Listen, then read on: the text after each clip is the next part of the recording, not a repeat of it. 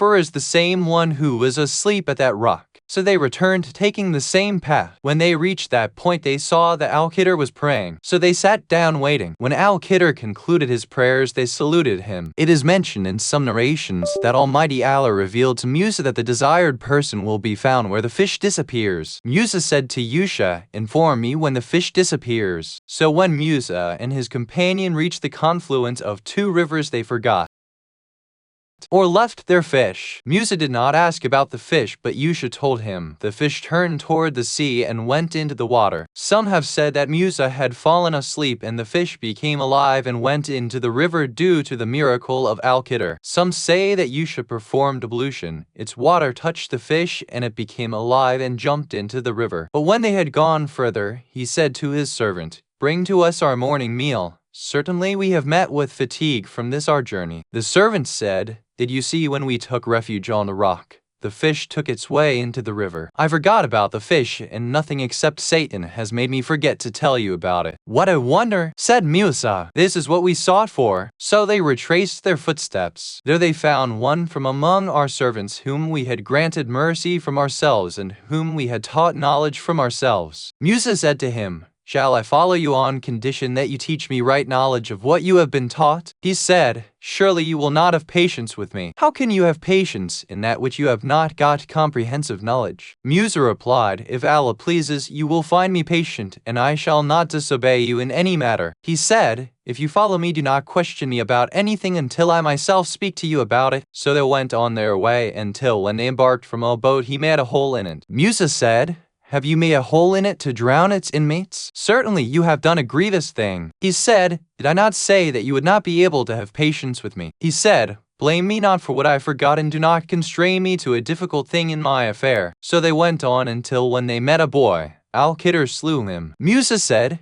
"Have you slain an innocent person other than for manslaughter? Certainly you have done an evil thing." He said, "Did I not say to you that you will not be able to have patience with me?" He said, "If I ask you about anything after this, don't keep me in your company. Indeed, you shall have then found an excuse in my case." So they went on until they came to a certain town. They say it was the town of Antakya, Basra, or Armenia. They asked the people of that town for food, but they refused to entertain them as guests. Then they found there a wall that was on the point of falling, so Al-Qudr put it into a right state. Al-Qudr began to repair it, or he propped up a pillar, or he just stroked it with his hand, and it was repaired miraculously. Musa said, "If you had pleased, you might certainly have taken a recompense for it." He said, "This shall be the time of separation between you and me. Now I will inform you of the significance of that which you could not have patience. As for the boat, it belonged to some poor men who worked on the river. I wished to damage it as there was behind them a king who seized every boat by force. As for the boy, his parents were believers, and we feared lest his disobedience and ingratitude comes upon them. So we desired that the Lord might give them in his place one better than him in purity and nearer to having compassion. As for the wall, it belonged to two orphan boys in the city. There was beneath it a treasure belonging to them. Their father was a righteous man, so the Lord desired that they should attain their maturity and take out that treasure. A mercy from your Lord, and I did not do it of my own accord. This is the significance of that with which you could not have patience."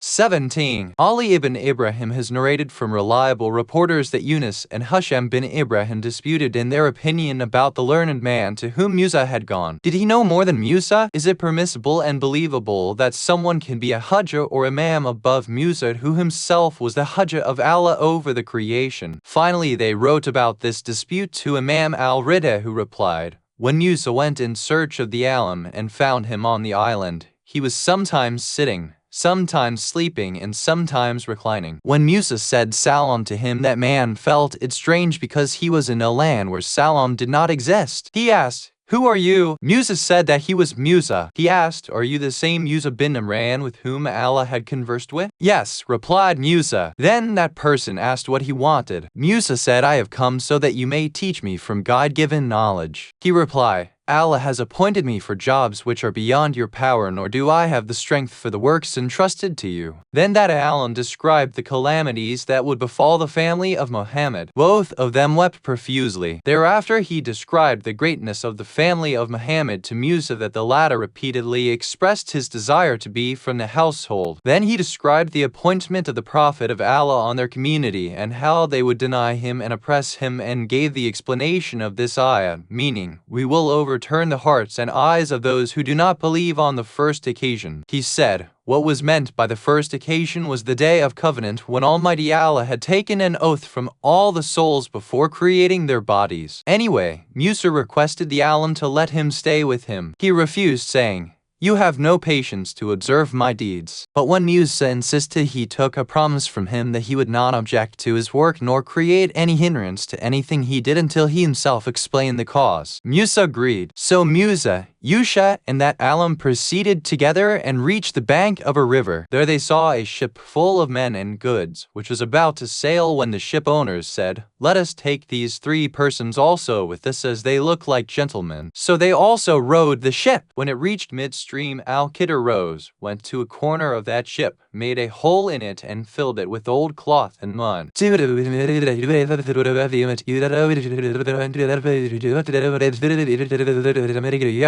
Musa said, please pardon this breach of oath and do not put me in difficulty. Then when they alighted from the ship, Al-Qidr saw a boy playing with other boys. He was handsome lad. There were 2 earrings of pearls in his ears. Al-Qidr looked at him for a while, then caught him and killed him. Seeing this, Musa rushed to Al-Qidr and flung him to the ground, saying, how did you kill an innocent child, though he had not murdered anyone? You have done a very bad deed indeed. Al-Qidr said, did I not tell you that you would not be able to have patience with my actions? Musa shamedly asserted, if I ask you henceforth about anything, you may separate me from you, because then you shall have a cause. Anyhow, they went further, and by the evening reached a village called Nasara, and the people of that village were called Nasara. These people had never before entertained anyone as a guest, nor had they ever fed the hungry. The 3 asked for food, but they neither came out of their homes nor fed them. Then Al-Qidr saw a wall nearby, which had become dilapidated. He approached it, put his hand on it, and said, be repaired by the command of Allah. It was repaired instantly. Musa said, it was not proper on your part to repair the wall unless they had fed us and allowed us to lodge in their houses. This is the meaning of Musa's words. You might certainly have taken a recompense. Al-Qidr said,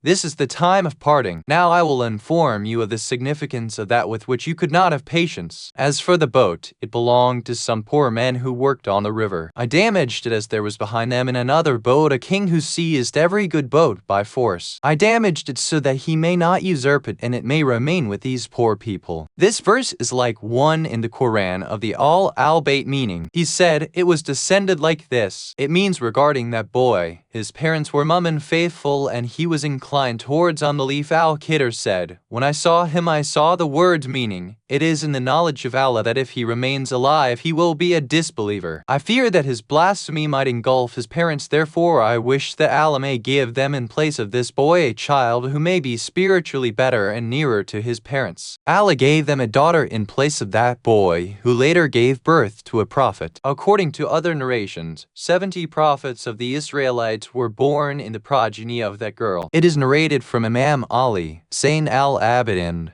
al-Baqir, as-Sadiq, and al-Ridha that in the treasure which was beneath that wall belonging to the 2 boys was a golden plate on which were written the words, I wonder how the man who knows that death is a true fact remains happy, and I wonder how the person who has faith in act of God remains fearful. It is mentioned in other narrations how he becomes gloomy due to calamities, and I am surprised how he remembers hell and still laughs. And it is surprising that a man sees the world and also how it changes from one state to another, and yet he loves it. In another tradition, it is mentioned, I wonder how a man believes in the accounting of the day of judgment and yet commits sins. Does it befit a man who had been given wisdom by Allah to understand that whatever is provided to him is from Allah, to which he should testify, and he should not complain against the delay in getting his provision? It is recorded through reliable reporters from Imam al-Baqir that, by Allah, that treasure did not contain gold or silver. It was a plate with the following inscription, I am the God besides whom there is no God, and Muhammad is my messenger. I wonder how a man who has faith in the day of judgment shows his teeth while laughing, and it is astonishing how the one who has faith in destiny becomes sorrowful when his provision or sustenance is delayed, and how is it that a man who sees this world denies the hereafter? It is mentioned in another reliable tradition that the companion of Musa on his journey to confluence of two rivers was Yusha ibn Nun. It is said that the reason why Musa objected to the deeds of Al-Qidr was that the former hated oppression and the deeds that he observed were apparently oppressive. Authentic narrators mention that Al-Qidr was a merciful messenger. Allah had appointed him over a community, and he was calling them towards Tawhid monotheism and inviting them to prophets and divine books. His miracle was such that whenever he sat on earth, that piece of earth became green and grass grew on it. If he sat on a wooden plank or inclined over a dry piece of wood, that wood would also become green and leaves would sprout from it as well as buds. That is why he was called Al-Qidr Green. His name was Taliyah, and he was the son of Malkan bin Gabar bin Arfashad bin Sam ibn Nam. When Allah conversed with Musa and scribed every kind of command and wisdom on the slabs for him, Musa, and gave him the miracles of the gleaming hand, staff, locust, bugs, lice, flood of blood, splitting of the sea, and drowning the Pharaoh and his community to help Musa. Musa felt sort of proud, which is natural to man. He thought that Allah has not created anybody more knowledgeable than him. So before pride might destroy him, Allah sent Archangel Gabriel to Musa with a revelation. Go to a worshipper who lives at the confluence of the two rivers and acquire some knowledge from him. Archangel Gabriel conveyed Allah's command to Musa. Musa understood that this revelation was due to the thought he had entertained in his heart. He went to that junction with his young companion Yusha ibn Nun. He found Al-Qidr praying to his Allah says, "Then they found one from among our servants whom we had taught knowledge from ourselves." Musa said to him,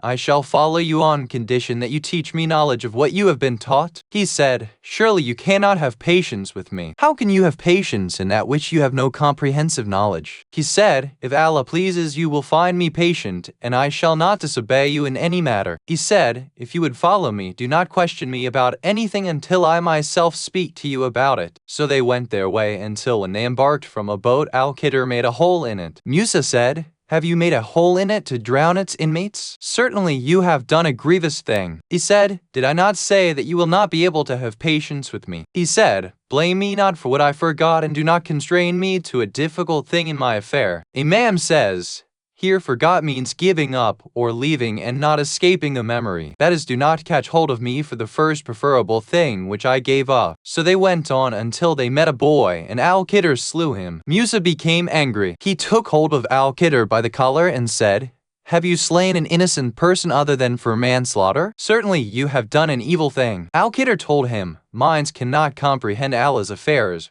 Rather, divine affairs must command minds. It is compulsory to obey the divine wishes even if minds do not comprehend them." He said, "Did I not say to you that you will not be able to have patience with me?" He said, "If I ask you about anything after this, keep me not in your company. Indeed, you shall have then found an excuse in my case." Then they went on until they reached the village of Nasara and asked for food from the residents of that village. They refused to feed them nor lodge them. Near that village, Musa and Al-Qidr saw a crumbling wall. Al-Qidr went to that wall and repaired it with his power. Musa took objection to this deed, as is mentioned in the Qur'an. Then Al-Qidr said, "This is the time of separation between you and me. I will now enlighten you on the causes for which you did not have patience."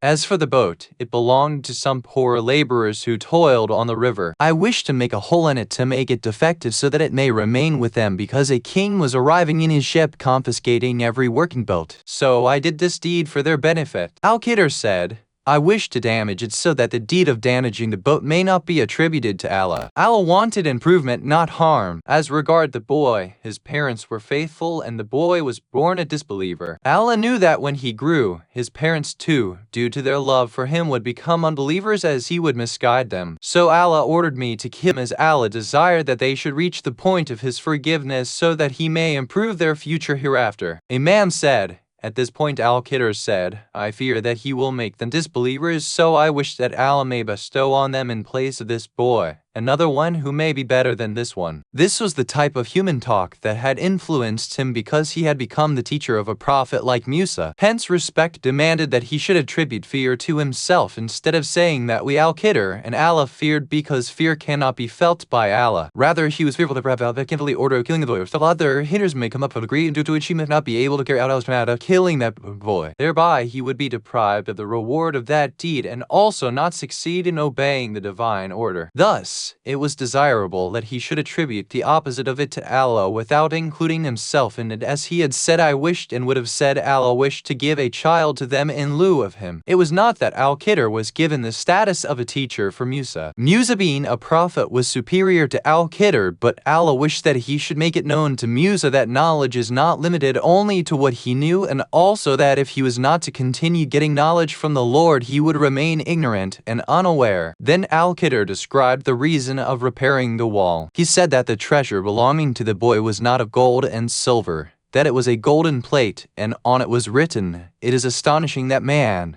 who is sure of his death, remains happy, and it is surprising that one who believes in the day of judgment commits oppression, and it is very wonderful that a man sees the world changing from one state to another and yet is inclined towards it and attached to it. Then he said that there was a time gap of 70 years between those two boys and their parents. Allah, due to their father being pious, preserved the honor of the two boys. Thus Al-Qidr said, Your Lord desired that when the two boys reached puberty they should obtain their treasure. Here he separated his desire and mentioned Allah's wish, as this was the last story, and that thereafter it would be known to Musa that nothing else would remain about which he had to speak, and that Musa might hear him carefully. Al-Qidr wished that he should remove the effects of whatever he had said in the first and the middle parts of the story that he attributed to himself because of human nature, in order to caution Musa. So now he separated his slavery of Allah from his wishes and presented himself like an honest slave of Allah, and in doing so descended to the status of an apology from the claim of his intention, of which he was while performing his affairs, and said, This was a mercy from your Lord that I did not do anything of my own accord, but only carried out my Lord's orders. Imam as-Sadiq said that when Musa wished to part from Al-Qidr, he requested Al-Qidr to give him some parting advice. So among his admonishments were these words also, Never be obstinate, never walk or travel without need. Do not laugh without appropriate reason. Remember your errors and do not pay any attention to the sins of others. It is mentioned in reliable tradition that Imam Zayn al-Abidin said, Al-Qidr's last will to Musa was, Do not reproach others for their sins, and that Allah likes three things most, i.e., behave moderately when rich, though forgive will have the revenge. Portray Allah's slaves, people kindly and mercifully, and if a person behaves nicely with another person, surely becomes kind of a former on the day of judgment, and the secret of wisdom is the fear of Allah. It is reported in authentic traditions from Imam Jafar as-Sadiq that Al-Qidr said to Musa, O Musa, your best day is yet to come, i.e., not the day of the resurrection day. So think of how it will be for you and be prepared for giving replies when you are made to stand for accounting. Yet admonition from the changes you observe in the condition of the world, and understand that the worldly life age is long for the one who does good deeds, and it is short for the one who wastes it. So act in such a way as if you are seeing the reward of your deeds with your own eyes. It is narrated with evidences that Imam Jafar as-Sadiq said, when Musa was commanded by Allah to meet Al-Qidr, Allah sent him a basket that contained a salted fish. Allah revealed to Musa that the fish would show him Al-Qidr near a stream, whose water makes the dead alive. It was called the life-giving stream. Musa and Yusha embarked on their journey and reached that stream and the rock. Yusha went to the bank of the stream and washed the fish therein. The touch of that water made it come alive, and it began to move in his hands. It struggled so much that it injured his hand and jumped off into the water. He forgot to tell this event to Musa, or did not narrate it deliberately, and they continued on their journey. Since Musa had passed the venue which was fixed by Allah, he became tired soon after walking some distance. He did not feel tired until he had reached the appointed place. He said to Yusha, Bring our tiffin, as we have toiled and are tired much with this journey. Yusha narrated to him the story of the fish. So Musa and Yusha returned to that stream, and when they reached the rock, they saw the passage of the fish was still visible in the water. Then they saw Al-Qidr on an island of that rivulet. He was sitting there covered by a sheet of cloth.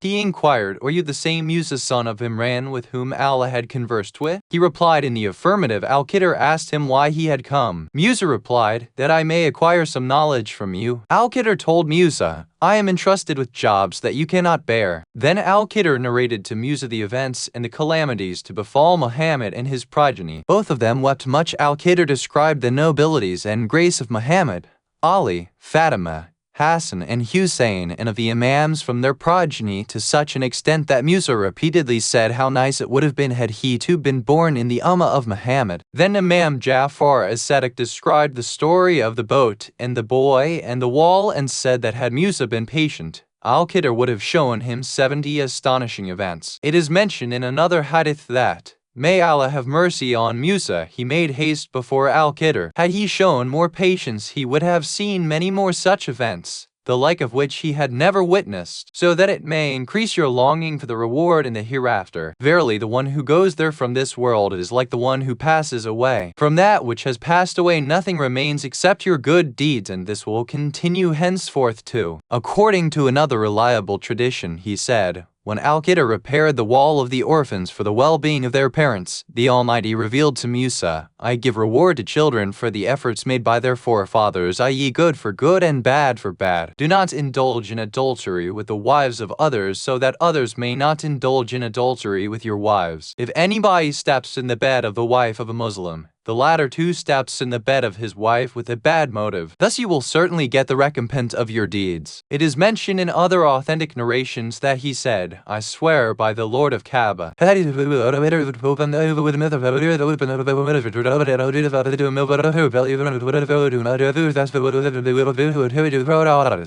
recorded through Imam al-Baqir that when Musa questioned Al-Qidr, he replied, "Musa saw a Babil, a martin bird of the swallow family, flying in the middle of the stream." Al-Qidr asked Musa, "Do you know what this bird is saying?" Musa replied in the negative and asked, "What does it say?" Al-Qidr said, "It says by the Lord of the heaven and the earth and the sea. Your knowledge compared to the knowledge of Allah is only equal to the quantity of water which I can take in my beak from the sea, or even less than that." It is mentioned in yet another narration that when Musa came back to his people after meeting Al-Qidr, Harun asked him about the knowledge Musa had obtained from Al-Qidr and about the wonders he had observed in the river. Musa said, "Al-Qidr and I were standing on the banks of the river when suddenly we saw a bird come to the river from the air, take a drop of water in its beak and throw it in the east. Then it threw another drop toward the west, then one drop toward the sky and one to the earth. Then it took a drop from the sea and threw it back in the river." I asked Al-Qidr the cause of these actions of the bird,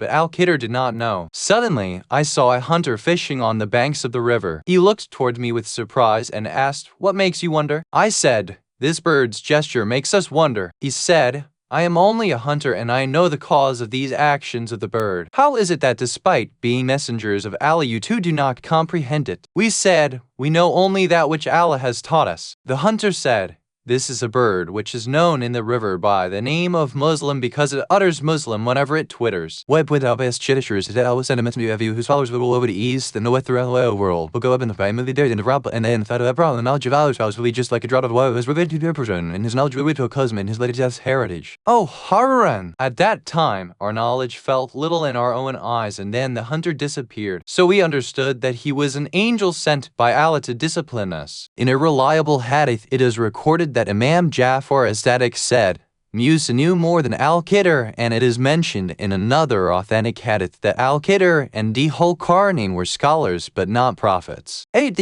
is mentioned in another reliable tradition that one day Musa went up the pulpit which had 3 legs. At that time, a thought crossed his mind that Allah had not created anyone wiser than him. So the archangel Gabriel approached him and said, "This pride has destroyed you and has put you in the divine field of trial. So get down from the pulpit because there is a man on this earth who knows more than you. Go and search for him." Musa informed Yusha, "Allah has put me on trial. So prepare a tiffin for me and let us both go in search of that scholar as commanded by Allah." Yusha purchased a fish, fried it, and put it in their basket and began their journey towards Azerbaijan. They reached the banks of a river in that direction. Suddenly they saw a man lying on his back. He had covered his face with a sheet and had put his staff by his side. When he pulled the sheet towards his face, his legs became bare, and when he covered his feet, his face was exposed. Musa engaged himself in prayer and asked Yusha to take care of their tiffin. Suddenly, a drop of water from the sky fell on their basket. The fish began to move and drag itself to the river. Then came a bird who sat on the bank of the river, took a drop of water in its beak and said,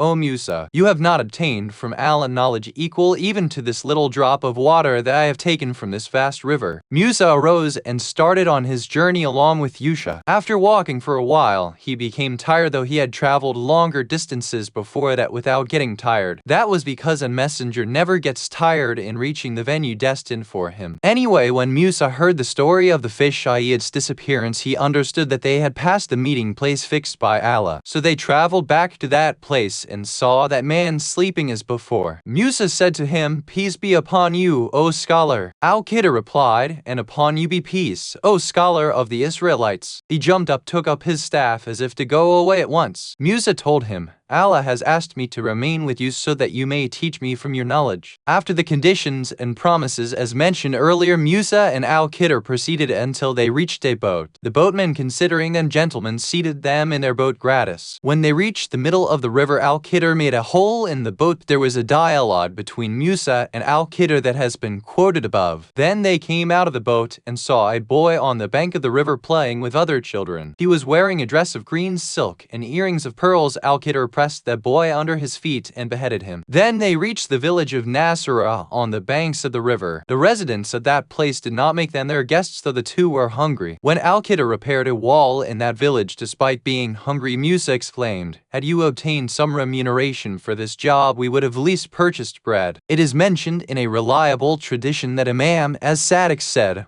"One day Musa was sitting with the nobles of the Israelites. Suddenly a man came and said to Musa, 'I don't think there's anybody who knows more about Allah than you.' Musa said, 'I think so too.' Allah sent to him a revelation, 'Al-Qudr is more knowledgeable than you. Go and search him out. You will find him where your fish will disappear.'" In a reliable tradition, Imam as-Sadiq said, when Musa and Al-Qudr reached the boy playing with other children, Al-Qudr hit him with his hand and he died. When Musa objected to it, Al-Qudr put his hand on the body of that boy and separated his shoulder and showed it to Musa. On it was written, "He is a disbeliever and is naturally disposed to disbelief." Al-Qudr said, "I killed him because his parents were virtuous. I was afraid he would draw his parents towards disbelief after growing up and that they will fulfill his wish because of their love for him and in this way become infidels." Imam said, "The Almighty gave the parents a daughter in lieu of the boy. 70 prophets were born in the progeny of that girl. There was a time gap of 700 years between the two orphan boys for whom Al-Qudr repaired the wall and their father. Perhaps several generations had passed. It is mentioned in another hadith that Almighty Allah, as a reward of one good deed done by a virtuous man,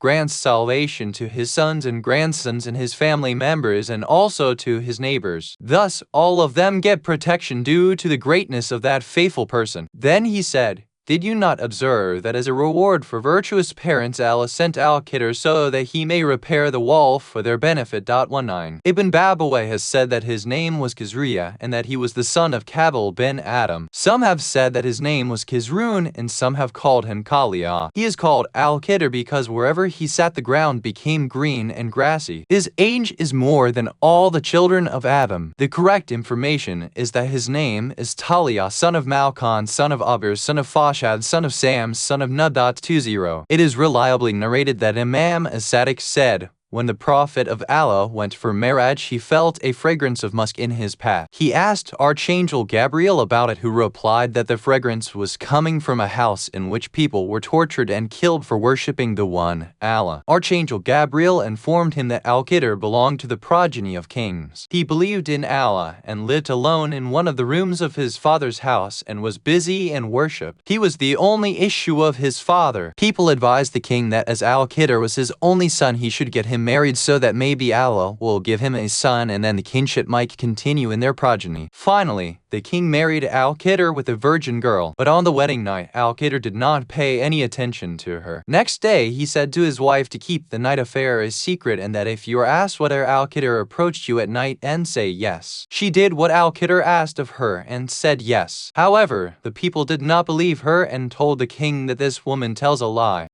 so have her examined to see if she is still a virgin. When the women saw that she was intact, they taunted the king, saying, "You have joined two fools. Neither of them is aware of what is expected of married couples. So give him as a wife who has already been married so that she may teach him." When such a woman was brought to Al-Qidr, he paid no attention to her and requested her also to keep the matter hidden from his father. She agreed to do so, but when the king questioned the woman, she replied that, "Your son is a woman. Have you ever heard of a woman getting pregnant by another woman?" Hearing this, the king became very angry with Al-Qidr. He imprisoned him and sealed its door with earth and stone. But the next day his paternal love overcame him and he ordered the doors to be opened. When the people opened the door, they did not find Al-Qidr there. Allah gave him such a power whereby he was able to take any form of his choice and also remain hidden from the public eye. Then he joined the army of Dhul-Qarnayn and became its vanguard until he drank the water of life. The one who drinks that water nectar remains alive until the day the bugle of destruction will be blown by divine order. In the meantime, from his father's city, two men boarded a ship and set out for trade. On their way, the ship got wrecked and they landed on an island. There they saw Al-Qidr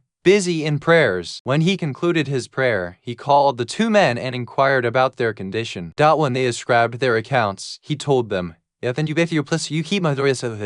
agreed, but only one of the two had really intended to keep the matter a secret while the other one had already thought of informing the father of Al-Qidr of his whereabouts. Al-Qidr called a cloud and commanded it to carry the two men right up to their homes. The cloud took them up and carried them to their city that very day. One of the traders kept his promise, but the other revealed it to the father of Al-Qidr. The king asked him, "Who will give witness that whatever you say is true?" He replied, "The traitor was with me." The king called for that man and asked him, but he denied it, saying that he did not know anything about it and that he did not even know this fellow. The former then said, "O king, send an army with me so that I may go and bring Al-Qidr back here from that island. Also arrest this fellow so that I may prove him a liar." The king sent an army with that man, but released the traitor who had kept the story hidden. Then the residents of that city indulged in many sins, so Allah destroyed them and overturned that city. All of them were annihilated except the man and woman. The woman was the first wife of Al-Qidr, toward whom Al-Qidr had not inclined on the marriage night and whom he had asked the next morning to keep the night affair a secret, who had kept the story of Al-Qidr hidden from his father. Both of them got out of the devastated city separately, but in one direction. Then when they met one another, they told their stories to one another and were convinced that they got salvation only because they had kept the secret of Al-Qidr. Then both of them put faith in the Allah of Al-Qidr. They got married and went to live in another king's kingdom. The woman gained access to the royal palace and got a job of dressing and beautifying the royal princesses. Once while combing the hair of the princess, the comb fell down from her hand and she exclaimed, "There is no power except of Allah." The princess asked her what she had uttered. "I have one Allah who has the might of ruling everywhere. Have you any other Allah besides my father?" "Yes, he is the God of you and your father too." The princess went to her father and related the conversation. The king called the lady and ordered to take back her words, but she refused. The king asked who her companion correligionist was. She said, "My husband and my children." The king called all of them and put severe pressure on them to give up the worship of only one Allah, but they defied him firmly. The angry king boiled water in a big vessel and threw all of them in it and then broke the house on them. After describing this story, Archangel Gabriel said, "O Prophet of Allah, this fragrance which you are smelling now is emanating from the house in which those worshippers of only one Allah were killed." An authentic tradition from Imam al-Ridha says that Al-Qidr drank elixir of life and will remain alive until the time of the blowing of bugle, and that those who are dying are coming to us and they salute, say salam us. Then we hear the voice of Al-Qidr but do not see him. He reaches wherever his name is mentioned, so it is necessary that anyone who remembers him should also say salam to him. He comes to Mecca in every Hajj, performs Hajj and stands in Arafat and says Amen to the prayers of the faithful. Very soon Almighty Allah will make Al-Qidr confidante of Al-Qain Aj, the family of Muhammad. That when he Al-Qaim will be hidden from the public eye, he Al-Qidr will be his companion in solitude. It is narrated with reliable evidence from Imam al-Baqir that when Dhul-Qarnayn heard that there was a stream of water of life and that whoever drinks from it remains alive until the day of blowing of the bugle, he went in search of it. Al-Qidr was the commander-in-chief of his army. Dhul-Qarnayn loved him most. Finally, they reached a place where there were 360 streams. Dhul-Qarnayn called 360 persons from his army. Al-Qidr was one of them. All of them were given a salted fish and told, "Bring them separately to me after washing it in different streams." When Al-Qidr put his fish in the water, it became alive and slipped from his hands. Al-Qidr took off his clothes and jumped into the water and dived several times in search of that fish, and in the process drank that water, but that fish could not be found. He came out and went to Dhul-Qarnayn. When Dhul-Qarnayn counted the fish, he found that one was missing. After inquiry,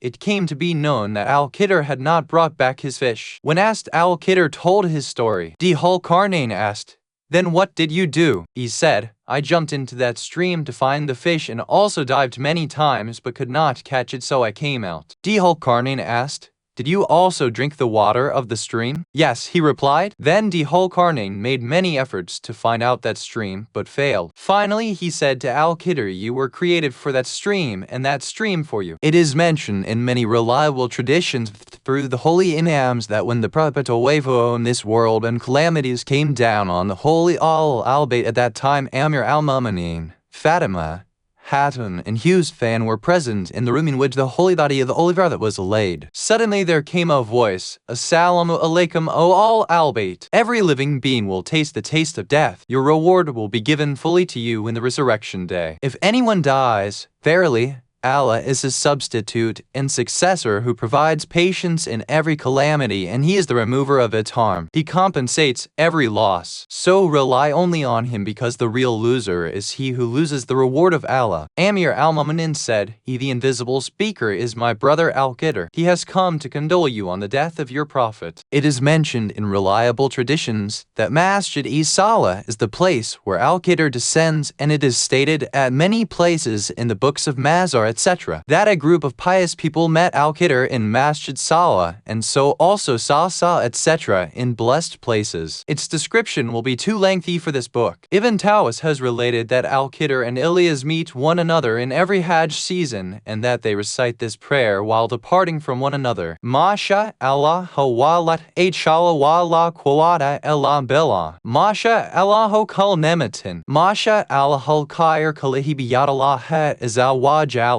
Masha Allahu la yasruf asu'o illallah. Many events of Al-Qidr have been mentioned in the chapter concerning Dhul-Qarnayn, wisdom and teachings revealed by the Almighty to Musa. It is recorded in reliable sources from Imam Ali al-Naqi that when Musa prayed to Allah, "My Lord, what is the reward of one who testifies that I am your messenger and that you have conversed with me?" The Almighty replied, "O Musa, my angels approach him at the time of his death and give him good tidings of paradise." Musa inquired, "What is the reward of one who stands before you and prays?" He replied, "I feel proud of him along with my angels when that person is in the state of ruku, bowing, or sajda, prostration, or he is standing or is sitting. I take pride in him and also my angels, and I do not chastise him." Musa asked, "What is the reward of one who feeds the poor only to please you?" Allah replied, "O Musa, I will order the announcer to proclaim loudly so that the entire creation may hear on the day of judgment that so and so man,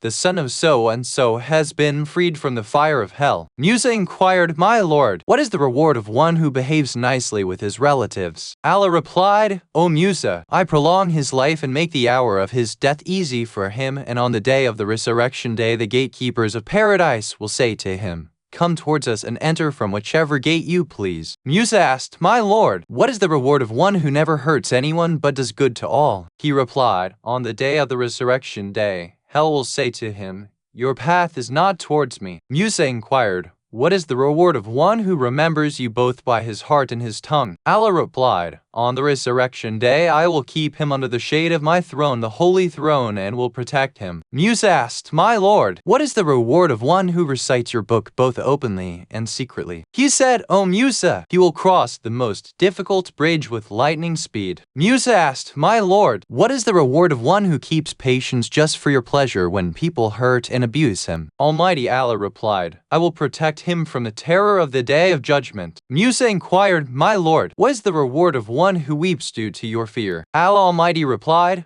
O Musa, I will protect his face from the heat of hellfire and will also save him from the terror of the day of judgment. Musa asked, My Lord, what is the reward of one who gives up a dishonest deal being ashamed of you? Allah replied, O Musa, I will give him security on the day of the resurrection day. Musa asked, My Lord, what is the requital of one who kills a mu'min intentionally? Allah replied, I will not be kind to him on the day of the resurrection day and will not forgive any of his sins. Musa asked, What is the reward of one who invites a disbeliever to Islam? He responded, I will permit him on the day of judgment to recommend the case of anyone of his choice. Musa inquired, My Lord, what is the reward of one who performs prayers in time? He replied, He will be granted whatever he asks, and I will make my paradise available to him. Musa asked, My Lord, what is the reward of one who performs ablution completely for fear of your chastisement? Allah replied, On the resurrection day I will raise him. There will be radiance between his eyes on the forehead that will light up the plains of gathering. Musa asked, What will be the reward of one who fasts during the month of Ramadan for your pleasure? He replied, I will station him on the day of judgment at such a place where he will feel no fear. Musa asked,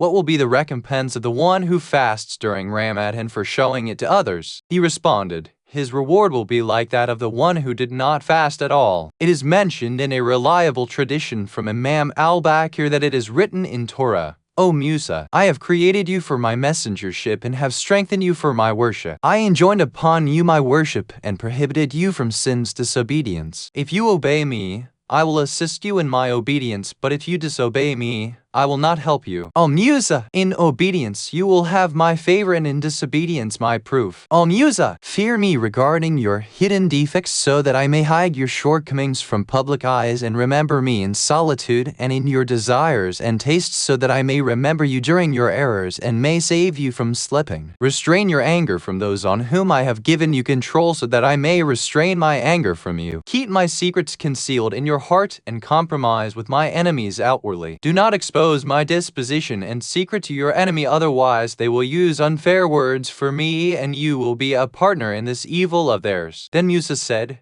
Who will reside in the holy precinct? He said, Those men whose eyes did not look at stranger women, whose wealth did not get mixed up with usury and interest, and who never took corrupt money while dealing with divine commandments. It is recorded in reliable sources from Imam as-Sadiq that Almighty Allah said to Musa, O son of Iram, who claims to be my friend and yet remains asleep at night is telling a lie. Is it not a fact that every friend wants to meet his friend in solitude? O son of Imran, I am well aware of my friends when night encircles them. I turn their eyes away from others and attract them toward me, and I make my chastisement apparent before them. They address me like those who talk face to face. O son of Imran, give the length of your heart and midst of your body and the tooth of your eyes to me in the darkness of night and pray the be, and you will find that I answer you. It is narrated from Imam as-Sadiq that when Musa went to the mountain of Torah and spoke with his Lord, he said, O my nourisher, show me your treasures. The Lord replied, O Musa, my treasures are that whenever I intend something I merely say be and it becomes. I need no treasures. Whatever I wish, I bring into existence from non-existence. In a reliable hadith it is recorded that Imam Al-Baqir said, when Musa prayed, My Lord, give me admonition. The Almighty said,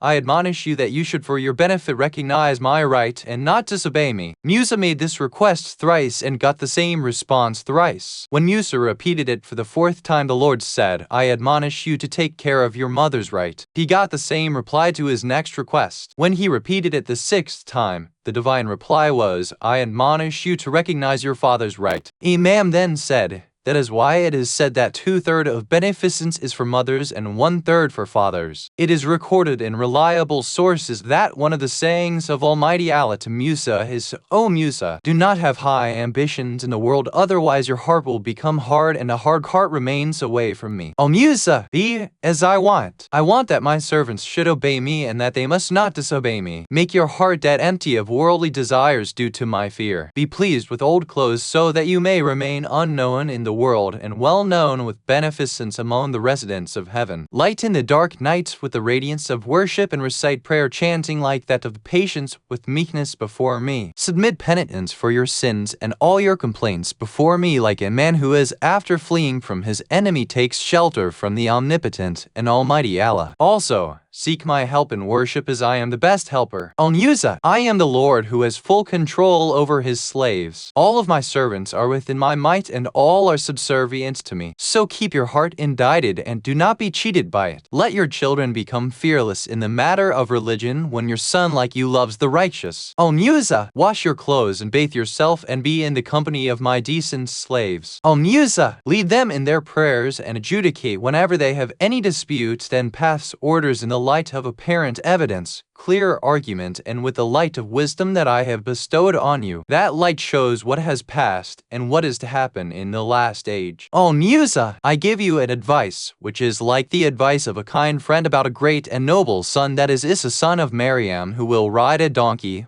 wear a cap like slaves, and possess olive oil, olive, and altar. Thereafter I admonish you about the possessor of a red camel. He will have a holy, pious, and virtuous nature and will be free of all evils. His virtues mentioned in your book are that he will believe in all divine books and that he is the one who will give witness and will be bowing and prostrating before only one Allah. He will be inclining toward the divine reward and fearing divine chastisement. The poor and needy will be his brothers in faith. People belonging to other than his tribes will be his helpers and companions. His time will face scarcities, hardships, troubles, corruption, and dearth of money. His name is Ahmad, Muhammad, and Amin, and he will be the epitome of all the past prophets. He will believe in all the divine scriptures and will testify to all the messengers of Allah. He will give witness with sincerity to all those messengers, and his ummah is the ummah on which Allah has showered his mercy and bliss, so that it may remain steadfast on the true religion and may not destroy his religion. The followers of the last prophet know some such timings, hours in which they will perform their prayers like a slave who spends most of his time in serving his master. So testify to that prophet and follow his ways, because he is your brother. Al-Musa, Id Ami, that is, he will not learn from anybody. He is a my virtuous slave. I will give affluence in whatever he does, and I will also increase his knowledge as I myself have created him with bliss. The resurrection day will take place in his time of prophethood. I will conclude the world with his followers. So command the oppressors of the Israelites that they should not erase his name from my books, though I know that they will remove it. His love for me is a very big virtue, good in my sight. I am with him and I am among his helpers. He belongs to my army and my army is above all armies. In short, my word and my plan have been perfected, that surely I will make his religion win over all other religions, so that people may be able to worship me with integrity. I will descend on him such a Qur'an which will be a compendium of all sciences, and which will separate wrong and untruth from truth, and which will cure hearts from the mischief of the devil. So, O son of Imran, send salawat on him, because I and my angels send salawat on him. Al-Musa, you are my slave. I am your Lord. Do not consider any poor and troubled person lowly. Do not long for some of those things which I have given to them from the worldly wealth. Adopt humility while remembering me. Be hopeful of my mercy while reciting Torah, and read out the Torah to me in a voice full of fear and worry. Keep your heart peaceful with my remembrance. I also remember the one whose heart inclines towards me. Worship me alone. Do not attribute any partner to me, and continue your efforts for pleasing me. Verily, I am your great Lord. I have created you from insignificant dirty water, semen, and built your foundation from the dust that was taken from various parts of the lowly earth. Then I blew spirit in it and made it a man. Thus I am the creator of the creation, and myself is affluent, and my heart is holy, and nothing is similar to me, and I am existent forever, because non-existence has nothing to do with me. Al-Musa, be fearful and frightened whenever you pray to me, and put your face on earth before me, and prostrate before me with the best of your limbs.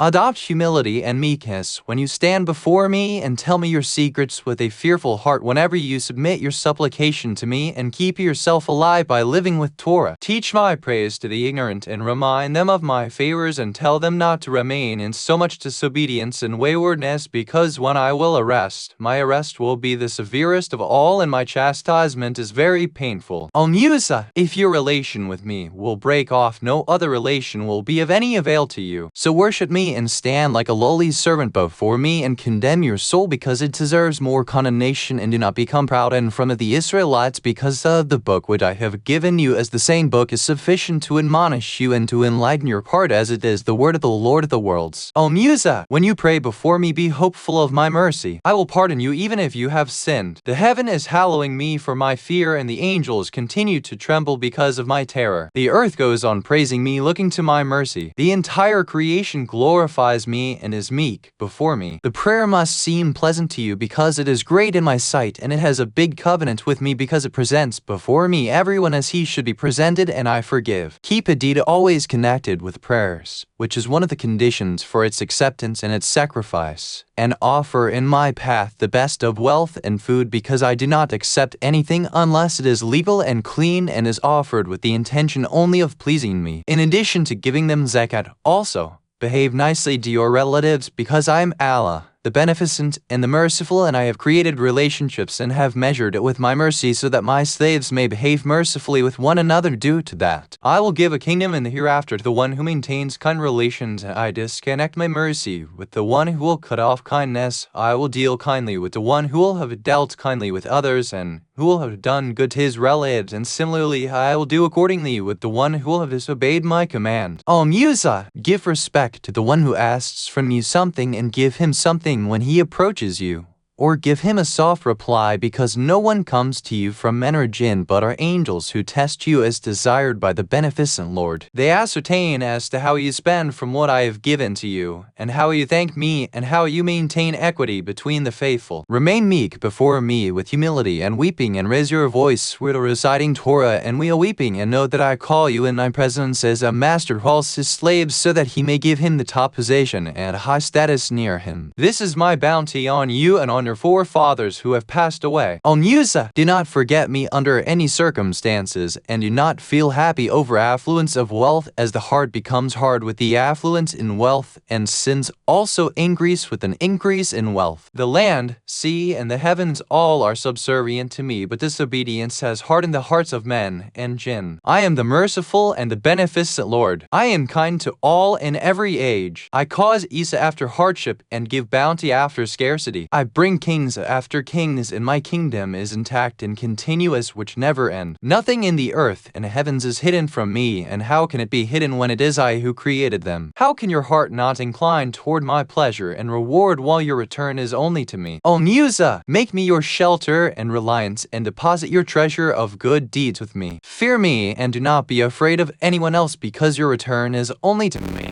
O Musa, be kind to the one who among my creation is lower than you, and do not envy those who are higher than you, because jealousy consumes good deeds as fire consumes wood. O Musa, 2 sons of Adam showed meekness before me and submitted their sacrifice that they may earn my grace, and I accept the sacrifice offered by pious people. Hence, the offer of one is accepted and the other rejected. Thereafter, to what extent their affair reached is known to you. Then how do you rely on and trust your viziers and companions when a brother did what he did with his own brother? O Musa, give up pride and ego, and remember that you will have to be a resident of the grave. This thought will restrain you from worldly desires. O Musa, make haste in repenting and postpone sinning. Prolong standing before me during your prayer, and attach no hope with anyone except me. Make me your shelter in warding off hardships, and consider me your forte for defending yourself against calamities. O Musa, how does a slave fear me who considers my grace and bounties on him, whereas he does not ponder over it and does not believe? How does he believe and hope for reward when he is satisfied with the worldly belongings and has made it his shelter and turns toward the world like oppressors? O Musa, contest with the virtuous in virtues, because virtue is as sweet as its name, and leave the evil for the one who is mad after the world. O Musa, keep your tongue behind your heart so that you may be protected from the evil of the tongues. That is, think before speaking anything, and speak only after you understand that there is nothing wrong or bad in it. Remember me more and more during the day and the night, as long as you have the chance to do so, and do not follow sins so that you may not have to repent. Surely, the reward of sins is hellfire. O Musa, talk softly for those who have given up sinning, and sit with them and take them as your brothers, and try to worship me with them so that they may also try to do so with you. O Musa, certainly, you will face death, So advance a better provision for the hereafter like the one who knows that he will get his provision. Al-Musa, whatever is done for my pleasure, its small is big, and whatever is done for other than me, its big is small. Verily, best day is which is found is the day of resurrection, days of the how that day will be for you, and be prepared with the answers you will have to give on the day, because another you will be made to stand to account for your deeds. Take admonition from the people of your times. Its secret is minute for the careless and wide open for the obedient. Everything will end. So perform your deeds as if you are seeing their reward, so that you may remain inclined more toward the hereafter, because a worldly thing, which is existing, is just like the thing which has passed away. From the things that have passed away like this, nothing has remained with you except your worship. It will be so in future also, and everyone who does anything does it in his interest. So select as your aim everything that is better, so that you may get Allah's reward on the day when the wrongdoers deniers will be the losers. Musa, do not feel degraded when standing before me, the degradation that a slave feels when he approaches his master for making some complaint. When you do so, you will find my mercy with you, and I am the mightiest of the mighty. Musa, seek my grace and my mercy from only me, because both are in my control, and none else has any power over grace and mercy. And whenever you seek anything from me, just think how much longing do you have for what is with me. There is a reward with me for every performer of a deed, and I give the reward of a good deed even to the deniers. Musa, give up the world with a happy heart and keep away from it, because you are not for the world, nor are the world for you. What have you to do with the residence of oppressors? It is for the one who engages in deeds for the hereafter while remaining here in the world. The world is a better place for him. Musa, listen to what I command to you, and keep in your heart whatever I see in your interest, and also the truths of Torah, and remain awake with it during day and night without falling in the sleep of negligence. Do not give any room in your heart to the talks of the world lovers, or to their love, because it builds its nest therein like the nest of a bird. Musa, the sons of the world and the residents of the world are the cause of trials for one another. The world is beautified for those who are in it, and for the faithful is the beauty of the hereafter. So he is always after the hereafter and never looks at any other thing. The longing for the hereafter has become a barrier between him and the tastes of this world. So he traverses forests for advancing his status and worship and nearness to his Lord, like a rider who races in a field to overtake others and may win the race and may reach his aim at the earliest, but who remains gloomy during his daytime due to his worry for the hereafter, and who passes his nights in grief. What to say about his luck? How much will he be able to see if the cover is removed from his eyes? The thing is that will make him happy. Musa, the world is short and will not last, nor is it vast enough to accommodate the reward of the faithful, nor can it provide sufficient chastisement to the sinners. So the eternal loss and hurt is for the one who sells out his reward of the hereafter in exchange of the worldly pleasures which won't last, and who sells it in exchange of the tastes of his tongue which goes away soon. So live as I command, and whatever I order you will be for your growth and well-being. Musa, when you see that riches turns towards you, imagine that you have erred, and therefore you are getting its punishment in the world. And when you see that distress advances towards you, bravo, bravo for the righteous. Do not live like oppressors and tyrants, nor approach them or sit with them. Musa, life is fleeting, however long it may be. A thing that is taken away from you in the world causes you no loss, when its end in the hereafter is everlasting bounty. Musa, my book calls out to you loudly and warns you of your return. So can the eyes become sleepy in such circumstances? And how can any group enjoy the worldly life? Had it not been so that they have lived in carelessness since long, and have been captive of their hard-heartedness, and habituated to various kinds of desires and pleasures, the truthful might have cried out in response to a few admonishments described by me in my book. Musa, ask my servants who contested me that I am the most merciful, all the merciful, and I answer supplications of the uneasy souls, that I ward off the troubles and turn the conditions upon it. I grant bounties of glad and appreciate even small deed, and give reward generously, and turn the needy into the evidence, and that I am the evidence mighty and omnipotent Lord, and that they should pray to me. Thereafter, if a sinner seeks shelter and approaches you, tell him, well done. You have stepped in a wider environment and camped therein, and have entered the vastness of divine might and mercy of the Lord of the worlds. Be happy, he will accept you pay out music harder of me for the end life then like that, and do not be proud of the bound of it. So when you have the to the mercy, ever if only of me is not accept me, it was never ever said that I possess the greatest risk and hell of you. Musa, you are a shelter for the misguided, and a brother for the sinners, and a companion of the troubled, and the seeker of forgiveness for the sinners, and you hold a desired status in my sight. So pray to me with a pure heart and a truthful tongue, and live as I have commanded you to live. Obey my orders, and do not behave with pride and excessiveness, possessiveness with my servants due to the few bounties that I have bestowed on you, though they were not initiated from your side, and attain nearness to me because I am near you. Verily, I have not asked from you anything which is heavy for you. I only wish you to pray for me so that I may accept your prayer, and then I will grant and gain nearness to me by conveying my messages which I have descended revealed to you and which I have explained to you. O Musa, look at the earth that will soon become your grave and raise your eyes towards the sky, as the kingdom of your Lord is greater. Weep over your soul until you remain in the world and fear the fatalities. Let not the beauty of the world deceive you. Do not rest content on knowledge, and do not become an oppressor, because I am always aiming at the tyrants, and I will make the oppressed overpower them. O Musa, I give a tenfold reward of every good deed, but only an equal punishment for an evil. Then the sinners turn it into 10 times bigger and got ruined. And do not involve anyone else in my worship, and be moderate in every deal, and pray like a candidate who is longing for my reward. Be repentant of your deeds, because the day removes the darkness of the night. Similarly, good deeds obliterate sins, and sins darken good deeds, just as the darkness of night obliterates daylight. It is mentioned in reliable tradition that Imam as-Sadiq said,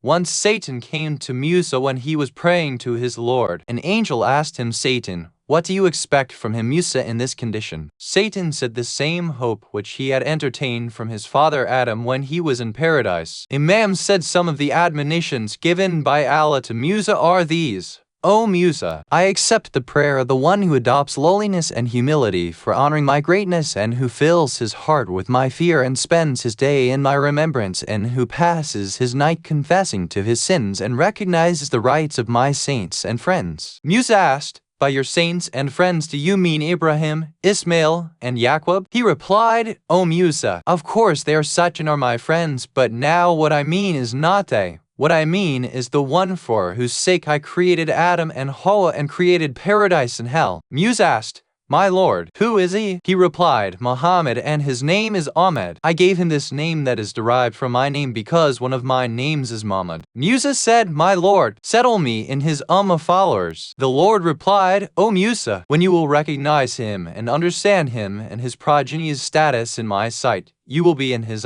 Surely, the example of him and his progeny among my entire creation is like the garden of Firdaus among all gardens. Its leaves never dry up, its taste never changes. So whosoever will appreciate his and his progeny's rights, I will for him bring wisdom near ignorance and light near darkness. I will accept his prayer before he prays and give him before he asks. O Musa, when you see that trouble is coming towards you, welcome it, saying bravo. I am glad to greet the condition of the good, and when you notice that wealth in turning towards you, say that its cause is some sin, the punishment for which has been hastened for me, because this world is a field of punishment. When Adam erred, I sent him in the world as a punishment of his deed, and I have cursed the world and everything in it, except the thing which is for me, and which involves my pleasure. O Musa, verily my good slaves have kept themselves away from the world and proportioned their knowledge about me, and many in my creation have loved the world because of their ignorance and because they did not know me, and the eyes of the one who loved the world and considered it great were never brightened, nor did they get any benefit from the world, and the one who looked down at the world benefited front. In a reliable hadith, it is recorded from Imam al-Rida that when Allah appointed Musa as his messenger and gave him honor and split the river for him and relieved the Israelites from the evil of the Pharaoh and granted him Torah and commandments, Musa said, my Lord, you have given me an honor that you have not given to anyone before me. Allah said, O Musa, probably you do not know that Muhammad is in my sight most honorable among all of my angels and the entire creation. Musa asked, if Muhammad is better than all of your creation, then is the progeny of any prophet better than my progeny? Allah said,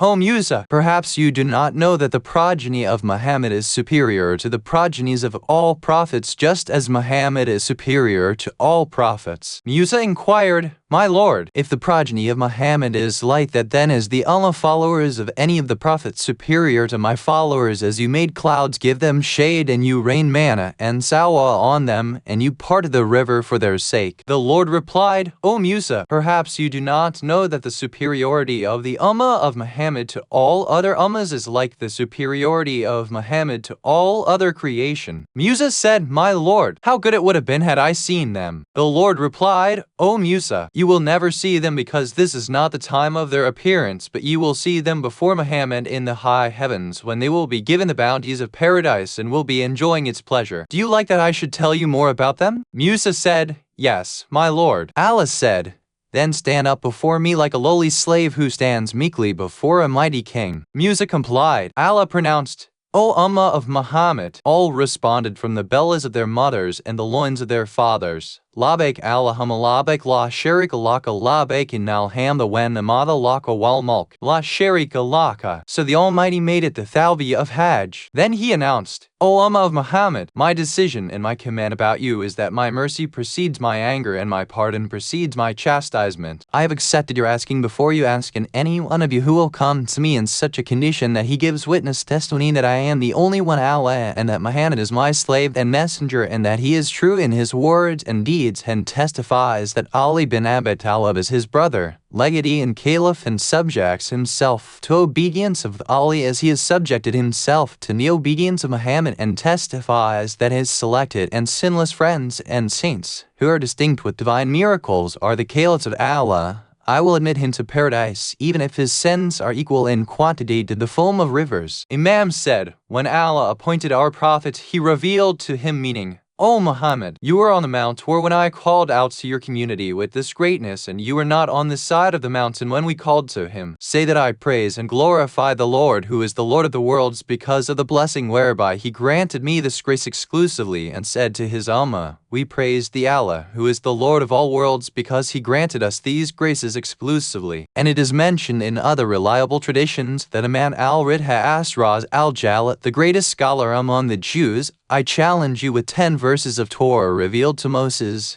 Tell me, does Torah not give the news about Muhammad in these words? When the people of the last Ummah will come, who will be the followers of a camel rider prophet, and who will glorify Allah in various ways in new places of worship, the Israelites will take the shelter of their prophet until their souls will be satisfied, convinced, and surely the sword will be in their hands with which they will take revenge from the enemies of the prophet in the world. Is this not written in Torah? Raz al-Jalat said, Yes. Then Imam said, O Jew, Musa stated to the Israelites in his will that soon a prophet from your brothers will come to you. So testify to him and obey him. Are there any brothers of the Israelites except the sons of Ismail? Raz al-Jalat replied, I cannot deny the statement of Musa, but I want that it be pointed out to me from Torah. Imam said, Do you deny that it is mentioned in Torah that light came from Mount Tur and gave us brightness from Mount Seir and appeared from Mount Paran? So the radiance on Mount Tur was revelation to Musa, and Mount Paran is in Makkah, and there is a distance of a day's journey between them, and it is the same revelation which was revealed to Muhammad. This hadith is very lengthy. We have quoted here in proportion to the need of this occasion. It is mentioned in a reliable tradition from Imam as Sadiq that the Israelites approached Musa and said, Ask Allah for rain whenever we ask for it, and may stop when we do not want it. Musa conveyed this request to Allah, and Allah accepted it. They tilled the land, sowed what they wanted to grow, and then asked for rains, and it rained as much as they wanted. It also stopped raining when they desired so. Thus it continued to rain when they wanted and stopped raining when they so desired, until their agricultural products became sound and high. But when they harvested, there was no seed in it at all. Everything had become grass. They went to Musa with this complaint and narrated what had happened. Allah revealed to Musa, I did not decide for the Israelites, but allowed what they desired. Since they were not agreeable with my decision, I left them to their planning. The result is what you see. In a reliable hadith it is recorded from Imam al-Baqir,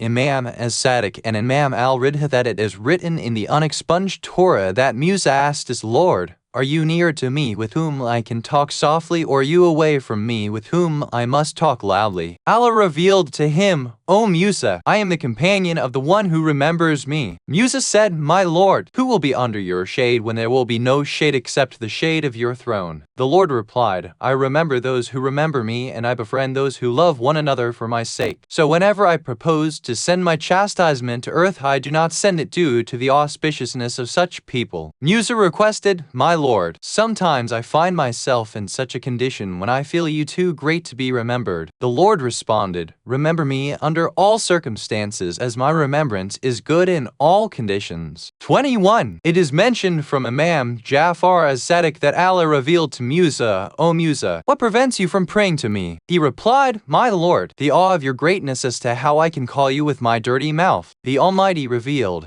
The odor of the mouth of fasting people is dearer to me than the fragrance of musk. It is mentioned with authentic evidence from Imam al-Rita that wherever those who believe is mentioned in the Holy Qur'an, the words in Torah are, O group of the poor and the needy. According to another narration, it is written in Torah that, if you are friends of Allah, desire death. So Almighty addressed the Jews in the Holy Qur'an, O Jews, if you imagine that you are friends of Allah and that others are not, then, if you are true, wish for death. 62:6. It is narrated by Ibn Abbas that the Holy Prophet said, Allah discussed 124,000 things with Musa in 3 days and that Musa did not eat or drink anything during that time. When he returned to the Israelites and heard the voice of human beings, he abhorred it as the sweetness of the divine voice was still ringing in his ears. Amir al-Mu'minin said that Almighty Allah revealed to Musa bin Imran, O Musa, learn my will by heart. For the you for do not be able to that you physically given to do not be who is all your predicted unless you know that materials are good and third do not video hope that made you know that making the and it oil did not do the you know that he devil bad. It is mentioned with 2 authentic chains from Imam as-Sadiq that 4 words of wisdom are written in Torah together with 4 other words side by side.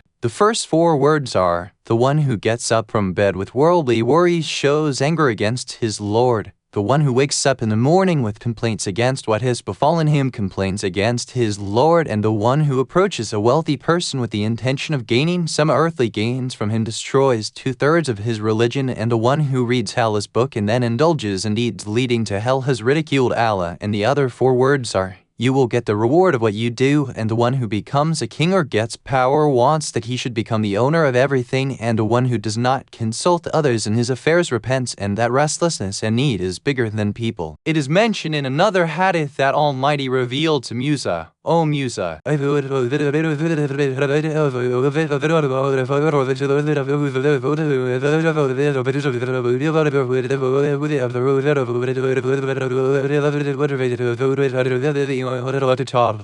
is narrated by Imam Al-Baqir that some of the words given to Musa by Allah on Mount Torah are, O Musa, tell your community that those who gain nearness to me do not get the nearness, but through weeping and fearing me, and the worshippers who worship me do not do so, but by abstaining from the things prohibited by me, and the adorned ones do not gain adornment, but by giving up some things in the world which they do not need. Then Musa said, O most merciful one, what reward will you give to them for their good deeds? He said, O Musa, those who seek my nearness through weeping due to my fear will be in the highest place in paradise, and none will be their partner in that position. And for those who worship me while refraining from the things prohibited by me, I will inquire into the deeds of people in the resurrection day, but will overlook their conditions. And for those who seek my nearness by giving up worldly desires, I will make the entire paradise admissible to them, so that they may reside therein wherever they please. It is mentioned in a reliable tradition that one day Musa was sitting when Satan appeared before him wearing a multicolored cap. He took off his cap and approached Musa. Musa asked as to who he was. He said, Iblis. Musa said, May Allah not give residence to anyone near your residence. Why have you donned this cap on your head? He said, I attract the children of Adam through these colors. Musa said, Tell me the sin which if committed by the son of Adam you overpower him fully. When he overestimates his deed and gets vain and then underestimates his sin. Then he said, O Musa, never stay alone with a woman who is not permissible for you. Such people I do not leave to my companions, but personally make efforts in misleading them, and do not leave his side until he indulges in sin. Also never give any promise to your God, because whoever gives any promise to Allah, I do not leave them to my companions, but attend personally to him to endeavor that he may not fulfill his promise. And O Musa, whenever you think of giving charity, make haste, because whenever one intends to give charity, I pay attention to him myself and do not leave him to my assistance. I make maximum efforts to make him regret it. It is mentioned in a reliable tradition from Imam as-Sadiq that there was a tyrant king in the times of Musa. At the same time, there was a pious man. He went to the king for fulfilling a need of a faithful man and recommended his case to the king. The king accepted his recommendation and fulfilled the need of that faithful man. That king and the believer died on the same same day. People mourned the death of the king for 3 days and kept the bazaars closed, but the corpse of that Mu'min remained in his house unattended until the worms began to feed on it. After 3 days, Musa saw it and prayed to Allah, "My Lord, that king was your enemy, yet people gave him a respectful burial while this Mu'min is lying in this condition." The Lord sent a revelation to him. "A friend of mine once recommended the case of one of my faithful slaves to the king, and the latter fulfilled that need. So I gave honor to the king in this way. But I made the earth's insects overpower that man because he made a request before a tyrant king." It is narrated from Imam Zayn al-Abidin with authentic proofs that Musa prayed to Allah, "My Lord, who are your selected slaves? The ones whom you will keep under the shade of your throne. For on that day there will be no other shade except that of the throne." The Lord responded, "Those whose hearts are clean, empty of condemnable desires and habits and sinful desires, and whose hearts are empty of worldly wealth. Whenever they remember me, my greatness and awe is seen in their eyes, and they are those who rest content in obeying me just like a child rests content by suckling. They are the people who take refuge in my mosques just like vultures take shelter in their nests. When they see people disobeying me, they become fierce like an angry leopard." A reliable hadith, it is recorded from Imam as-Sadiq that Allah revealed to Musa, "O Musa, thank me as I deserve." Musa asked, "My Lord, how can I thank you as you deserve? For whatever thanksgiving I offer will only be a bounty from you, because it is you who inclined me towards it." The Lord replied, "O Musa, when you have understood that you are unable to thank me fully, and that thanksgiving is also my bounty, then you have thanked me as I deserve." It is mentioned in a reliable tradition from Imam Baqir that Allah revealed to Musa, "Befriend me and make me friend of my creation." Musa asked, "My Lord, you know that none of your creations is dearer to me than you, but what control do I have over the hearts of others?" Allah revealed to him, "Make them aware of my bounties so that they may befriend me." According to the same source, it is mentioned in this hadith that Musa asked Allah,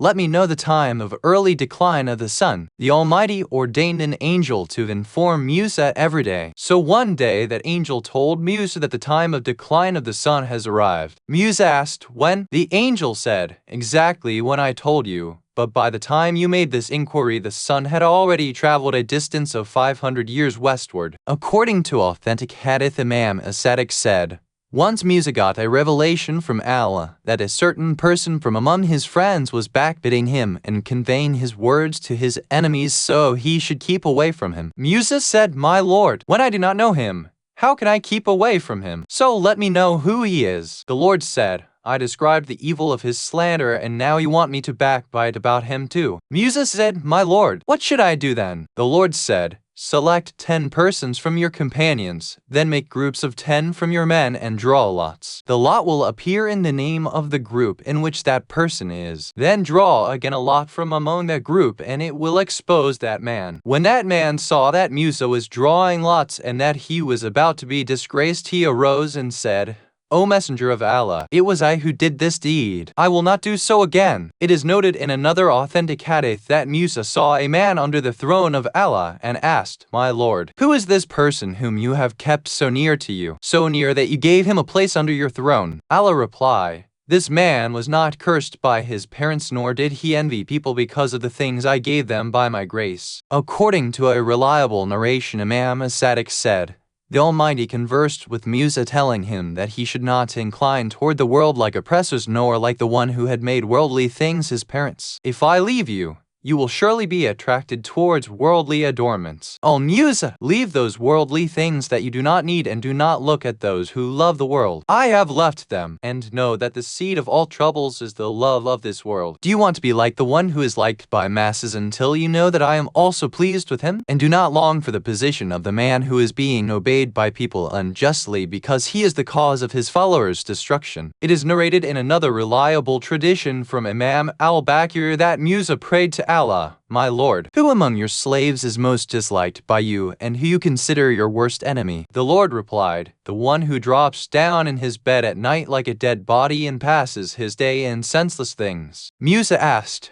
"What is the reward of one who visits a sick fellow?" Allah replied, "I appoint an angel to give him company in his grave until he is resurrected." He asked, "My Lord, what is the reward of one who bathes a dead body?" Allah replied, "I make him as clean of sins as he was at birth." He asked, My Lord, what is the reward of one who attends a funeral procession? Allah replied, I appoint some angels for him bearing flags so that they will escort him in the field of reckoning Mahshar. Musa asked, My Lord, what is the reward of one who condoles the death of a child? Allah replied, I will give him a place under the divine throne on the day when there will be no shade except that of the divine throne. According to a reliable tradition, Imam As-Sadiq said, once on his way to work, Musa passed by a man praying to Allah with raised hands toward the sky. When he returned by the same way after 7 days, he saw that that man was still in the same position, praying and weeping. Allah said, O Musa, even if this man goes on praying until his tongue drops down,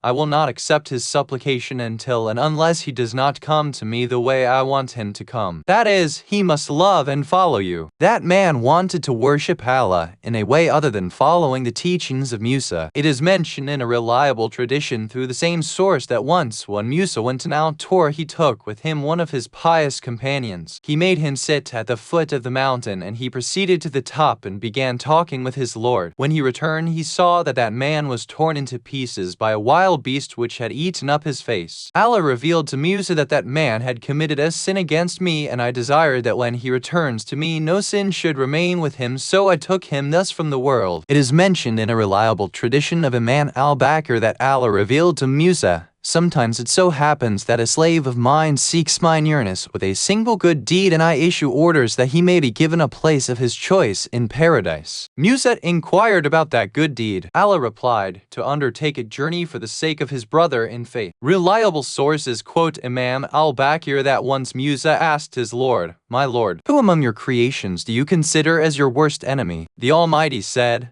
the one who makes allegations against me. Musa asked, My Lord, is there anyone among your creation who makes allegations against you? The Lord replied, Yes, the man who asks something from me and I decide only that which is in his interest. But as he is not pleased with it, he makes allegations against me. It is mentioned in a true hadith that Imam As-Sadiq said, It is written in Torah that, O son of Adam, make yourself available for my worship, setting aside your worldly affairs so that I may fill up your heart with my fear. Otherwise, I will fill up your heart with worldly engagements and will leave you to run after the world, and then your need will never be satisfied. It is recorded in reliable sources that Imam Al-Baqir said, Divine revelation was stopped for 30 days for Musa bin Imran. So one evening he went to Mount Ariha and said, My Lord, why have you stopped talking with me and discontinued your revelation? Is it because of any sin that I have committed? So now, I am standing before you. Punish me until you become pleased with me. If you have stopped your revelations due to the sins of the Israelites, then I beseech pardon for them. Almighty revealed to him,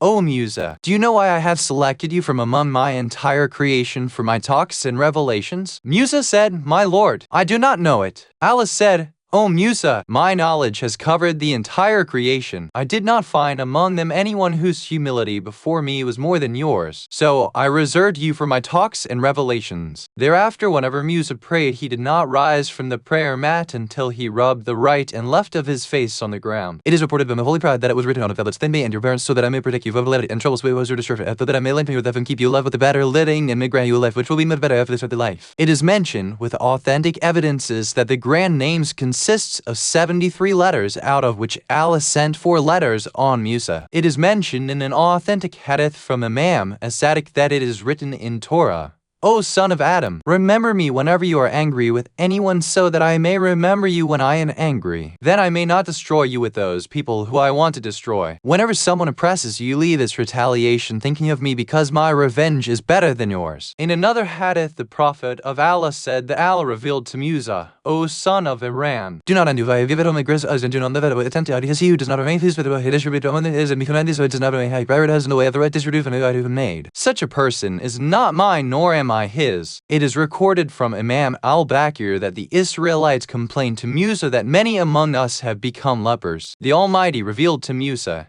ask them to eat cow's meat with beetroot. It is mentioned in a reliable tradition from Imam As-Sadiq that it is mentioned in Torah Thank the one who gives you good things and reward the one who thanks you, because there is no decline of bounties when they are thanked for, and they do not last when not thanked for, and an increase in thanksgiving causes protection from calamities. It is mentioned in authentic hadith from the same Imam that it is written in Torah that if anyone sells any land with water and in exchange does not purchase land and water, then its price becomes unlawful and it gives no profit. It is mentioned in another narration that Musa visited a city of the Israelites where he saw that rich men wearing clothes made of canvas sackcloth were standing and throwing dust on their heads and weeping profusely. Tears were rolling down their cheeks. Musa felt pity on them. He himself also wept in sympathy and prayed to Allah, "O my Lord, these people are in the progeny of Yaqub, who has taken shelter in you like a dove takes shelter in its nest, and are crying like the sheep and are barking like dogs." The Lord revealed, "Why are they doing this? Perhaps in their view the treasure of my mercy has emptied, or my wealth has ended, or I am not the most merciful. Tell them that I know what is in their hearts. Though they are calling me, their hearts are not inclined towards me, but toward the world." It is mentioned in another authentic hadith that one day Musa was giving a sermon to his companions when suddenly a man got up and tore his clothes. Allah revealed to Musa, "Ask him to tear his heart and weed out from it whatever I do not like." What is the use of tearing his clothes? One day Musa passed by one of his companions in Sajda. When Musa returned after finishing his business, he saw that that man was still prostrating. Musa told him, "Had it been in my power, I would have fulfilled your demand." Allah revealed, "O Musa, even if this man prolongs his prostration until his neck breaks, I will not accept his prayer unless he gives up what I do not like and inclines towards what I like." 22. Death of Musa and Harun. It is recorded in reliable sources from Imam Al-Baqir that Musa prayed to Allah, "Of course I rest content on what you have decided and distributed. Do not kill an aged person,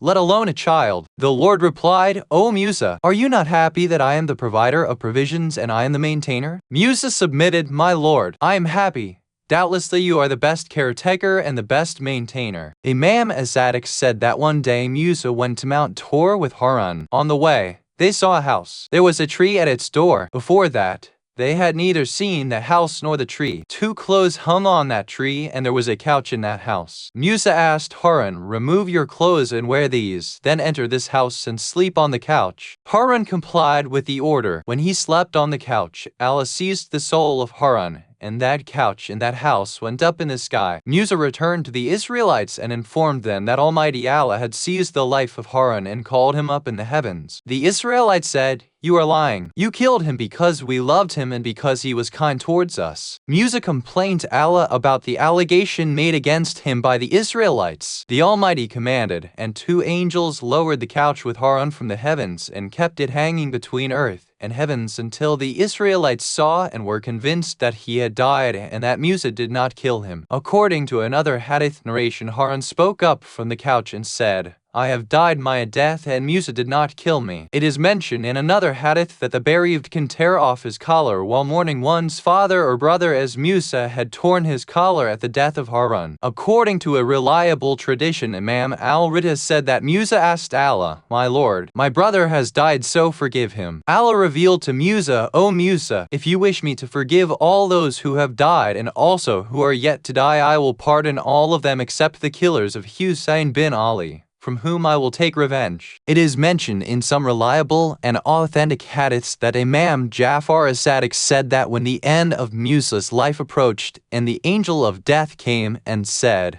"O Kalamullah, the one with whom Allah conversed, Assalamu alaikum," Musa responded, "Wa alaykas salam. Who are you?" The angel replied, "I am the angel of death." He asked, "Why have you come?" He replied, "To take your soul." Musa asked, "From where will you seize it?" He replied, "From your mouth." Musa asked, "How will you seize it from the mouth when I have conversed with the Almighty with it?" The angel replied, "All right, I will seize it from your hands." Musa exclaimed, "How will you seize it from my hands when these hands have held the Torah?" The angel said, "I will seize it from your feet." Musa said, "I have gone to Mount Tor on these very feet to talk with my Lord." The angel said, "Then I will take it from your eyes." Musa said, "I have always looked with these eyes hopefully towards my Lord's mercy." The angel said, Then from your ear. Musa said, I have heard my Lord's words with these very ears. Then Almighty Allah revealed to the angel, do not seize his soul until he himself desires it. So the angel of death went back and Musa lived for quite a long time thereafter. Then one day he called Yusha,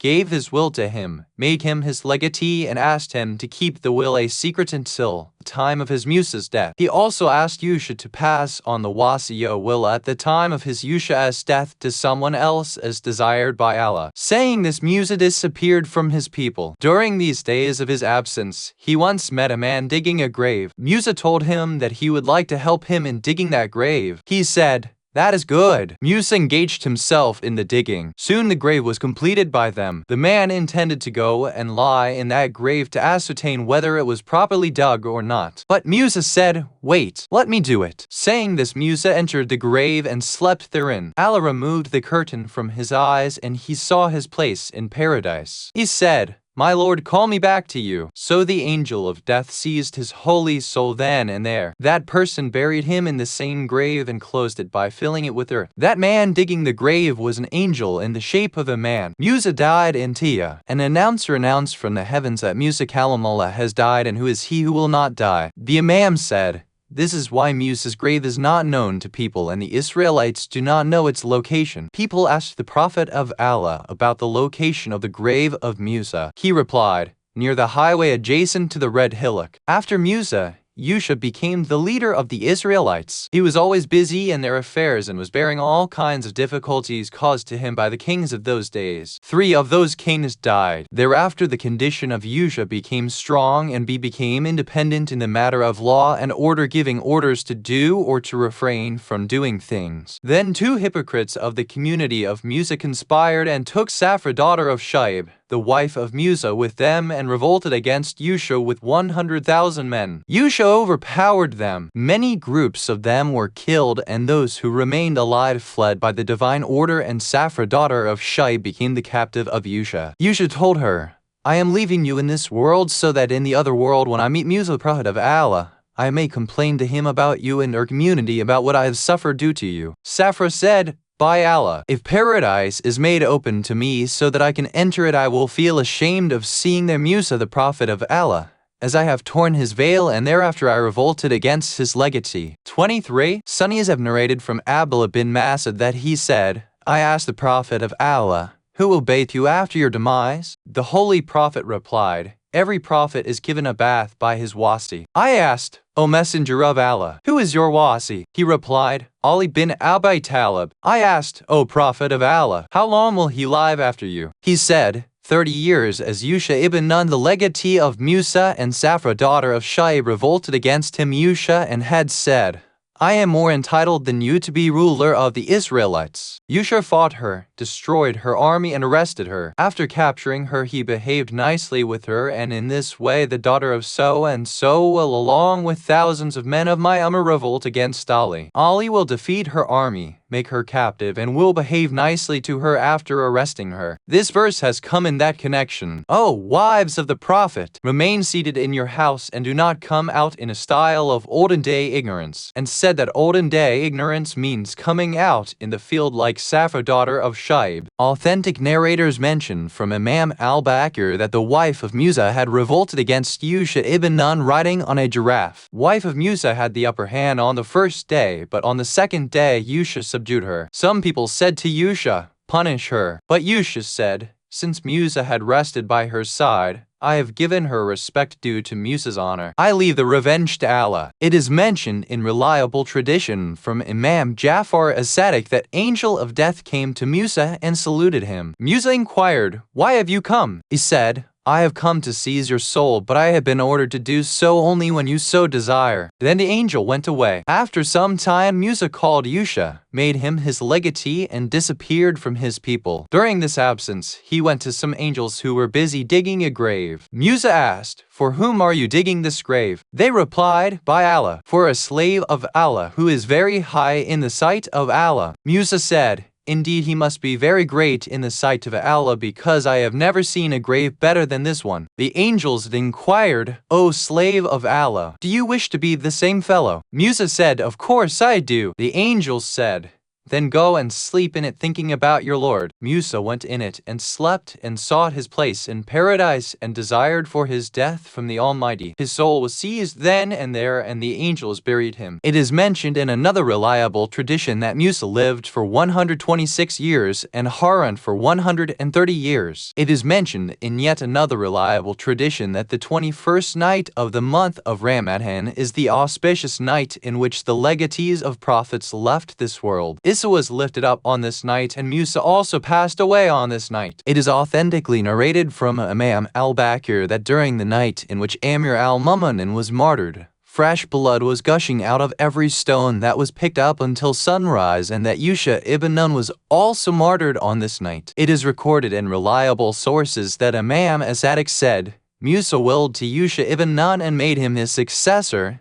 Then Yusha made the son of Harun his successor and Khalifa. He did not make his or Musa's son his caliph, because Khalifa or Imam is appointed by Allah, and no one else has any authority in this matter. It is mentioned in some reliable traditions that when Musa and Harun were appointed by divine mercy in Tia, Yusha ibn Nun prepared the Israelites for war and marched towards Syria for the battle of Al-Qulub. He conquered every town on his way towards Syria until he reached Balgha. The king of that place was called Balak. There were several battles between him and Yusha, but neither was killed. People asked for its reason. It was replied that as neither of them possessed a flag, neither got killed. Then they made a treaty and marched forward to another city. When they came to that he did not have a strict advantage, he sent some of it on there so that he may put the ground and make so that they may win. Balaam thought of going to the king riding his donkey. The donkey became so overjoyed that he fell down. When he asked the reason of doing so, the animal, by the power given to it by Allah, replied,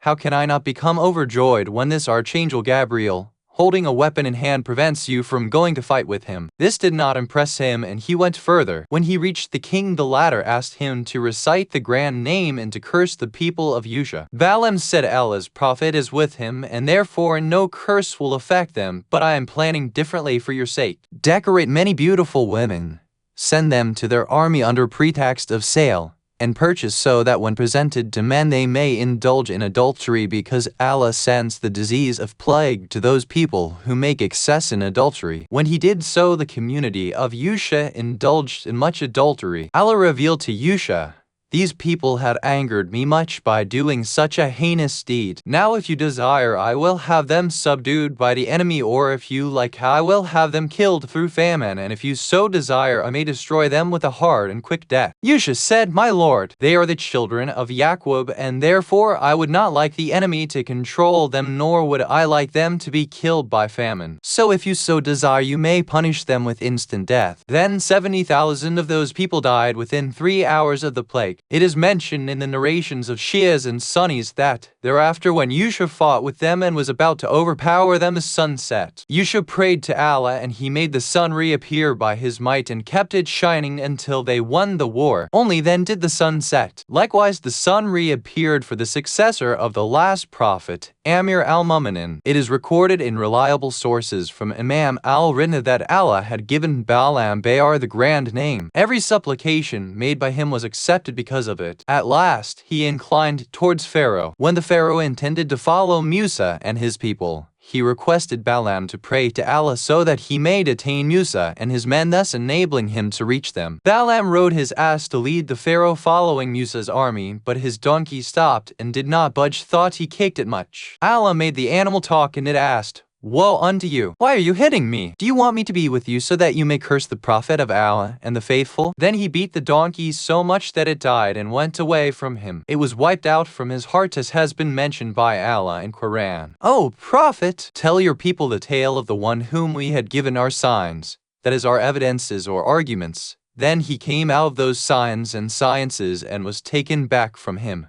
Then he obeyed the devil and became misguided. Had we wished, we would have raised him high with the same signs, but he leaned down toward the earth, preferred the world, and followed his desires. His example is like a dog. It brings out its tongue if you attack it, and also if you leave it unhurt. It is mentioned in narrations that the tongue of Balaam was hanging out of his mouth like the tongue of a dog reaching up to his chest. Imam al-Ridis said, No animal will enter paradise except 3: the donkey of Balaam, the dog of the people of the cave, and the wolf, the story of which is that a tyrant king sent his cattlemen to fetch a group of the faithful with an intention to punish them. The cattleman had a son whom he loved very much. The said wolf came and ate up the boy, which made the cattleman very sorry. Therefore Allah will admit that wolf in paradise as it made that wicked cattleman sorrowful. It is recorded with many evidences that in the night wherein Amir al-Mu'minin was martyred, Imam al-Hasan went up the pulpit and said, O people, that night was also like this one when Isa son of Maryam went up the heavens. That night was also like this one when Yusha ibn Nun was killed. That is the 21st of Ramadan. It is mentioned with authentic evidences that Imam al-Ridha said,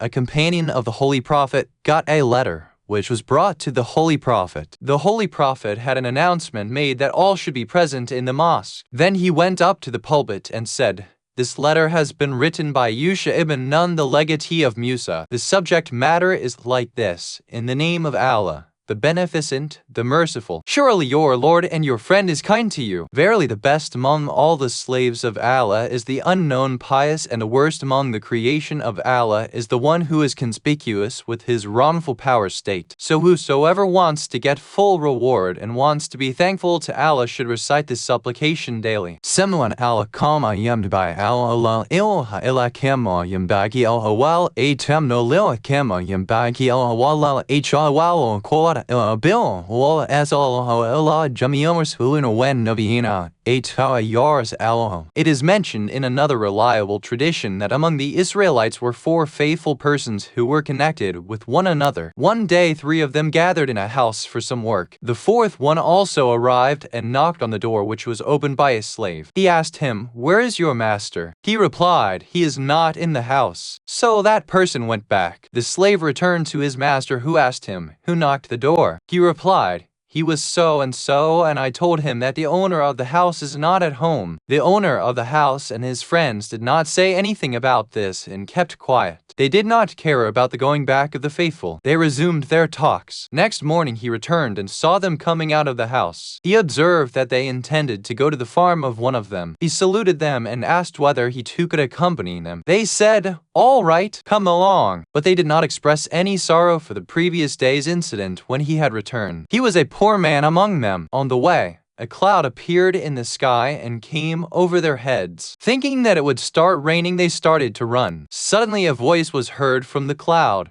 O fire, burn them away. I am Archangel Gabriel, the messenger of Allah. All of a sudden, fire separated from that cloud and fell on those 3 men. The 4th became astonished and also fearful. He could not understand the reason of what had happened. He came back to the town and went to Yusha ibn Nun and narrated the whole happening to him. Yusha said, Allah punished them due to you, despite being pleased with them. Then Yusha told him the previous day's incident. The man said, I condone their deed. Yusha said, had this happened before the divine chastisement fell on them, this pardoning by you would have benefited them. Now it's of no use in the worldly life. Perhaps it may give them some benefit in the hereafter. It is mentioned in a narration that Yusha lived for 133 years, and he made Khalid bin Uqana his successor and caliph. But some people believe that it was unlawful that Musa killed that man. So Musa was a sinner and suppose it was permissible. Then when Musa said, this is on account of the Satan's doing, and way did he say, Allah, I have done harmed myself, so do thou protect me. And when the Pharaoh raised objection, he had done wrong and became an unbeliever of him. Why Musa said he was on wrong path. The answer of these questions will be given by other way. First, Musa did not intend to kill him, but he wanted to protect an innocent person from his tyranny, but people said, his deed was a sin in his part. If a person tried to protect himself or others from a tyrant, it is not a sin. Secondly, he was an unbeliever. So Prophet Musa said that it was devilish deed. Many thinkers say it was lawful to kill the unbeliever, but it was better if Musa kept patience and made it ninefold after killing the victim, repenting himself like Prophet Adam that he agreed for doing the wrong deed and requested Allah he had not done any wrong except this, as it was the deed of Satan. When Prophet Musa also said, I fear I have done harm to myself, to protect himself when the Pharaoh raised an objection. So Allah helped him, the Pharaoh. The Pharaoh said to Musa that he was one of the unbeliever, that means he was brought up in the Pharaoh's care. Prophet Musa said, perhaps he was on the wrong path or was not knowing.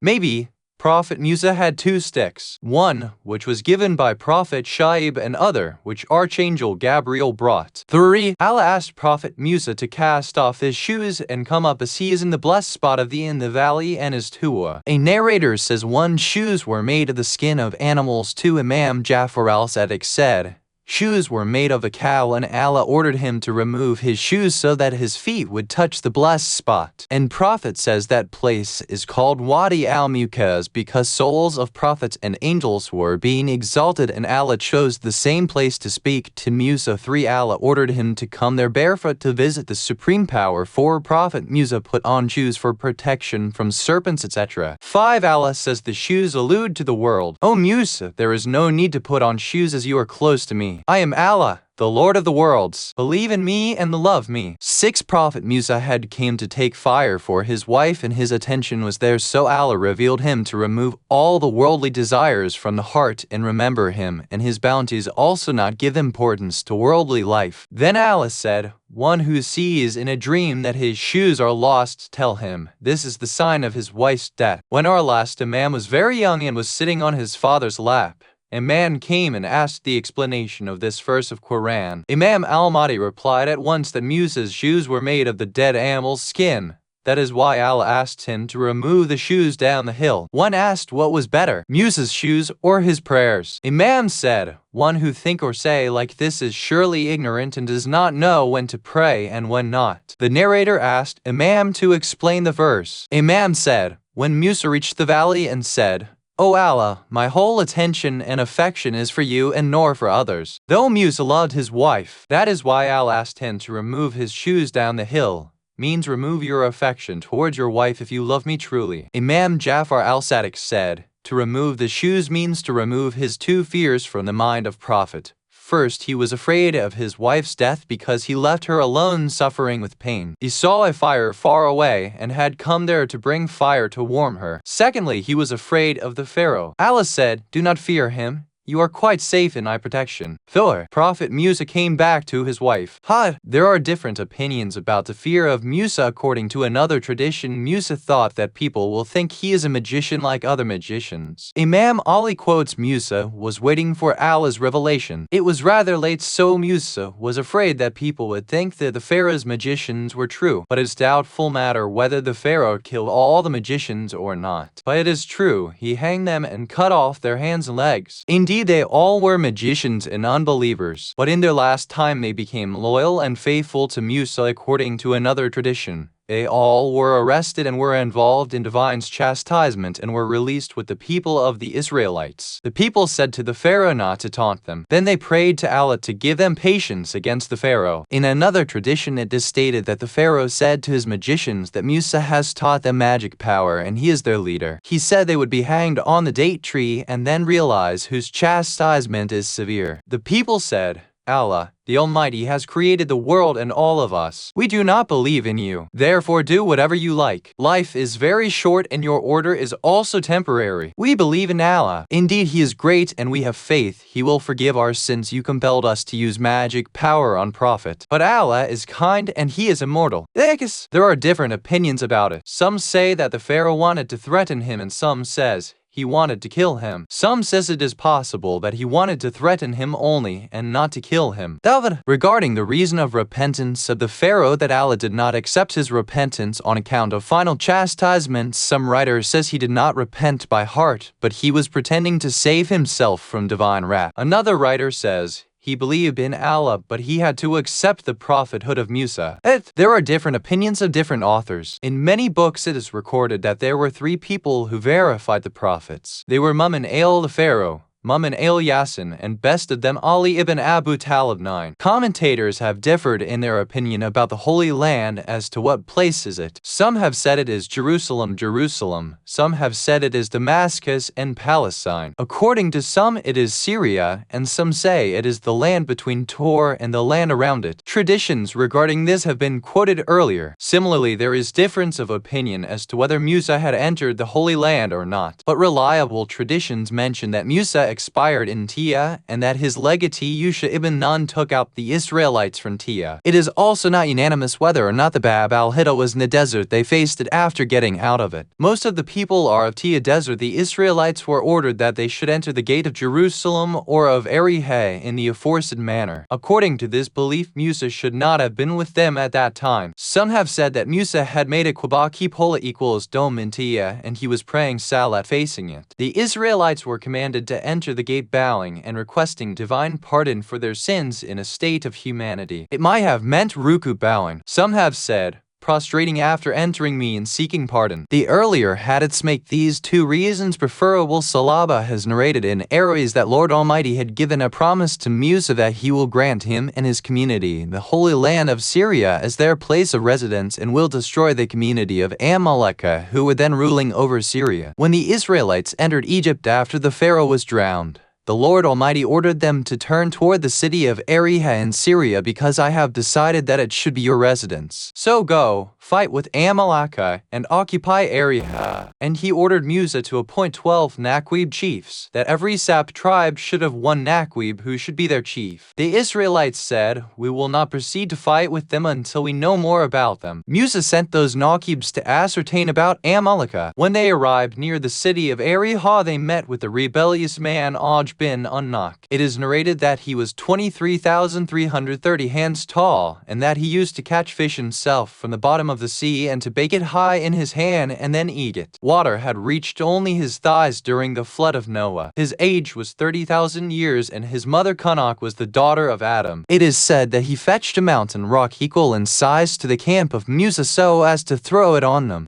Al-Almighty sent the bird the hoopoe, which made a hole in that rock which turned into a yoke for his neck and felled him down. Musa came to him. His height was 10 yards and his stick was also 10 yards long. The Musa jumped to the height of 10 yards and struck Aj with that stick. It hit his ankle and killed him. When Aj saw the Naqibs, he lifted up them and placing them in his lap took them to his mother. He told her that this group had come to fight me. He intended to crush them under his feet, but his mother told her to free them so that they would tell his story to others. They returned from there and roaming around the city collected information. A bunch of their grapes were so huge that 5 men from the Israelites were required to lift it with its branches. Their pomegranate was so big that 4 men could sit on half of its skin. When the Naqib started for their people, they consulted among themselves as they were of the opinion that if they said all that they had observed to the Israelites, they latter would doubt the word of Musa and would become infidels. So it was to keep this information secret and to inform Musa and Harun privately so that they may do as they think. They agreed and made a covenant among themselves on this point. They went to Musa after 40 days and narrated to him whatever they had seen. Then every Naqib went back to his tribe and, breaking the aforesaid covenant, told their clans everything about the Amalekah and made them fearful of jihad with them. But Yusha and Kalab remained firm on their promise. Musa's sister Maryam was wife of Kalab. When this information went around the Israelites, they began to cry loudly and began to scream that it would have better had we died in Egypt or in the desert without entering the city, so that our wealth and wives and children would not have been caught by the fierce Amalekah. Then they talked among themselves, let us make one of our chief and return to Egypt. Musa repeatedly advised them, saying that the only one Allah who made you win over the Pharaoh will also enable you to overpower the Amalekah, as he has promised victory and as he never breaks his word. But they did not need and intended to return to Egypt. Seeing this, Yusha and Kalab tore up the collars of their shirts and said to them, fear Allah Almighty and come along with us to the city of these rebellious people Amalekah and come along with the help of Allah. We have tried them. Though their bodies are strong, their hearts are very weak. So do not be afraid of them and rely on the Lord. The Israelites did not pay attention to their words and intended to stone them to death. They told Musa, we will never enter that city. You may go there with your God and fight with them. We will not budge from our place. Musa became very angry and cursing them said, my Lord, I am the owner of only myself and of my brother. My Lord, discount me from the sinners. That, though the narration of Thalabi is not quite reliable, we have quoted it as it talks about some strange events, and so that the wise can understand that it was on the basis of the traditions of the Shia scholars. The Holy Prophet had told Amir al-Mu'minin that, your relation with me is the same, which was of Harun with Musa, but there will be no prophet after me. Likewise, what has been narrated from Shia scholars in the Sunni is that a holy prophet named Inam al-Usin and Inam al-Usin in the Arabic language like the name of the names of the sons of Harun, because just as the trusteeship of Jerusalem, which was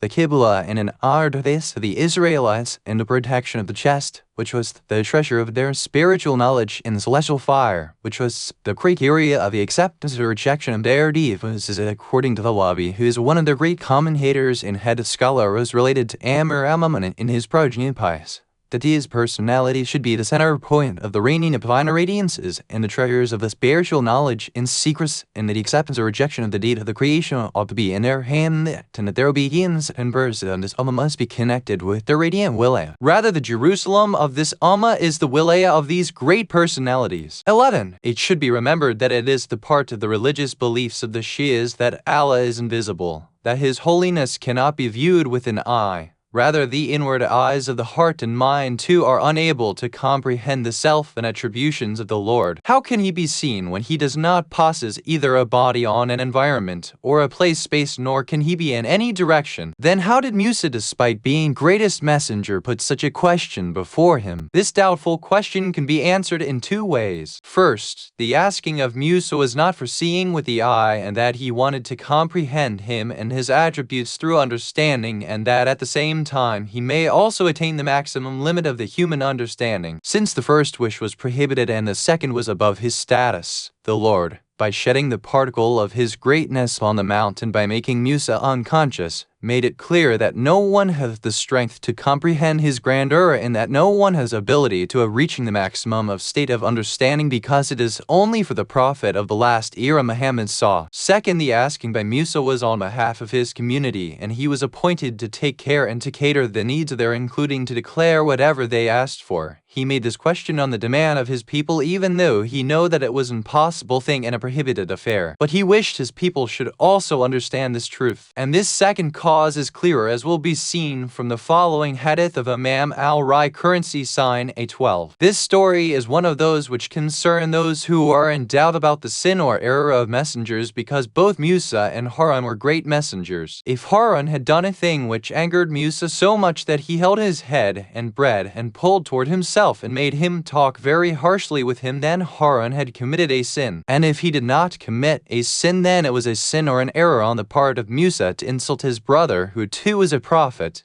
especially the former's gesture of throwing the tablets of Torah. Some reasons can be given for this. First, which is most clear, is that this dispute between two prophets were reforming their people and make them repent, because when the Israelites indulged in such a heinous sin considered as it went, was necessary for Musa to expose the evil of that deed perfectly, and no way was more perfect than deal harshly with the great brother, who besides having a blood relation with him as a great messenger, and further that was on the ground boast, hinting that he had abandoned the work of reforming them, and that bringing the book to them was to no avail, so that they too might realize that they had surely done a gruesome deed, which became the cause of such strange happenings, and would end the pages of Musa. Merrily Musa, not Aaron, nor he intended Harun. It is a common diplomacy of rulers when the near ones are being punished, so that others may be warned. Allah Almighty too has, on a number of occasions in Holy Qur'an, used angry words for the Holy Prophet, but the main aim was to discipline the Ummah, as will be described hereafter in the events of the Holy Prophet, inshallah. The second reason is that these gestures of Musa were due to his extreme anger against the Ummah. Just as a man bites his lips or pulls his beard when very angry, Musa did so to Harun, who was near to him like his own life. And Harun requested Musa not to do so because he thought that the Israelites might not understand the main reason and mistake them for enmity, and its blame might fall on him, Musa. The third reason is that he pulled the head and beard of Harun by way of love and affection, so that the community would draw some other meaning out of it. So he requested him to stop doing so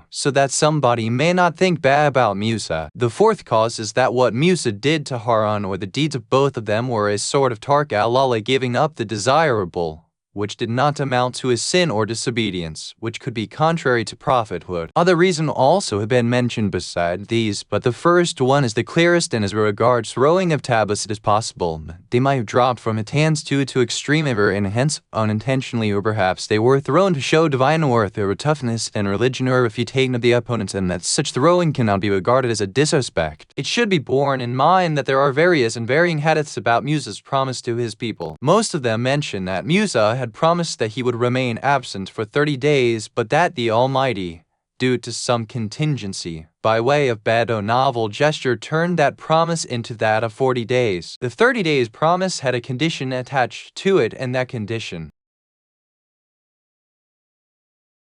was not fulfilled, and this appears from some verse and also some hadiths that Musa had given them a promise of 40 days, and it was merely due to the length of time those people did like that until Satan misguided them, so they made accounts of days and nights separately, and at the end of 20 days they said that 40 had passed away. It is easy to connect the verse, as the ayat is not specific that the promise was definitely of 30 days. Even if it had been specific, the connecting is possible because it was told Musa that the promise would be of 40 days, and it was due to some strategy that he was asked to give them a promise of 30 days. Thus it is possible for yet another cause too, that Musa's promise to his people might have been for 40 days in this way, that he might have told them, I will not be present among you until 30 days, and it is possible that some of the hadiths might have been based on taqiyya. 13. Maybe that mountain range was divided into several pieces, and part might have gone down in the earth, and some pieces have been flown onto various directions in the world, and some might have turned into sand grain. Hence it is also mentioned, and it requires lengthy discussion in the matter of raining of radiance on the mountain, for which this book is too short. 14. According to Shia belief, it is difficult to believe them as messengers because apparently they were sinners, and their asking was the sin due to which they were chastised. How can then they be messengers despite committing such a sin? Its reply is possible with such causes. First,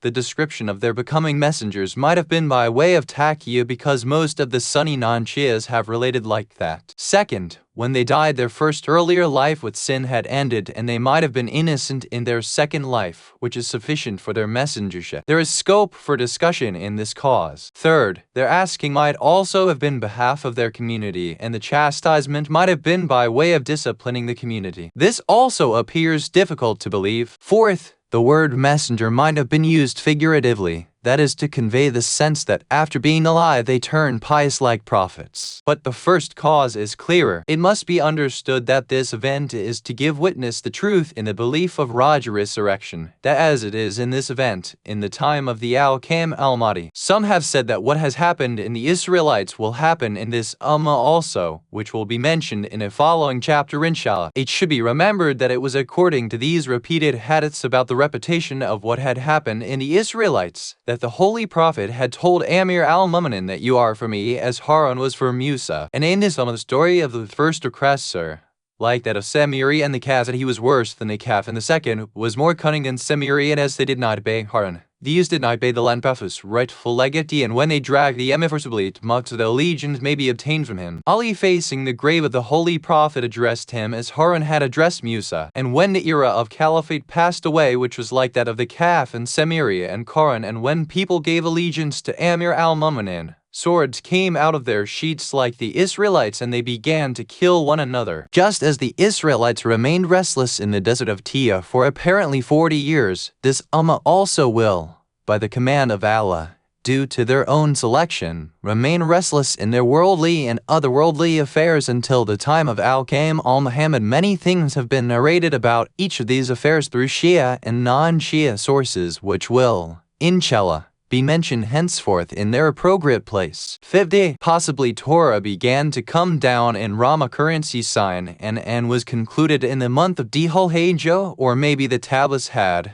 after being broken, sent down again. 16. It is mentioned in many tradition that Amir al-Mu'minin and all the pious imam have said that the pharaoh of this Ummah was the first oppressor, and the second was its Haman, and third was Qarn, and this hadith also support those traditions according to which what had happened in the Israelites will also happen in this Ummah too. A little pondering will show how similar is the state of those three hypocrites to the aforesaid three-person, because if the pharaoh claimed to be God without right, the first grabbed caliphate, and it too is sheer polytheism, and it is a confrontation with the holy and the sacred God. And just as the pharaoh intended to obey Musa, but Haman obstructed him, likewise he was saying, Akiluni, lift up hands from me, and was apparently showing repentance, but the second hypocrites was coming in the way. Just as those along with their companions were drowned in the apparent sea and were openly destroyed, likewise all of them drowned themselves in the ocean of deviation and blasphemy, and were caught by eternal destruction, and in the time of Raja will get drowned in the water of sword of Al-Qam, the family of Muhammad. And the similarity between the third hypocrite with Qur'an in the matter of mutual gathering of wealth, temptation, and worldly decoration and adoration, etc., is not hidden from any intelligent fellow. If Qur'an to be with Musa, he too is telling me to abroad all and if you appreciate in the earth to pursue musal with once miss also destroyed to first of Aram and the Emirates first sermon dated of it that on the elders written of Pharaoh and Haman and Goran. If you ponder over their conditions, you will also find other similar causes also, which will be, God willing, described at appropriate places. I suffice here only with some hints. 17. This is the translation of the verses was according to the commentators. Explanations of all albeit will follow. 18. Maybe what is meant by this is that Al-Kai currency's sign R was not a prophet when he was with Dhul-Qarnayn. It is mentioned in yet another tradition that Imam al-Sadiq said, in this Ummah, the example or likeness of us, i.e., Ali and me, is like Musa and Al-Kai currency sign R. When Musa met with him and talked with him, he wished to remain with him. Thereafter what happened is as mentioned by Allah in the Holy Qur'an, that the Lord revealed to Musa that, I have made you superior to other people with my messengership and by my talking with you. So now take up whatever I have given you and remain thankful to me. He also said, we have written for Musa the description of everything in the tablets and have inscribed admonitions. And certainly Al-Kai currency sign R did possess the knowledge which was not written in tablets for Musa, and Musa had imagined that all the things required by man are there in the Torah and that the tablets contain everything. It is similar to the claim of the group which says that they themselves are Faqihs, jurisprudents, and scholars ulama of this Ummah, and that everything required by this Ummah and this religion is with them, and that they have got it from the Prophet, and they have imagined all this, though they are lying. They do not know all that the Prophet knew, nor have they understood everything. There are many problems wherein they do not know what is permissible halal and what is prohibited haram, and they do not like that people should approach them for clarification lest they be called ignorant. This is because they do not seek knowledge from the real treasure, and they interfere in Allah's religion through their personal guessing. They have left the prophetic signs and worship Allah through self-made rituals, even though the messenger of Allah has said that every innovation is ignorance and deviation. Enmity towards us and jealousy has prevented them from seeking knowledge from us. By Allah, Musa, despite his high status, did not entertain jealousy towards Al-Kai currency sign R, and his great knowledge also did not prevent him from asking questions to Al-Kai currency sign R. When Musa desired from Al-Kai currency sign R that he may teach him knowledge, and sent Al-Kai currency Einar knew that the former did not have the patience required for his company, nor was he able to observe events coolly. He told him, Musa, how can you be patient at observing those things over which you have no power and which are beyond your circle of knowledge? Musa tried with total humility to make Al-Kai currency sign R kind to him and to allow him his company. So he said, Allah willing, you will find me patient, and I will not disobey you in any matter. Al-Kai currency sign R did know that Musa had no strength to know those things which he was to see, nor was he able to attain that power. Accordingly, Musa did not remain patient at the knowledge of that alim when he saw the jobs that he did not like, though Allah liked them. Similarly, our knowledge is disliked by the ignorant, but it is liked by the Lord of the worlds. 19. Satan has many ways to misguide those who are less intelligent concerning this strange story, but an honest believer must not try to delve deep into its cause, especially into every one of them, lest they may slip. He should from the beginning tell Satan that it has been proved on the basis of sound arguments that whatever Allah says is justice and wisdom and strategy, and that whatever the messengers of Allah do is correct and appropriate, even if our intelligence fails to understand some of their special affairs. Regarding the detailed replies to doubts, The first doubt is that a messenger must be the wisest person of his time, then how can it be that Musa, who is a messenger, should need the guidance of anybody else? Its reply is that a messenger must be the most knowledgeable person of his time, and Al-Kai currency sign R was a messenger of Allah. Maybe he was not in the Ummah of Musa. Further, the knowledge in which a messenger must not need anyone else's help is the knowledge of religious laws and rulings. There should be no objection if Allah teaches a messenger some such things through a man as he does through an angel. So it is not to be imagined that Al-Kai currency sign R was superior to Musa if the latter needed guidance of the former in some matters. It is possible that a kind of knowledge was exclusively with Musa and it was not known to Al-Kai currency sign R, and vice versa, as is mentioned in some reliable traditions. Secondly, how did Al-Kai currency sign R kill a boy who did not commit any crime? The reply is that maybe he had attained puberty and might have opted for kufr. It is also possible that he might have been called a boy in the Holy Qur'an as he was just entering the age of puberty and hence might have drawn the punishment of killing. Above all, even if he had not become a major, Allah had the right of taking back the life which he had given in view of some strategy known only to him, just as even today the angel of death has the authority to retrieve the souls of people. But the apparent prophets have normally been assigned by Allah to deal on the basis of apparent things. However, intelligence does agree that Allah may appoint some of the messengers with the factual though unseen knowledge, and that they may act according to that knowledge. Thus they may kill some disbeliever on the basis of the knowledge which they possess, because it is as a matter of fact only in the interest of the one who is killed not to go to hell by committing blasphemy. Moreover, it's better for others also, so that they may not misguide others. The third point is that how did Musa make haste in objecting to the acts of Al-Kai currency sign R when he already knew the supremacy of the former, and how did he tell Al-Kai currency sign R that you have committed a sin? The reply is that possibly Musa was made responsible only for apparent visible knowledge, because it so happens that a deed which is a sin apparently, and as the main factual cause behind it is not known to one, he abhors it. When Musa told Al-Kai currency sign R that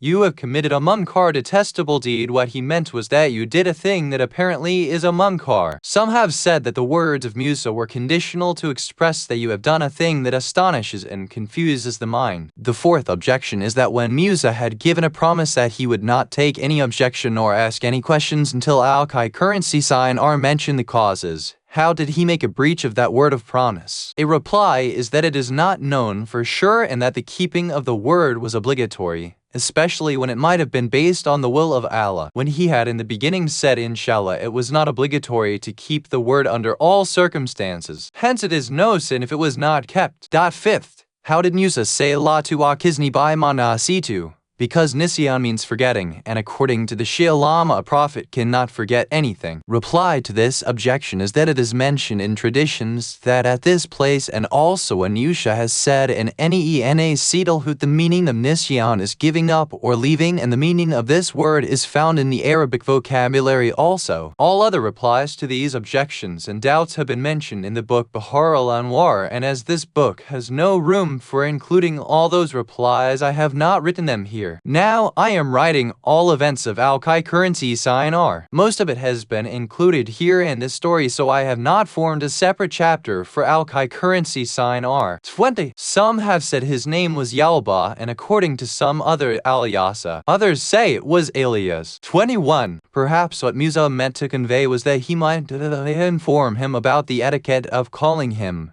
That is, whether he should call him in a low voice like those who are near, or in a loud voice like those who are far away. The Lord responded, Consider me your companion and pray in a low voice. Otherwise, Musa did know that the Lord Almighty is, from the viewpoint of knowledge and greatness, near to everything, and maybe he asked this question also like the question on behalf of his community. 22. Maybe this was about his wrong beliefs which Allah knew better. 23. If pondered over, it will be seen how similar the state of this Ummah is to that of Musa, as the Holy Prophet has, according to narration of both the Shia and the Sunni, written that whatever hath happened in the Israelites will happen to this Ummah. Just as Yusha was apparently overpowered by 3 kings, so Amir al-Mu'minin was also apparently overpowered. Thereafter, when those people proceeded toward the hereafter, he came to caliphate. Then two persons of this viz. Talha and Zubair revolted against the Alam with the Holy Prophet's wife Himira. It was just like the deed of two hypocrites of that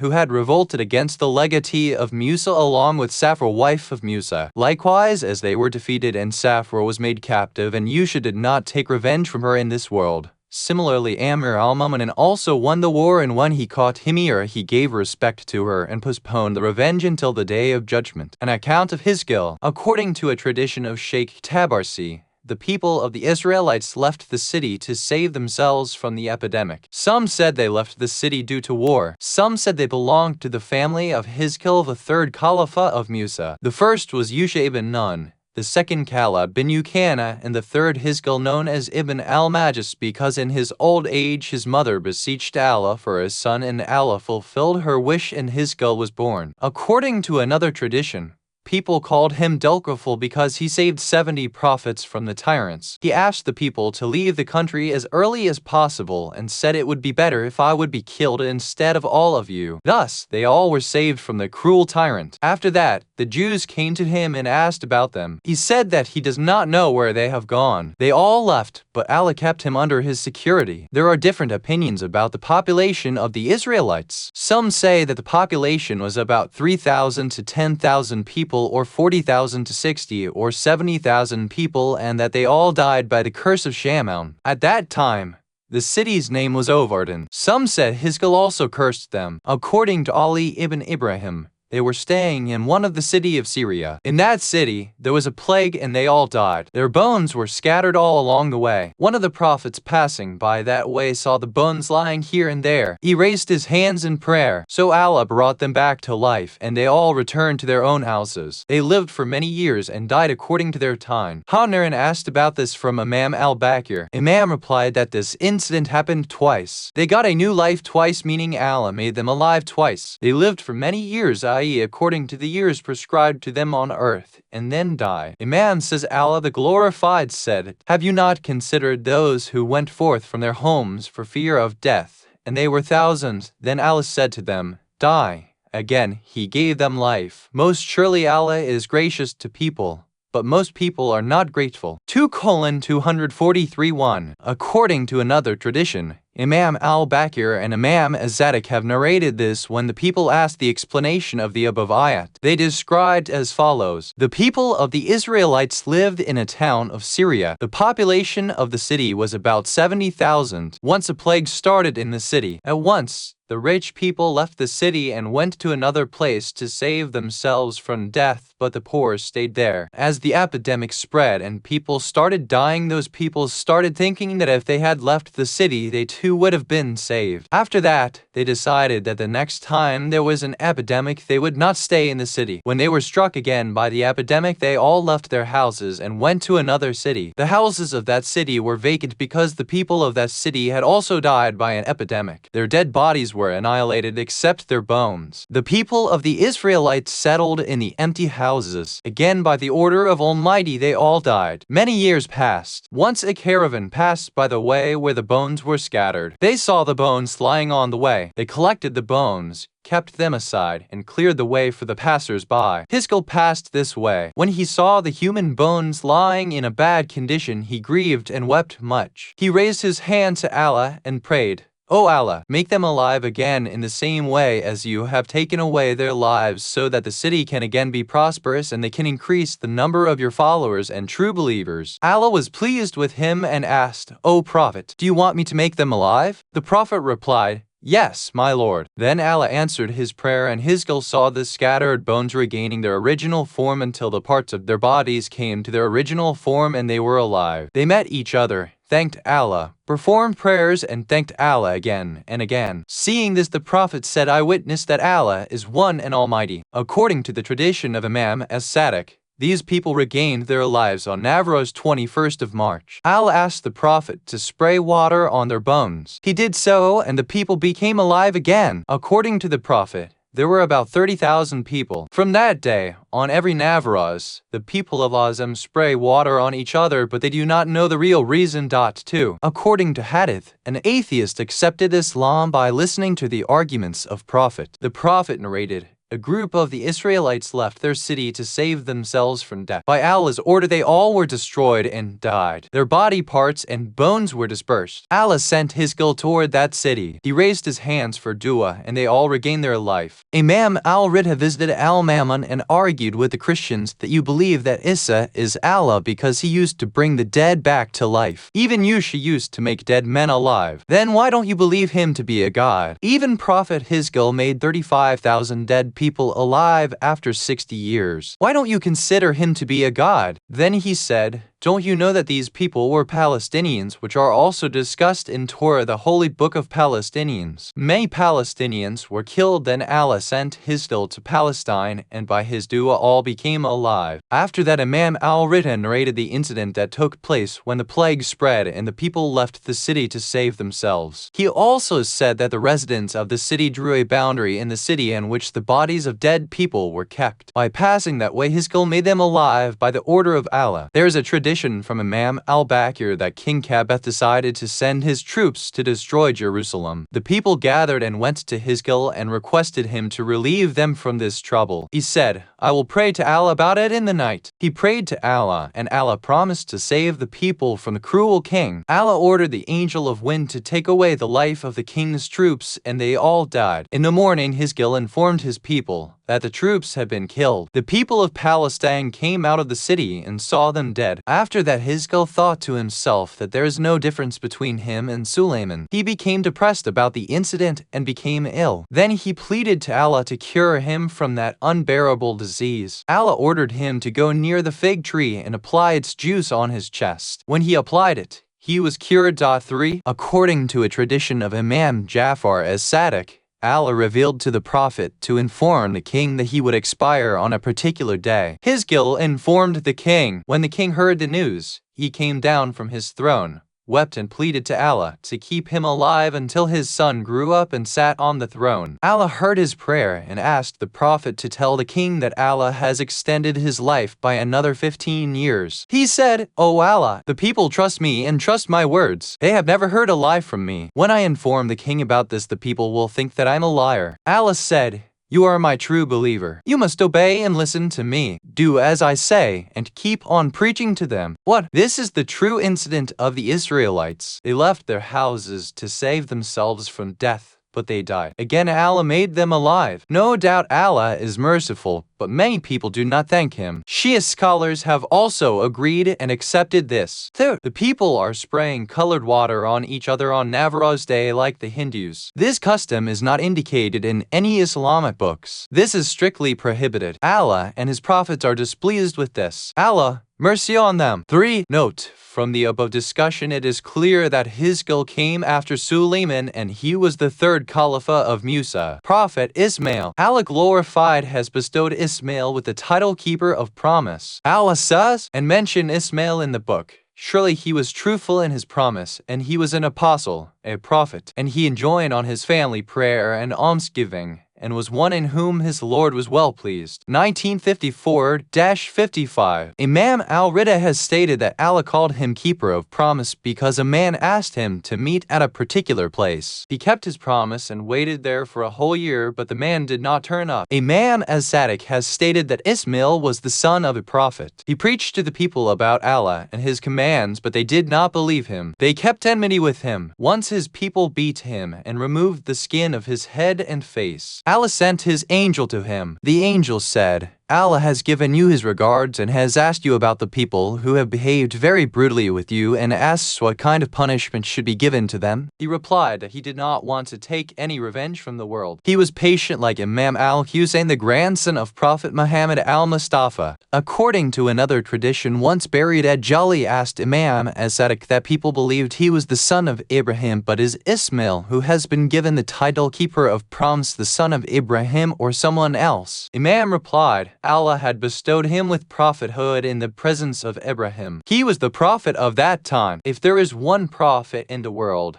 there cannot be another prophet at the same time. Prophet Ibrahim was Nabi and not a Rasul. Allah says in the Qur'an that he was the son of Hizkil. Allah had given him prophethood among the people. They did not believe him. They behaved very brutally with him and removed the skin of his head and face. Allah became very angry and sent an angel of punishment named Satatil to him. He asked the Prophet, "If you wish me to make the people fall in different kinds of punishment, I can." But the Prophet said that he did not want to give any punishment. Allah asked, "What is your intention?" The Prophet said, "O Allah, you have promised that at the time of Raja, Imam al-Hussein will come again in the world and take revenge of his murderers. My wish is also the same." Allah agreed and promised him that, "I will send you with Imam al-Hussein at the time of Raja." The Holy Prophet has stated that it is much better to take care of the people by good words, remove their evil deeds, and benefit the Muslims. In the Israelites, there was a man very religious and helpful to others. Once when he was going to the king for recommending some person, he met Ismail bin Hizkil on the way. He requested him to wait for him until his return. When he reached the king, he forgot to come back to the Prophet. Ismail waited for him, but he did not return. Ismail did not leave that spot and remain there only for nearly a year. By the grace of Allah, some vegetables grew there for him to eat. A stream of water flowed by from which he could drink, and there was a cloud to shade him. A king passed by that way. That man was with the king when they reached the place and saw Ismail still waiting. That man asked the Prophet if he was here all this time. Yes, the Prophet replied. For this reason, Allah has given him the title of Keeper of Promise. There was another man named Jabir. He claimed that the Prophet was telling a lie, for whenever he passed by that way, he had never seen him. The Prophet said he was lying and cursed him, saying that Allah will take away one of the useful things from you. Right away, his teeth fell out. Then he accepted that he had lied and had unnecessarily blamed the Prophet. He requested the king to ask the Prophet to forgive him and asked the Prophet to pray for him to Allah for getting back his teeth, as now he had become like an old man. The king requested the Prophet. The Prophet said he would pray for him the next morning. The Prophet prayed for him and he got back his teeth. Imam Jafar as-Sadiq says that morning is the best time for prayer. Allah also states that morning is best for prayers. According to a tradition of Imam Jafar Sadiq, Ismail promised a man that he would wait for him. The name of the place was Safo, which is near Mecca. He waited there for 1 year. The people of Mecca searched for him, but did not know where he was. Coincidentally, a man reached the Prophet and said, "We have become old and weak without you," and asked the reason for his isolation. He said that a man had promised to return, so he waited there. When the people of Mecca heard this, they went to the person named Tayfi and said that you have taken a promise from the Prophet,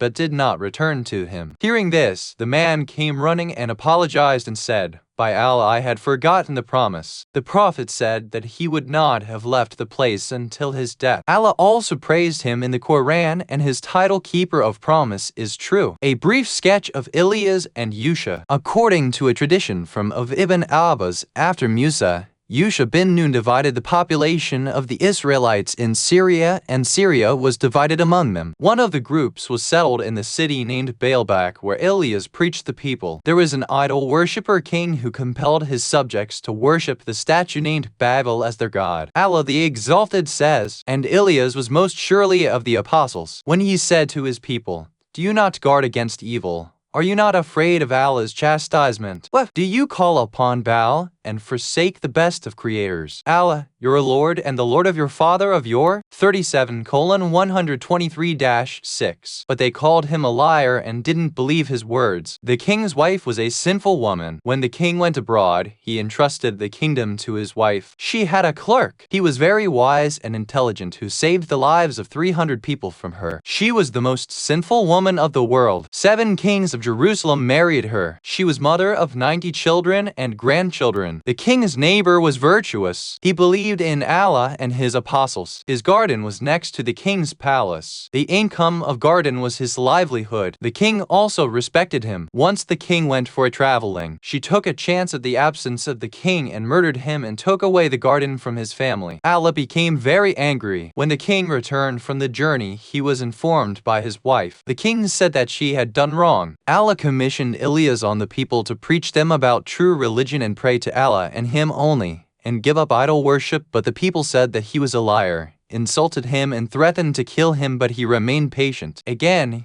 He invited people toward Allah and to obey his commands, but their attitude became worse day by day. According to Allah's revelation, Ilyas informed the king to give up all controversies, otherwise Allah will destroy you. The king became very angry and decided to punish him severely and kill him. Ilyas learned of it and left the city and took shelter on a mountain. He stayed there for 7 years and spent his time in prayer and survived on fruits only. Allah kept his prophet in his protection and kept his place secret from their sight. In the meantime, the king's son became worse. People lost all hopes and were disappointed. He was very much beloved to king. People worshipped their idols for the recovery of king's son, but failed. The king thought that Ilyas would be on the mountain, so he sent his men. The men called out to him and requested him to come down and pray for the king's son. Ilyas came down and said, Allah the Creator has sent me to you, and I am the Prophet. Listen to me. Go to the king and give the message. Allah is one. He is alone and has no partner. Allah gives livelihood to everyone. He creates men and he can destroy. He has power and command. Why does the king not request Allah,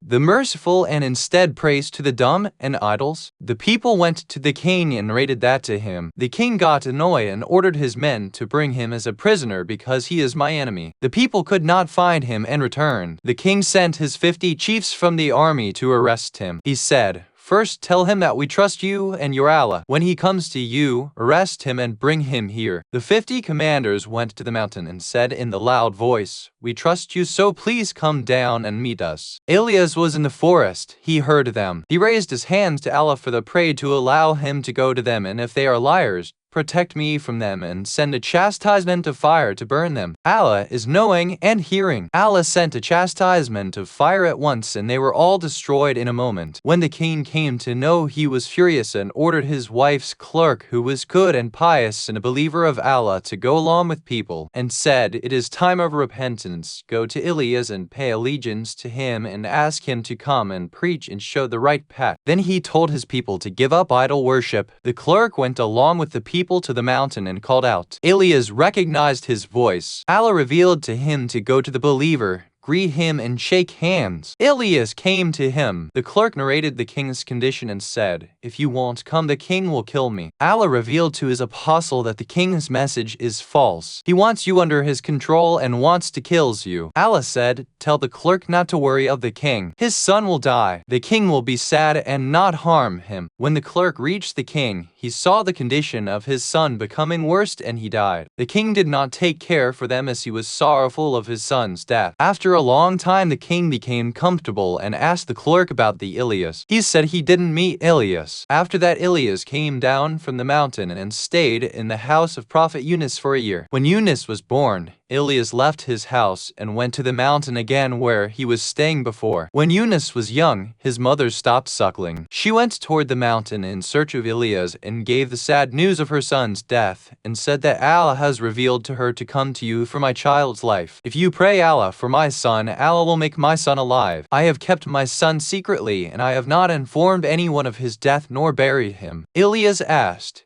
"How many days have passed since his death?" She said, 7 days. Ilyas came to the house, raising his hands for prayer, requested Allah to make him alive. Allah the Merciful granted his prayer and gave him a new life, and then Ilyas went back. When Yunus was 40 years old, Allah appointed him as a prophet. When Allah granted him a new life, Ilyas went away to his own place. After 7 years, Allah revealed and said to Ilyas to ask whatever he wants. He will grant him. Ilyas said he was fed up with life and tired of the Israelites. They are deadly against you, and because of you I am also against them. Allah revealed, "O Ilyas, there is a time to come to me. I do not intend to keep my land empty without you. There must be an apostle on land. Ask any other thing." Ilyas said, "Take my revenge with them. Do not send rain for 7 years. When they come to me with request, I will pray to you for rain." Due to Ilyas's curse, there was no rain, and there was a famine. The people understood that this was due to curse of Ilyas. All of them approached him and said,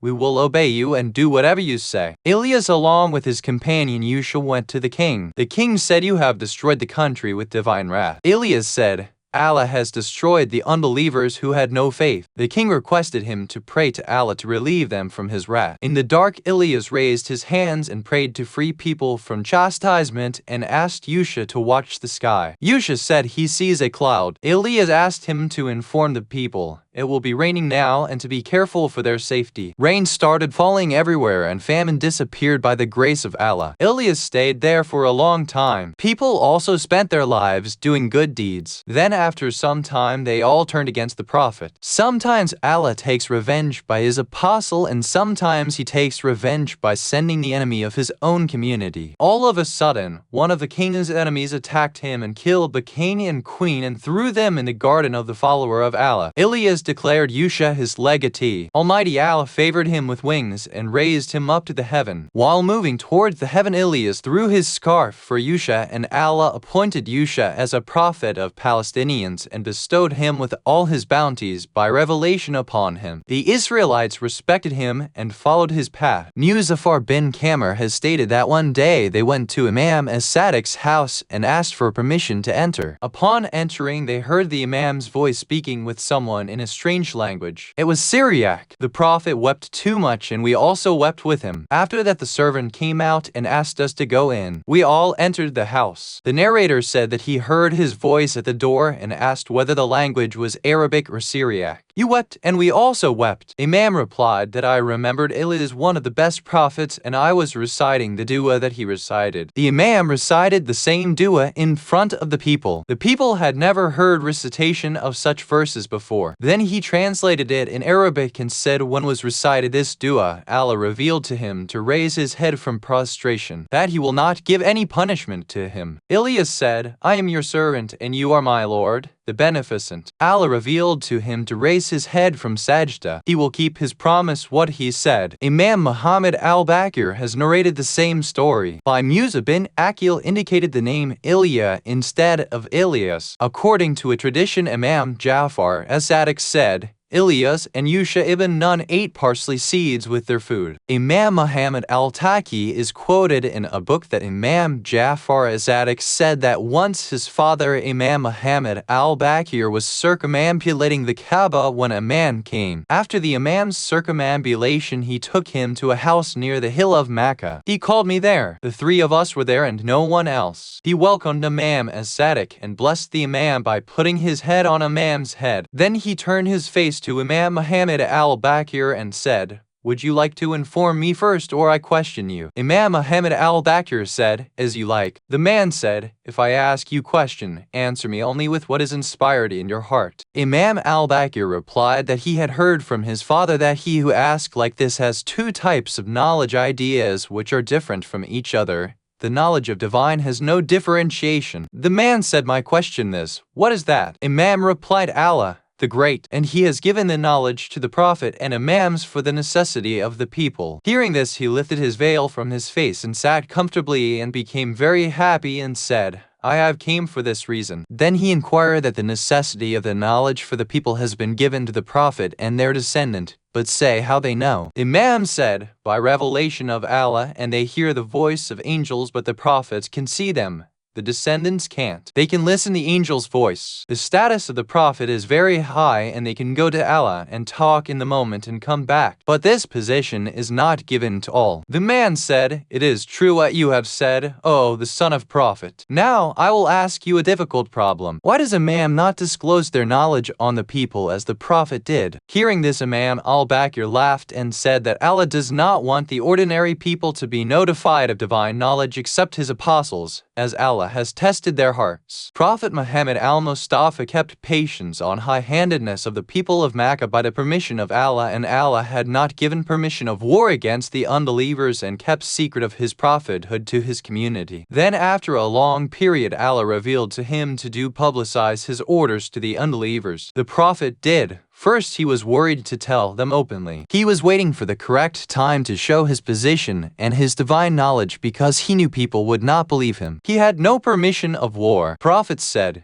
to wait until the approach of Imam al-Mahdi and take revenge of Prophet's killer and ungrateful persons and give them punishment with their companions. Hearing him, the man drew his sword and said, This sword is one of the sword when there will be great battle against sinners. Imam al-Baqir said, Yes, by Allah, Prophet Muhammad is a true and respectable prophet. Again that person covered his face and said, I am Ilyas, and whatever I asked I knew it well, but I wanted to strengthen faith. Then he asked many questions and disappeared. According to a tradition of Imam al-Hasan al-Askari, Prophet told his follower Zayd bin Arkan that if he wanted to save himself from drowning, burning, choking to death, he should recite this dua every morning. Bismillah, maha, Allahu la yasr fasa'a, Illallahu, Bismillah, Maha, Allahu Lalasu, Kalkalira Elallahu, Bismillah, Masha, Allahu Maya Kuno min Namatin, Famna La, Bismillah, Masha, Allahu La Halawala Kawata Ila Bilhil Aliyal Azim, Bismillah, Masha, Allahu Sal, Allahu Alam Muhammadin Walail Hitayabin. Those who recite this dua 3 times in the morning and 3 times in the evening will be protected from all kinds of troubles. Prophet said that Al-Qidr and Ilyas meet each other in Hajj every year and recite the above dua when they depart. Part 1. According to Sheikh Muhammad bin Ashub, one day the Prophet heard someone saying, O Allah, let me be the disciple of Prophet Muhammad, the last ages community. Prophet went to the top of the mountain. He saw an old man with white hair. His height was 300 feet in length. He saw Prophet Muhammad and stood up and embraced him and said, I eat only once a year, and this is my time to eat. A dish full of different eatables came for heaven, and they ate together. He was Ilyas. Imam Jafar as-Sadiq has stated there was a person named Ilyas. He was a leader of 400 people of the Israelites. The king of the Israelites fell in love with a woman of another community. She was an idol worshipper. The king proposed to her. She said yes if he allowed her to bring her idol along with her and worship it. The king refused. Then he accepted her terms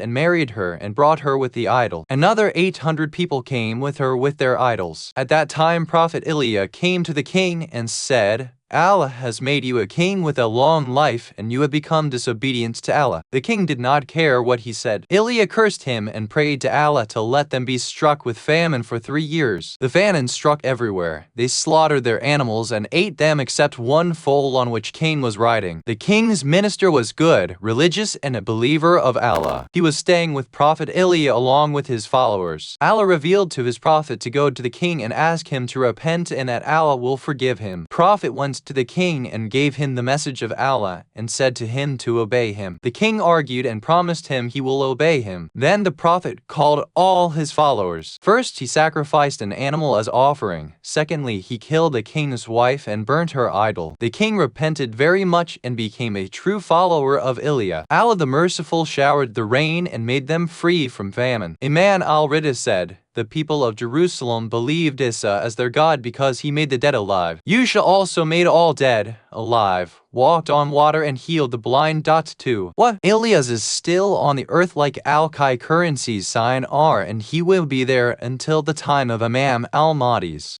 It is possible that Ilyas and Ilyas are the same as their names are alike. Sheikh Tabarsi has stated that there are different opinions about him. Some say he is Idris, and some said he belonged to the family of Harun and was the paternal cousin Yasa and was one of the prophets of the Israelites. According to the ancient tradition, he was the descendant of Hizkel. When Allah raised him up, Prophet Yasa came after him. It is said that Ilyas helped the weak and the travelers like Al-Qai currency's sign R, and they both meet each other in the time of Hajj. According to a tradition, Ilyas is Dulkafil, an account of Dulkafil. According to reliable sources, Ab al-Alam has said that he sent a letter to Imam Muhammad al-Taki to ask him the name of Dulkafil and whether he was a prophet. In reply, the Imam stated that Allah has sent 1,024,000 prophets in the world. Among them 313 were apostles. Dulkafil was one of them, and he was appointed after Sulaiman. He was very quiet and calm-natured person. Allah the Great stated in the Qur'an, remember Ismail and Dulkafil and Yasa, they all were good and true believers. Ibn Babawayh has stated that the people asked the Prophet about Dulkafil, and he said,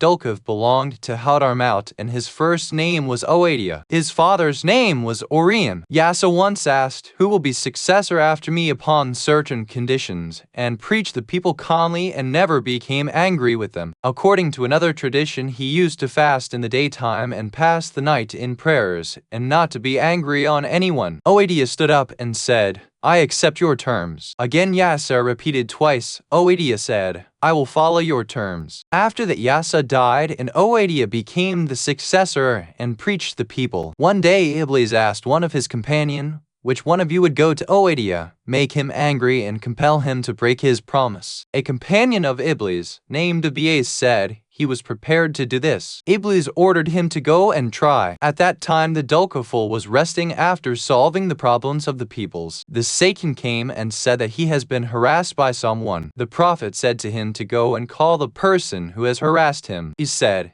"He will not come if I ask him." The Prophet gave him his ring as a sign and told him to show him and bring him. The Satan took Prophet's ring and went away. Dulkuful could not take rest and could not sleep at night. The next day, after solving the problems of his people, decided to take rest. Again that Satan approached to him and said, "The person who harassed me had not accepted the ring and refused to come." The servant of Dulkuful told him to wait or go away. Prophet was taking rest as he could not sleep last night and the whole day he was busy. But Satan said he wanted justice that very moment. The servant informed him. The Prophet wrote a letter and gave him and told him to show it to his enemy. The Satan took the letter and moved away. The Prophet could not sleep and passed the night in prayers. Its same was repeated the third day. He came and said that his foe had not accepted his letter and denied to come. Then Prophet arose, held his hand and went alone with him. It was very hot and Prophet was walking in the severe heat of the sun. He felt ashamed seeing the Prophet's patience. He became disappointed and thought that he can't control over him. He left his hand and disappeared. For this reason he is called Dulkuful, because he was firm to his promise. Allah,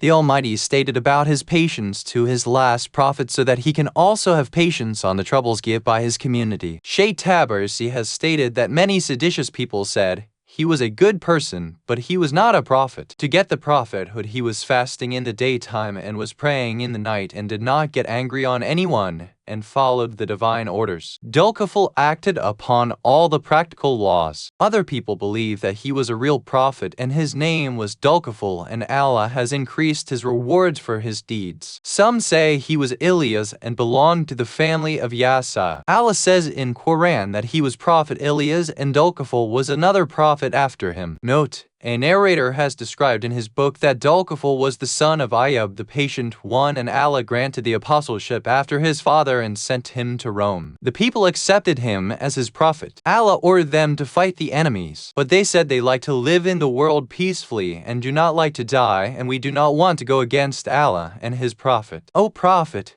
pray for us. We die according to our own will, so that we can pray to Allah and join the battle. Dulkuful prayed to Allah, "You have ordered me for the battle with the enemy, but you know better what my community says. You are knowing and hearing. I am afraid of your chastisement." Allah revealed to him that he has heard him and to tell the people that their wish is granted. They will not die unless and until they ask. Make them follow you and my orders. That is why he is called Dulkuful. The population of the community increased day by day and their condition became weak. Then again they requested the Prophet to pray to Allah for them, to let them live and die according to Allah's desire. Allah revealed that your community was not knowing what was better for them. After that they were dying according to Allah's will. An account of Luqman and his words of wisdom. The Lord of the worlds has made a mention of Luqman in the Holy Qur'an. And certainly we gave wisdom to Luqman, sayings, "Be grateful to Allah. And whoever is grateful, he is only grateful for his own soul, and whoever is ungrateful, then surely Allah is self-sufficient praise." And when Luqman said to his son while he admonished him, "O my son, do not associate aught with Allah. Most surely polytheism is a grievous iniquity, O my son. Surely if it is the very weight of the grain of a mustard seed,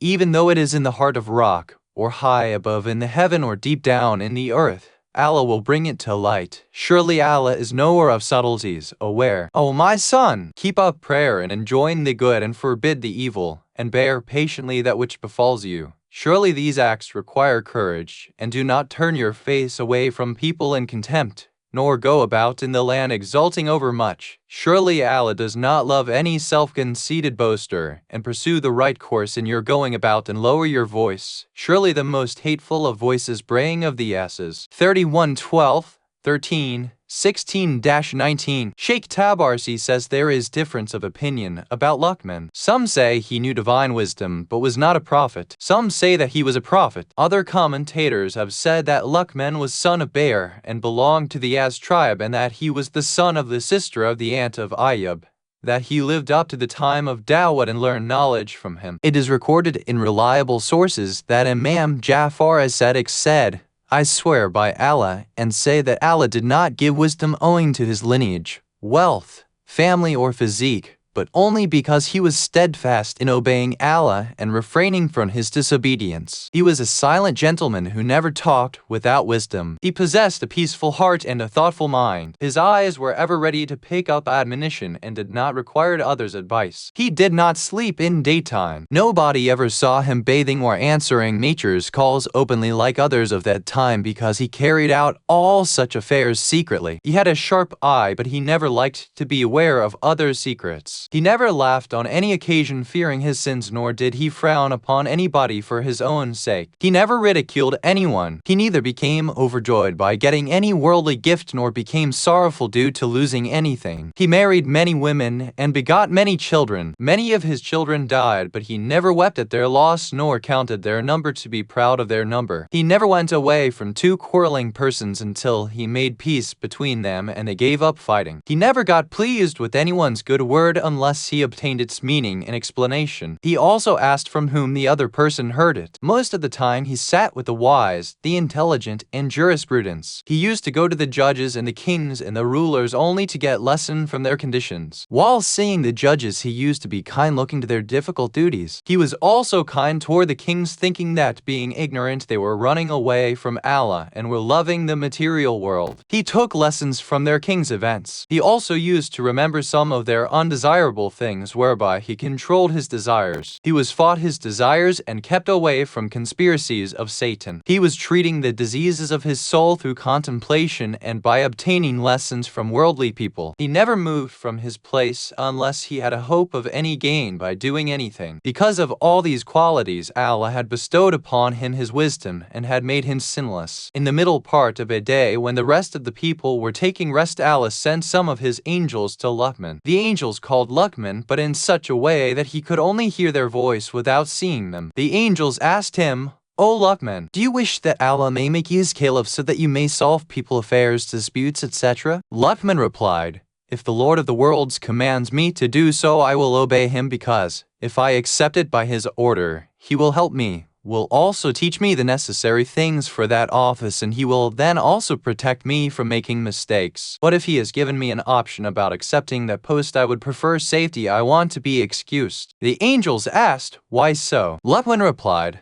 Those settling people's disputes carries much value in the sight of Allah, and it has much weight in the religion of Allah. Its tests and criterions are also very hard. If Allah does not help someone and leaves him on his own, then oppression and darkness encircles him from all sides. Such a man is discarded. He will either make correct judgment and be saved, or will make mistake and will become deviated. The one who becomes dishonorable in the world will be better off in the hereafter, because the one who orders becomes big in the eyes of the people, and the one who purchases this world at the cost of the hereafter suffers loss in both the places, because this world slips away from him very soon, and he had no share in the hereafter. Hearing this, the angels were astonished at his wisdom and intelligence, and the Lord liked their dialogue. When night fell and Luqman went to bed, Allah rained the radiance of wisdom on him and made him full of light. He was asleep, and Allah covered him with the cloth of wisdom. When he arose, he was the wisest man of his time. He came out before the people when words of wisdom were coming out of his mouth, and he was describing the divine wisdom and intelligence and justice to all. And when he did not accept prophethood, Allah asked the angels to invite Dawud to it. Dawud accepted and did not put forth the conditions that Luqman had submitted. So Allah made him his caliph in the world on earth. Allah often tested those prophets, and on some occasions they missed the preferable tark Allah, and Allah pardoned them for it. Luqman used to meet Dawud often and give him words of wisdom and admonition. Dawud used to tell him, Congratulations, for you have been given wisdom, and tests have been lifted up from you, and caliphate has been given to Dawud, and he has been put to test. Luqman gave so many admonitions to his son that he became embodiment of the enlightening wisdom of Luqman. Some of the admonitions given by Luqman to his son are: "Oh my son, from the very day you thrive in the world, you have heard the world in your heart, you have heard your journey, or the very moment you were born, and you have various stages of the journey. Hence the house towards which you have turned your face is coming nearer and nearer to you, and the house in which you are now is getting more and more away from you every day. O my son, be a companion of the wise, and sit with them, and do not argue with them, that they may prevent their knowledge from you. Take from this world only that which is essential and enough for you. Also do not give up earning in this world, that you may become needy and others may have to care for you. Also do not get involved so much in this world that you may lose your hereafter. Fast to an extent your passions are controlled. Do not fast so much that you may not have strength enough even for performing your prayer, because Allah loves prayers more than fasting. This world is a deep ocean. Innumerable people have drowned in it and destroyed due to it. So it is essential for you to make faith your ship for saving yourself from the dangers of this world. You should make reliance on only one Allah, the sail of your ship. Your provision in the ship should be avoidance of the illegal and the undesirable. Thereafter, if you are saved, it is due to Allah's mercy, and if you get destroyed, it is because of your sins. According to another narration, O son, make the fear of Allah your ship, and that the capital you should put in it should be faith in Allah, His prophets, and their words. The sail of your ship should be reliance on Allah. The captain must be intelligence, which should direct its course. Its guide ought to be knowledge, and its anchor should be refraining from the prohibited, and patience for bearing the hardships in obeying Allah. O son, if you learn discipline in childhood, you will benefit from it after you grow up. One who knows the grace of good behavior tries to achieve it, and who cares to achieve it also tolerates the hardships of that path. And one who achieves virtues like this also makes great efforts in maintaining them, and when he obtains those virtues, he adorns himself with them, and when he becomes the embodiment of those virtues, he gets their benefits in both this life and in hereafter. So be habituated with good habits, so that you may prove to be the heir of the virtuous and benefit those who come after you, that they may follow your footsteps, and your friends may hope for good from you, and your enemies remain afraid of you. Never remain slack in the matter of attaining virtue, nor pay any attention to anything except good behavior and habits. If people defeat you and snatch away the world material things from you, do not worry. Rather try to assure that you may not be defeated in the other worldly spiritual matters, that no one may be able to snatch away the hereafter from you, that is, you may not obtain knowledge from where it should be obtained. You must set aside some hours in the day and night for achieving knowledge, because there is nothing which can destroy man's knowledge. The example is that of giving up learning. It means giving up learning is the results of your losing whatever knowledge you have learned. So be after it and continue learning. Do not quarrel with the quarrelsome, nor argue with any wise and learned person. Do not make the rich your enemy, and do not keep company of the oppressors, and do not cultivate brotherhood with a sinner, nor sit with a disgraced and notorious person, and keep your knowledge hidden just as you hide your wealth. My precious son, fear Allah, as he deserves to be feared. Be afraid of him even if you have at your credit all the virtues and good deeds done by all men and jinn, if you have to stand before him for giving account of your deeds. You should always be afraid of his chastisement. Similarly, also remain hopeful of his mercy, even if you have sinned, totaling the sins of all men and jinn, and be hopeful that he will forgive you. Hearing this, the son said, My respected father, from where can I get enough strength to entertain both hope and fear together when I have only one heart in my chest? Luqman said, My son, if a faithful heart is cut open, two rays will come out of it, one light of the fear of Allah, and the other light of hope from Allah. If both the lights are weighted, neither will weigh either more or less, even by the weight of an atom. So one who believes in Allah also testifies to his words, and the one who testifies his words also acts according to his commands. And if someone does not act according to the word of Allah, then surely he did not understand. Believe the words of Allah, because some of the virtues give witness of some other virtues. So the one who has truly and sincerely believed in Allah will surely act honestly for Allah with a hope for good. One who acts in this way really believes in Allah, and the one who believes in Allah also fears him, and the one who fears him loves him, and the one who loves him also obeys him, and the one who obeys him makes himself eligible for his pleasure in paradise, and the one who does not want Allah's pleasure makes his punishment swift upon him, and I seek Allah's protection from his punishment. Oh my dear son, do not have a wish for the world, and do not engage yourself in it, because no creation of Allah is more worthless than the world in the sight of Allah. Do you not see that Allah has not made the worldly bounties the reward of his obedient, nor has he made the worldly hardships the punishment of his disobedient and the sinners? According to another reliable tradition, Imam as-Sadiq said that Luqman said as a will to his son, "O my son, you might even whatever either would you give video and that is that you should check his with him his with him with already on him, but up to the end of him to let you know we've visited for the power to you. My son, I have lifted iron and stone and all heavy things, and have been able to bear their weight, but have not found anything heavier than an evil neighbor. I have tasted bitter things, but have not found anything more bitterly than restlessness and need for others." It is mentioned in another hadith that Luqman said, "O my son, make 1,000 friends, because even 1,000 friends are less, but do not make even one enemy, because even one enemy is sufficient." It is recorded from same Imam in another hadith that Ali said, one of the admonitions of Luqman to his son is, "The one whose faith in Allah's attribute of being the provider is less, must take a lesson of advice, and the one who is weak in asking provision from the Almighty must take a lesson of advice, because it is only Allah who brought him from non-existence into existence and gave him provision in 3 states, and there is no source of getting provision whatsoever in any of the said 3 states. So he must have rest assured that he will provide him maintenance in the 4th state of his life also. One of the above mentioned 3 states is when he was in the womb of his mother. It was only Allah who provided him sustenance and sheltered him in a restful place where he suffered neither heat nor cold. In another state, he was brought out of his mother's womb by Allah, and he provided his provision of milk from his mother's breast. It was a pure and clean and enough for him in that state. Allah nourished and raised him in that state wherein there was no other source of nourishment and training, no strength for earning, and no power of warding off harms. The 3rd state was when his milk supply ended. Then he was provided maintenance through his parents' earnings that spent on him with maximum love and pleasure and compassion, so much so that sometimes they gave him preference over themselves. This continued until he grew up and got enough strength and intelligence to earn his provision himself. Then he himself made things difficult for him by entertaining undesirable thoughts about his Lord, and did not spend for fulfilling and observing the rights of Allah, and began to give less to his family members, fearing loss of wealth, thereby losing faith in Allah. This was despite the fact that Allah always rewards him for spending in his path, both in this world and in hereafter. So bad indeed is such a slave. My son, everything has a sign by which it is recognized. That sign gives witness for that thing. So religion too has 3 signs: faith iman,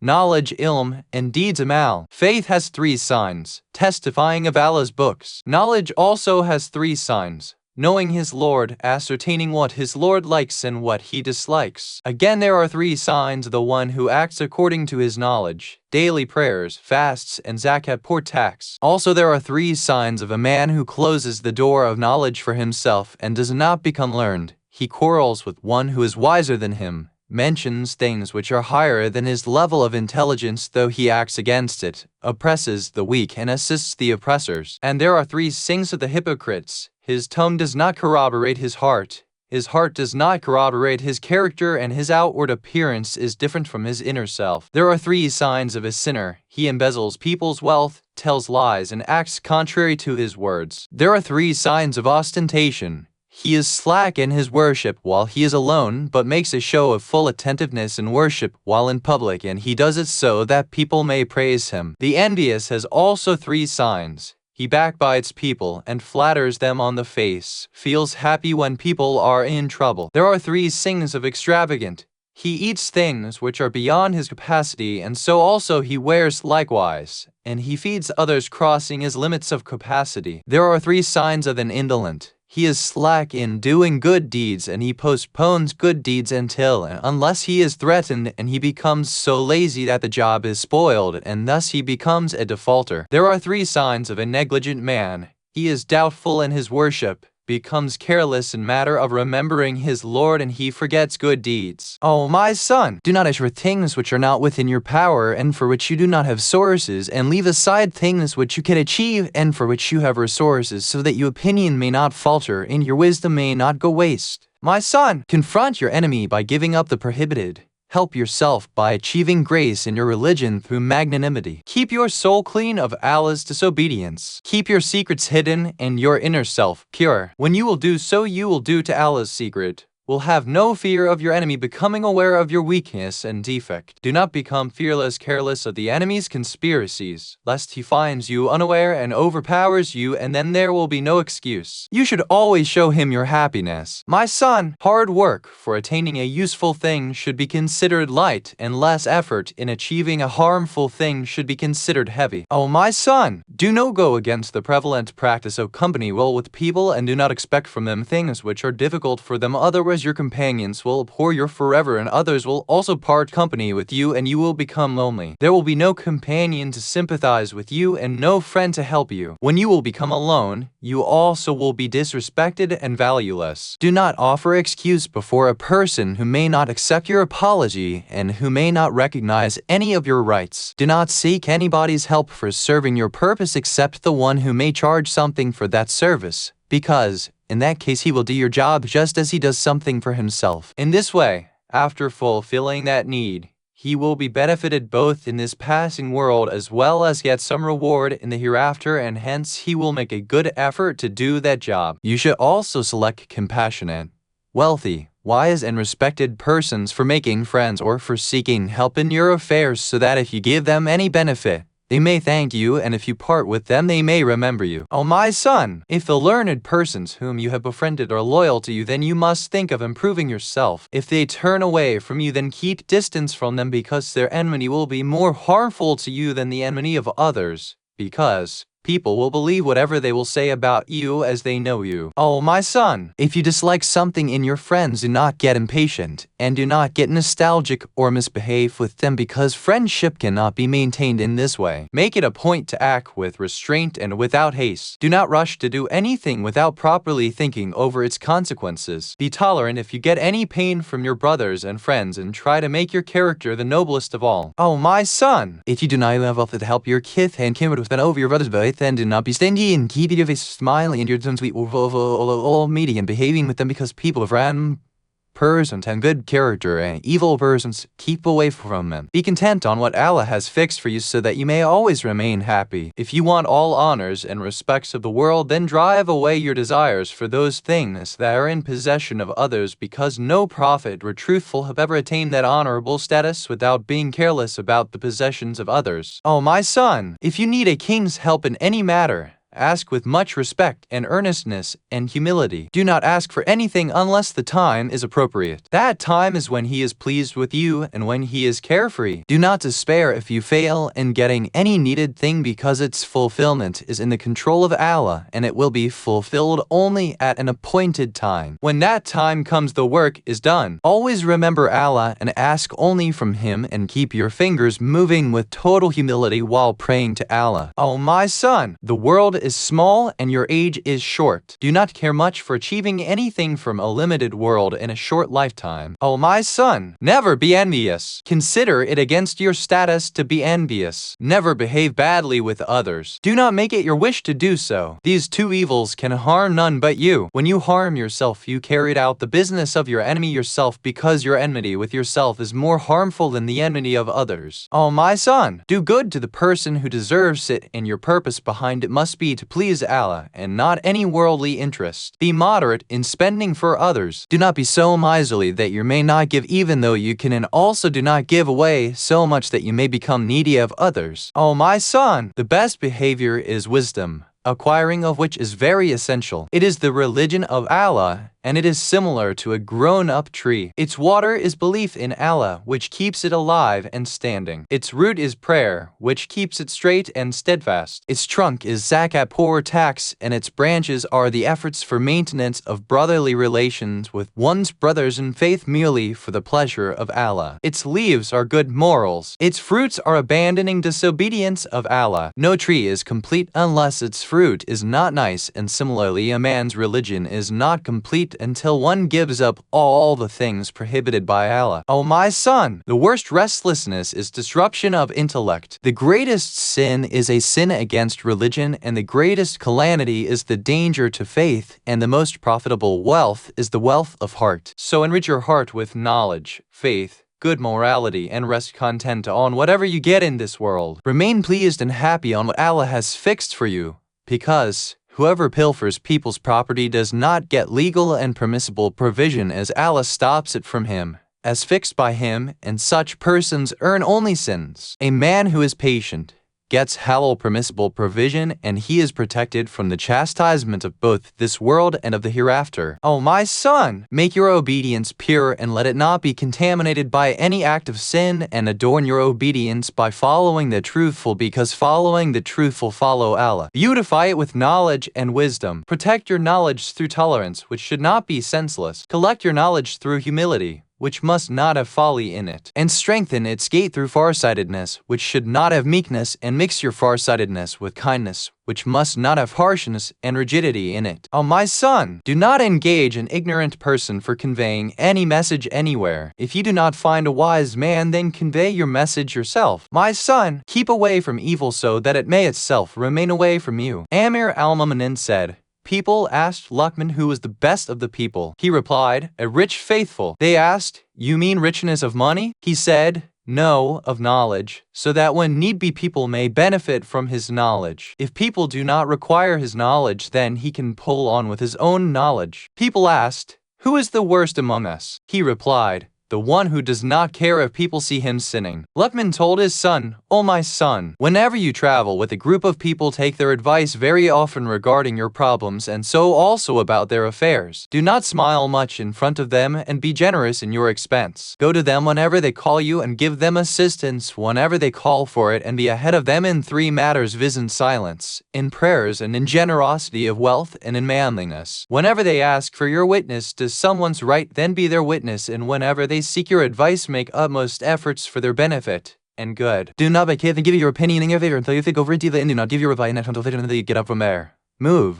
sleep, off birds, and spend up all your intelligence in their consultation, because if a man does not make his well way to hear outside ways, and intelligence and move out from him. My son, when you see your companions traveling on foot, you too should walk with them. When they are busy, you also should participate in their work. Also accompany them when they testify something or give loan to someone. Listen to the one who is elder than you in age, and do not refuse if they ask you to do something or ask something from you, because refusal is an illness of soul and a sign of incompetence. Stop traveling when you lose your path, and make mutual consultation. If you meet a lone person and ask him the way, do not trust his reply, because a lonely person puts people in doubt in a forest. Sometimes it so happens that a person is a spy of thieves or is a Satan devil who wants you to misguide you and to put you to trouble. Also avoid if they are two, unless you find signs of truthfulness in them, which I cannot describe. So rely on them, because when an eye observes something, it finds out the truth of it, and a one who is present and observes knows what an absent person cannot know and see. My son, when the time for prayer comes, do not postpone it because of your engagement in some other work. First finish the prayers satisfactorily, because prayer is the base of religion, and do not miss a congregational prayer even under a sword, and do not sleep on the animal's back, as it can hurt and is not a wise act. Of course, you may sleep in a pannier if you like, but keep your body joints straight, and when the destination is near,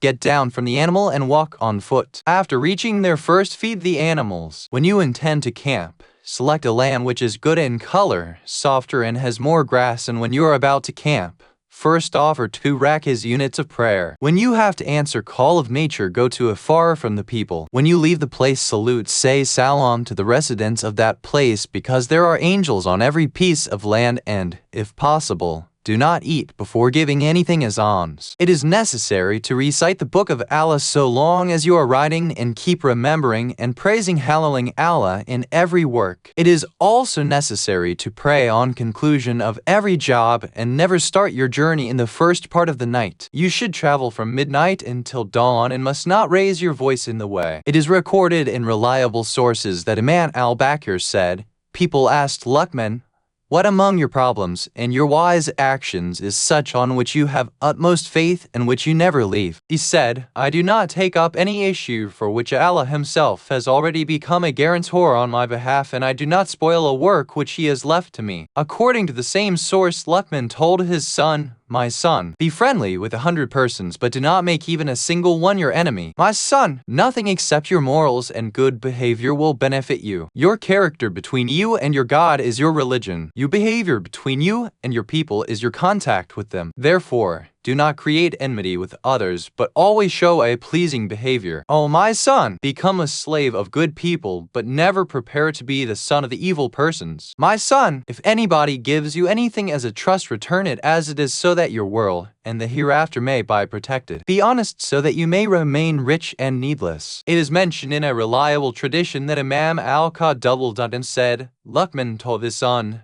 "O my son, how is it that people do not fear the divine chastisement which has been promised to them, even though they are becoming weaker and lower day by day? How they do not remain ready for Allah's promise of the hour of death, though their age is speedily approaching end? My son, do not acquire knowledge to show pride over the learned and the wise, nor to quarrel with the fools and the unwise, nor to make a show of yourself in gatherings. But also do not give up learning because they caution. O my son, attend meetings and gatherings and look around with an eye ready to get lessons, and if you see a group busy in remembering Allah, then sit with them, because if you or learn, your knowledge will benefit you and your knowledge will increase, and if you lack knowledge, you will gain knowledge from them. Maybe Allah's mercy descends on them and it may envelop you too." It is mentioned in a reliable tradition from Imam Muhammad al-Baqir that one of the admonitions given by Luqman to his son is that, "My son, if you have at all any doubt about your impending death, then remove sleep from you. You cannot do it. And if you have any doubt about rising up again after death, then avoid waking after your sleep. You cannot ever do it. So if you ponder over these two things, you will realize that your life is in the hand of someone else, that sleep is like death and awakening is like rising up after death. My son, do not develop more than necessary relations with people so that they may cause separation and create enmity, nor remain far away from others, otherwise you will become disrespected and dishonored. Every living thing loves its category, but man does not love man. Do not be extra kind to anyone but who desires it. Just as a sheep cannot be friendly with a wolf, so a good man cannot be friendly with a bad person. Whoever nears the evil also develops some of that evil in him. Similarly, a man who keeps company with a bad character also learns some of the latter's evils. The one who likes to quarrel with others gets abused, and the one who enters the gathering of bad people gets allegation. A man who mixes up with evildoers remains safe from their evils. The one who does not control his tongue feels ashamed. My son, always be honest and trustworthy, because Allah does not love the dishonest. My son, pose yourself before others as if your heart is sinful and that you are terrified by Allah's anger. According to another narration, Luqman said, "The man who says that evil can be removed by evil and corruption by corruption is not correct. If he thinks that he is correct, then he should ignite a fire and see whether fire extinguishes fire. Never. But patience, tolerance, and good behavior stems evil and corruption, just as water extinguishes fire. O my son, sell your world for the hereafter so that you may be benefited in both this world and in the other. Do not sell the hereafter for this world, otherwise you will suffer loss at both the places." It is said that Luqman lived alone most of the time. Once a man went to him and said, "Sir, you remain mostly in solitude. If you mix up with others, it will increase affection." He replied, "Loneliness gives more scope for thinking, and thinking leads towards paradise." It is reported reliably from Imam Ishaq that Luqman in his will asked his son, "My son,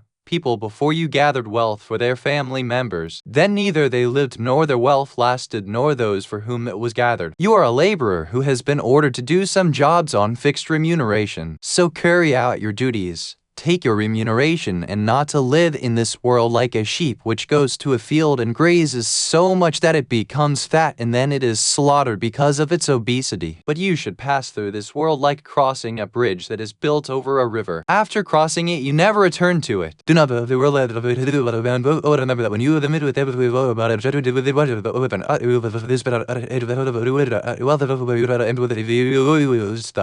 so be ready to answer these queries and never be sorry for the loss of worldly wealth, because little wealth does not last long and one should not be carefree of the big troubles. So always be away from the evils of this world and be busy with the deeds for the hereafter. Remove the blindfold from your eyes and admit yourself in the happiness of your Lord through good deeds. Always repent in your heart and make efforts for achieving virtues until you have time and before the angels target you and Allah's will turns toward you and these things become a barrier between you and your desires. It is said in another narration that Luqman said, "O my son, if the wise and the learned people hit you and harm you, it is better for you compared to situation in which the ignorant anoint you with oil and perfumes." It is said that someone asked Luqman, "Were you not a slave of such and such family?" He replied, "Yes, I was." They asked, "What made you reach this high status?" He replied, "Because I always remained truthful, never breached a trust, avoided every word and deed which would not benefit me. I closed my eyes from seeing the things prohibited by my Lord. I stopped my tongue from uttering nonsense and ate only lawful provision. These things led me to this stage. So now the one who will act more than me on these lines will overtake me.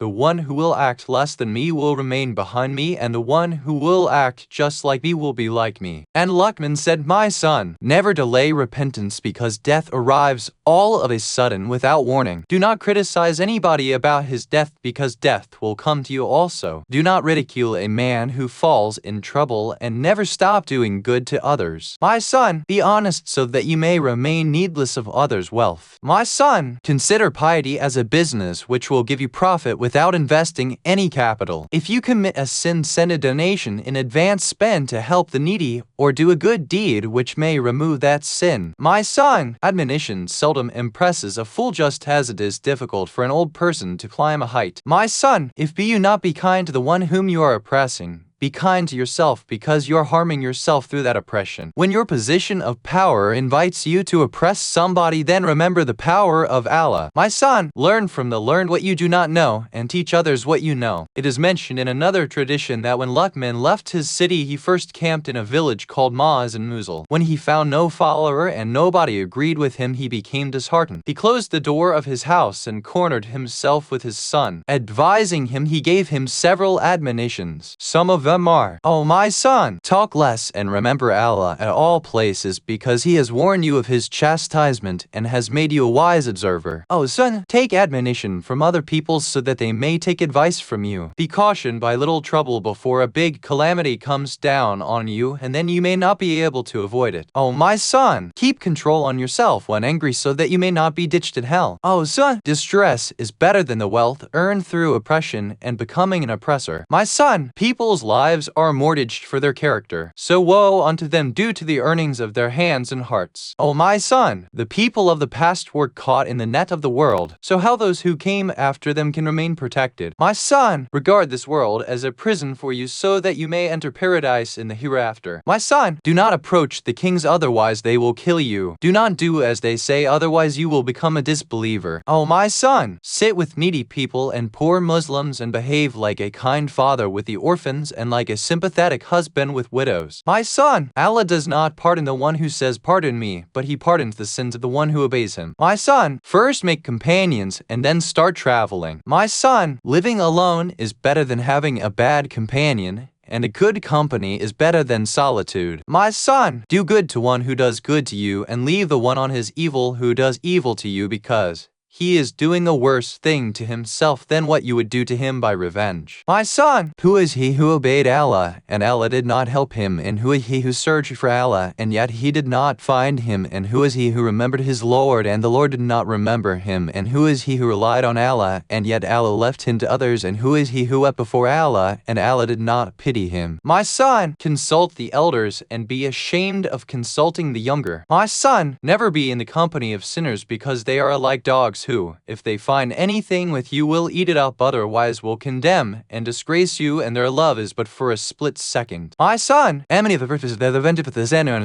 because if you have to verse with him, if we would already you hated the him. He will wait for you to remain this with you at how will give you rest when he does not give his right for that Alf. My son, make more and more friends and do not be fearless about enemies, because enmity remains hidden in their hearts just as water remains hidden in the soil. My son, whomsoever you meet, first salute him, say salam, then shake hands with him, and thereafter talk with him. My son, do not harm others, otherwise they will become your enemies, and do not take blames from them, otherwise they will disrespect you. Do not become so much sweet that they may devour you, nor so sour that they may throw you away. My son, fear Allah as is his right to be feared of, and never lose hope in him and his mercy. Have hope in him, but not such a hope that you may become fearless of his anger and chastisement. My son, restrain your heart from desires, because the desires are killers. My son, never be proud and haughty and egotist, otherwise your neighbor in the hell will be the devil. You must beware that your last place is the grave. My son, woe unto the one who is proud. How can he consider himself big when he is made from earth, and he is to return to dust? He does not know whether he will go to heaven and be successful, or to hell and be a loser. How can anybody be proud when he has come out of the passage of urine twice? My son, how will the son of Adam fall asleep when death is in search of him? How can he ignore death when death does not ignore him? My son, when the prophets of Allah and his friends and all the great men could not escape death that can live in this world forever. My son, do not reveal your secret to your wife, and do not make the door of your hose your assembly hall. My son, woman is made up of a crooked bone. If you will try to make it straight forcibly, it will break. If you leave it as it is, it will remain crooked. Do not give them extra freedom so they may leave the house. So when they do a good thing, accept it, and if they do anything bad, be patient, because there's no other way out. My son, there are 4 kinds of women. 2 are well disciplined and 2 cursed. Among the disciplined, one kind is that which is respected by her people and also well behaved, yet remains humble for her husband. If the husband is kind and nice to her, she becomes happy, and if she falls on hardship, she remains patient. Less money is sufficient for her. Another kind of a good woman is that who bears many children and who loves her husband and wishes well for him. She behaves with love like a mother,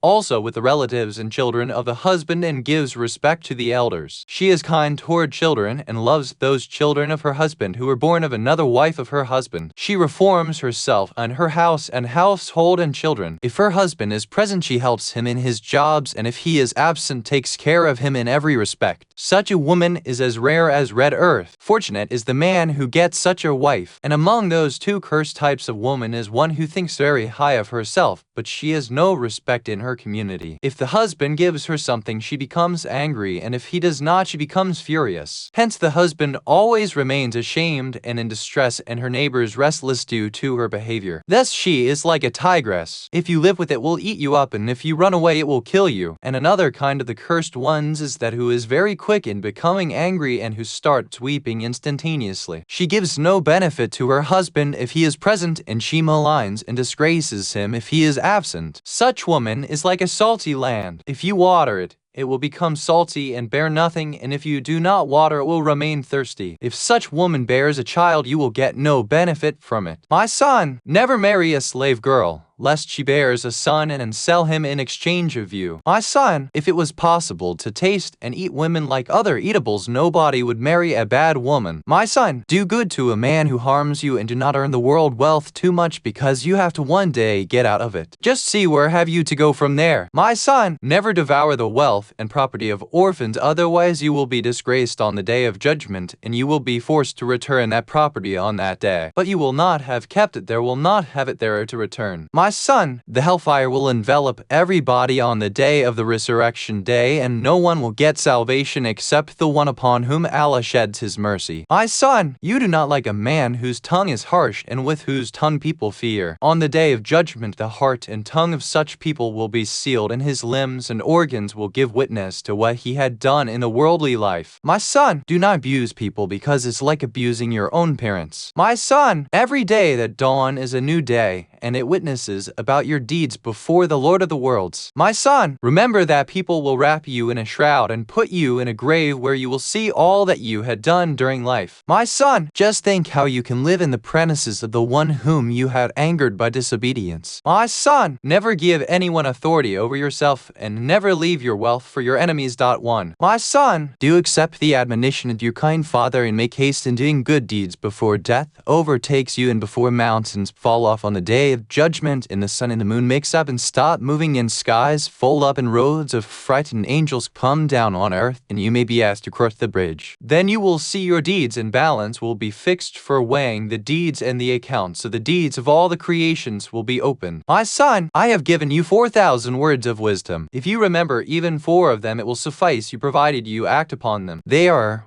1. Make your ship strong as the sea is very deep. 2. Lighten your burden because the voyage which you have to undertake is very difficult. 3. Keep ample provision as the journey is very long. And 4. Make your deeds pure because the one who is to accept them is very wise and omniscient. According to another narration, it was by the order of Luqman, inscribed on the door of his latrine, that sitting for a long time in latrine can cause piles. 1. As wealthy people have usually more enemies. It is also seen often that even the progeny children of a wealthy man also wish an early death to their fathers so that may get his wealth as inheritance. When this wish is fulfilled, obviously, the inheritors engage in luxuries and forget their late father, whose wealth gave them ease, and thus they never think of doing something good for him. An account of Ishmael, Talat, and Jalat. Almighty Allah says in Qur'an, "Have you not considered the chiefs of the children of Israel after Musa, when they said to a prophet of theirs, 'Raise up for us a king that we may fight in the way of Allah'?" 2:246. Ali ibn Ibrahim and others have narrated from Imam al-Baqir that after Musa,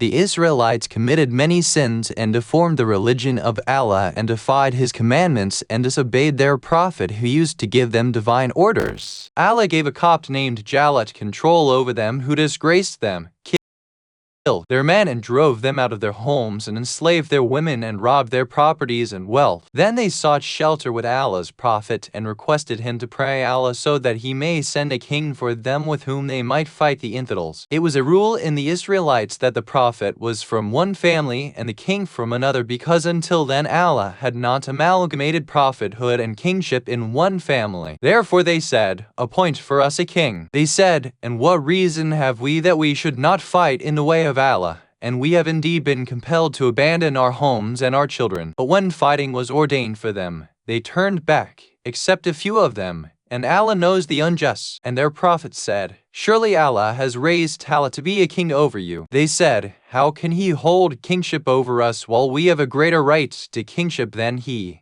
And he has not been granted an abundance of wealth." 2:246-7. Imam al-Baqir said, "The prophethood was in the family of Zalawi and kingship in the progeny of Yusuf, and Talat was one of the sons of Binyamin, the real brother of Yusuf. Thus he was not from the family of a prophet or a king." He said, "Surely Allah has chosen him in preference to you, and he has increased him abundantly in knowledge and physique. And Allah grants his kingdom to whom he pleases, and Allah is ample giving, knowing." 2:247. Imam said, Talat was better in physique, that is, stronger and more courageous, and he was also the wisest of them all, but he did not have wealth. Therefore people considered him low, and they said that Allah did not give him much wealth. And the Prophet said to them, "Surely the sign of his kingdom is that there shall come to you the chest in which there is tranquility from your Lord and residue of the relics of what the children of Musa and the children of Harun have left, the angels bearing it.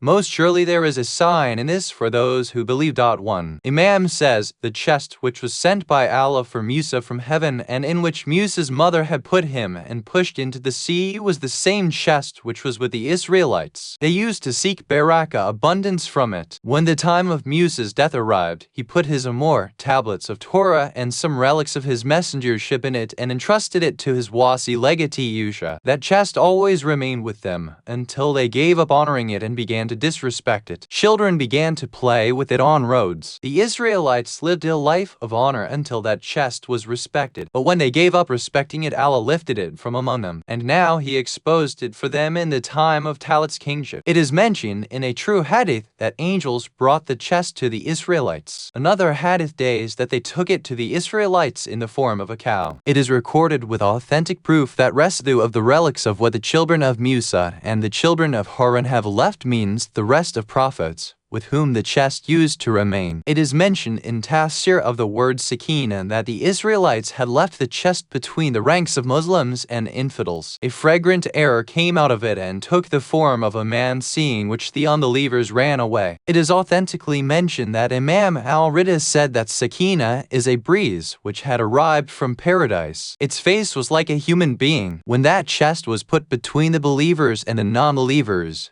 whoever went ahead of it was killed or defeated, and who turned his face from it and ran away became a kafir, and the Imam used to kill him. In a good tradition it is mentioned that when, after Musa, the Israelites became rebellious and sinners, Allah frowned on them and lifted the chest up in the sky. When Jalal overpowered the Israelites, and when they requested their prophet that He may send for them a king for leading them in jihad, and made Tamala their king and sent the chest for them an angel to Uri. When the chest was put between them and their enemies, one who turned away from it became unbeliever. The Prophet told them, "In your path in this desert you will see a canal. Whosoever will drink from it, Allah will have nothing to do with him, and the one who does not drink will be obeying Allah." When they reached the canal, Allah made it known to them that He won't mind if they drank a cupful from it. But excepting a few of them, all drank profusely. There were 60,000 who drank full throat, and this was a test for them. According to the narration of Ibn Babawayh, which has been authentically narrated from Imam as-Sadiq, those who did not drink more than even a handful were 313 males. After passing by the canal, they confronted the army of Jalut and observed the strength and the awe of that army. Those who had drank much water said, "Today we do not have guts to fight with the army of Jalut." As Allah says, so when He had crossed it, He and those who believed with Him, they said, "We have today no power against Jalut and his forces." 2:249. Those who were sure that they would meet their Lord said, "How often has a small party vanquished a numerous host by Allah's permission,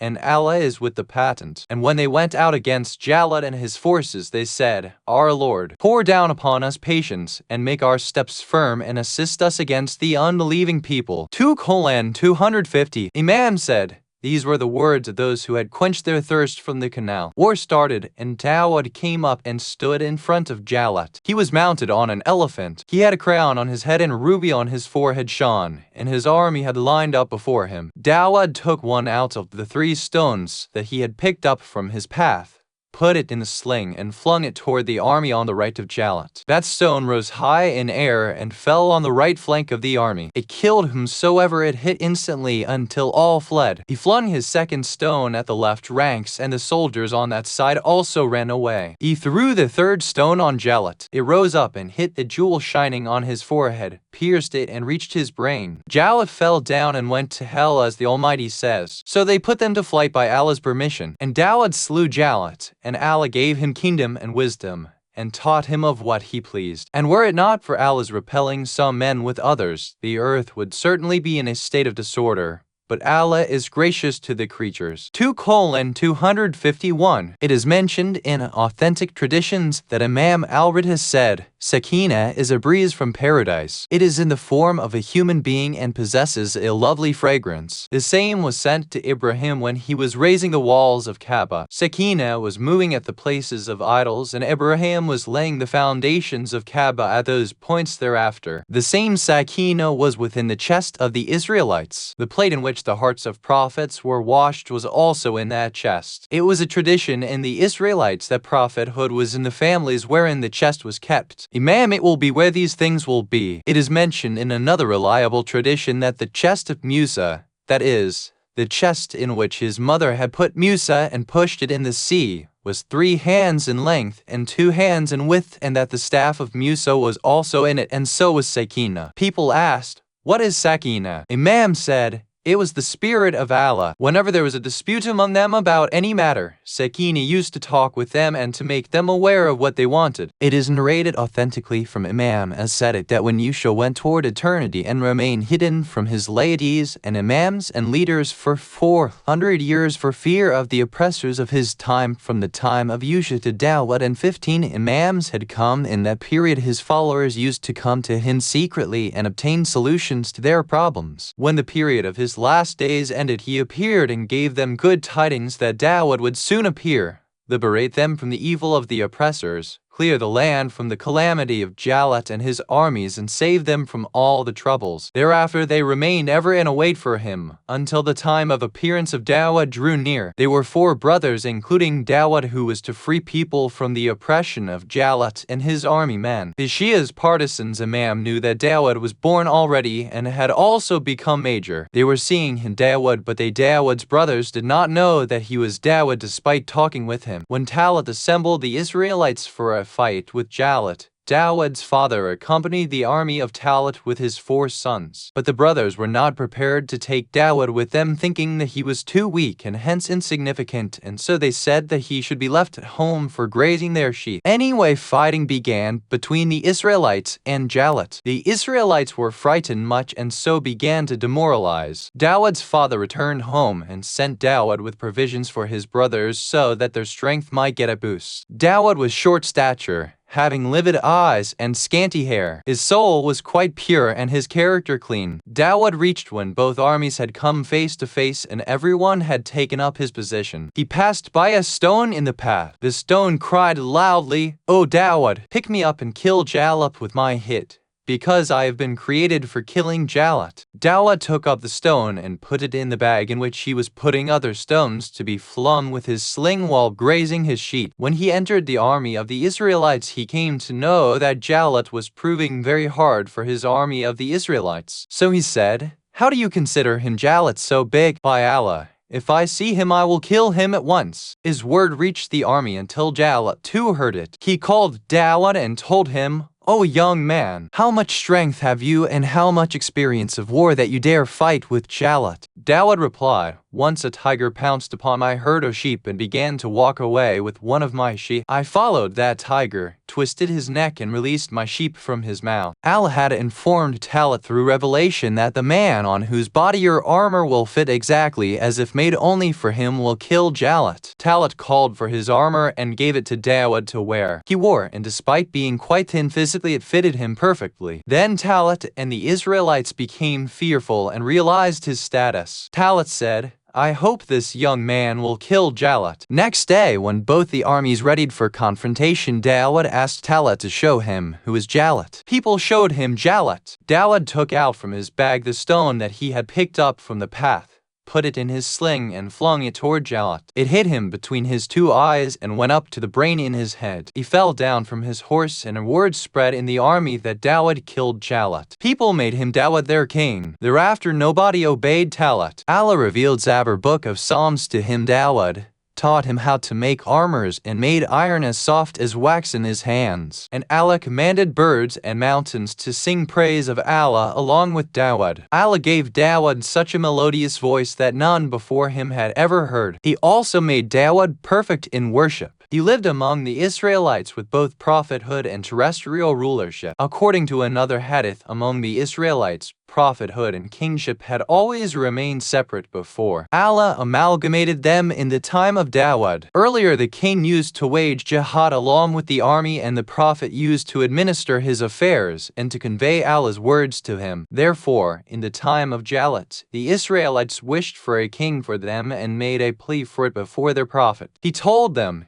"You people are not inclined toward truthfulness, faithfulness, and fearlessness for jihad." They replied, "Why will we not fight when these oppressors have driven us out of our house and have separated us from our family members?" Allah appointed Talut as their king. But then they said, "What status has Talut to be our king when he is neither from the prophet's family nor from the king's? The prophets are from the family of Lawi and the king from Yehuda's, and this person is from the progeny of Binyamin." The prophet said, "Allah has given him physique, courage, and wisdom, and the kingdom is in the hand of Allah, that he gives it to whomsoever he likes. that you are not authorized to reject the appointment of Allah. The sign of his kingship is that the chest which was among you for a long time and which was snatched away from you will be brought back to you by angels, and you will always defeat the enemy armies with the grace of the chest. They said, if the chest arrives, we are ready to obey him. Imam said, the chest contained the pieces of the tablet of Musa with inscription thereon of divine knowledge gift to Musa as revealed from heavens. It is mentioned in another reliable tradition about the inauspiciousness of the last Wednesday of a month that it was on this day that the community of Amalekah had taken away the chests from the Israelites. 3. Sheikh Tabarsi says some have said that when the Israelites committed many sins, Allah imposed Amalekah on them, who snatched away the chest from them. It remained with them until angels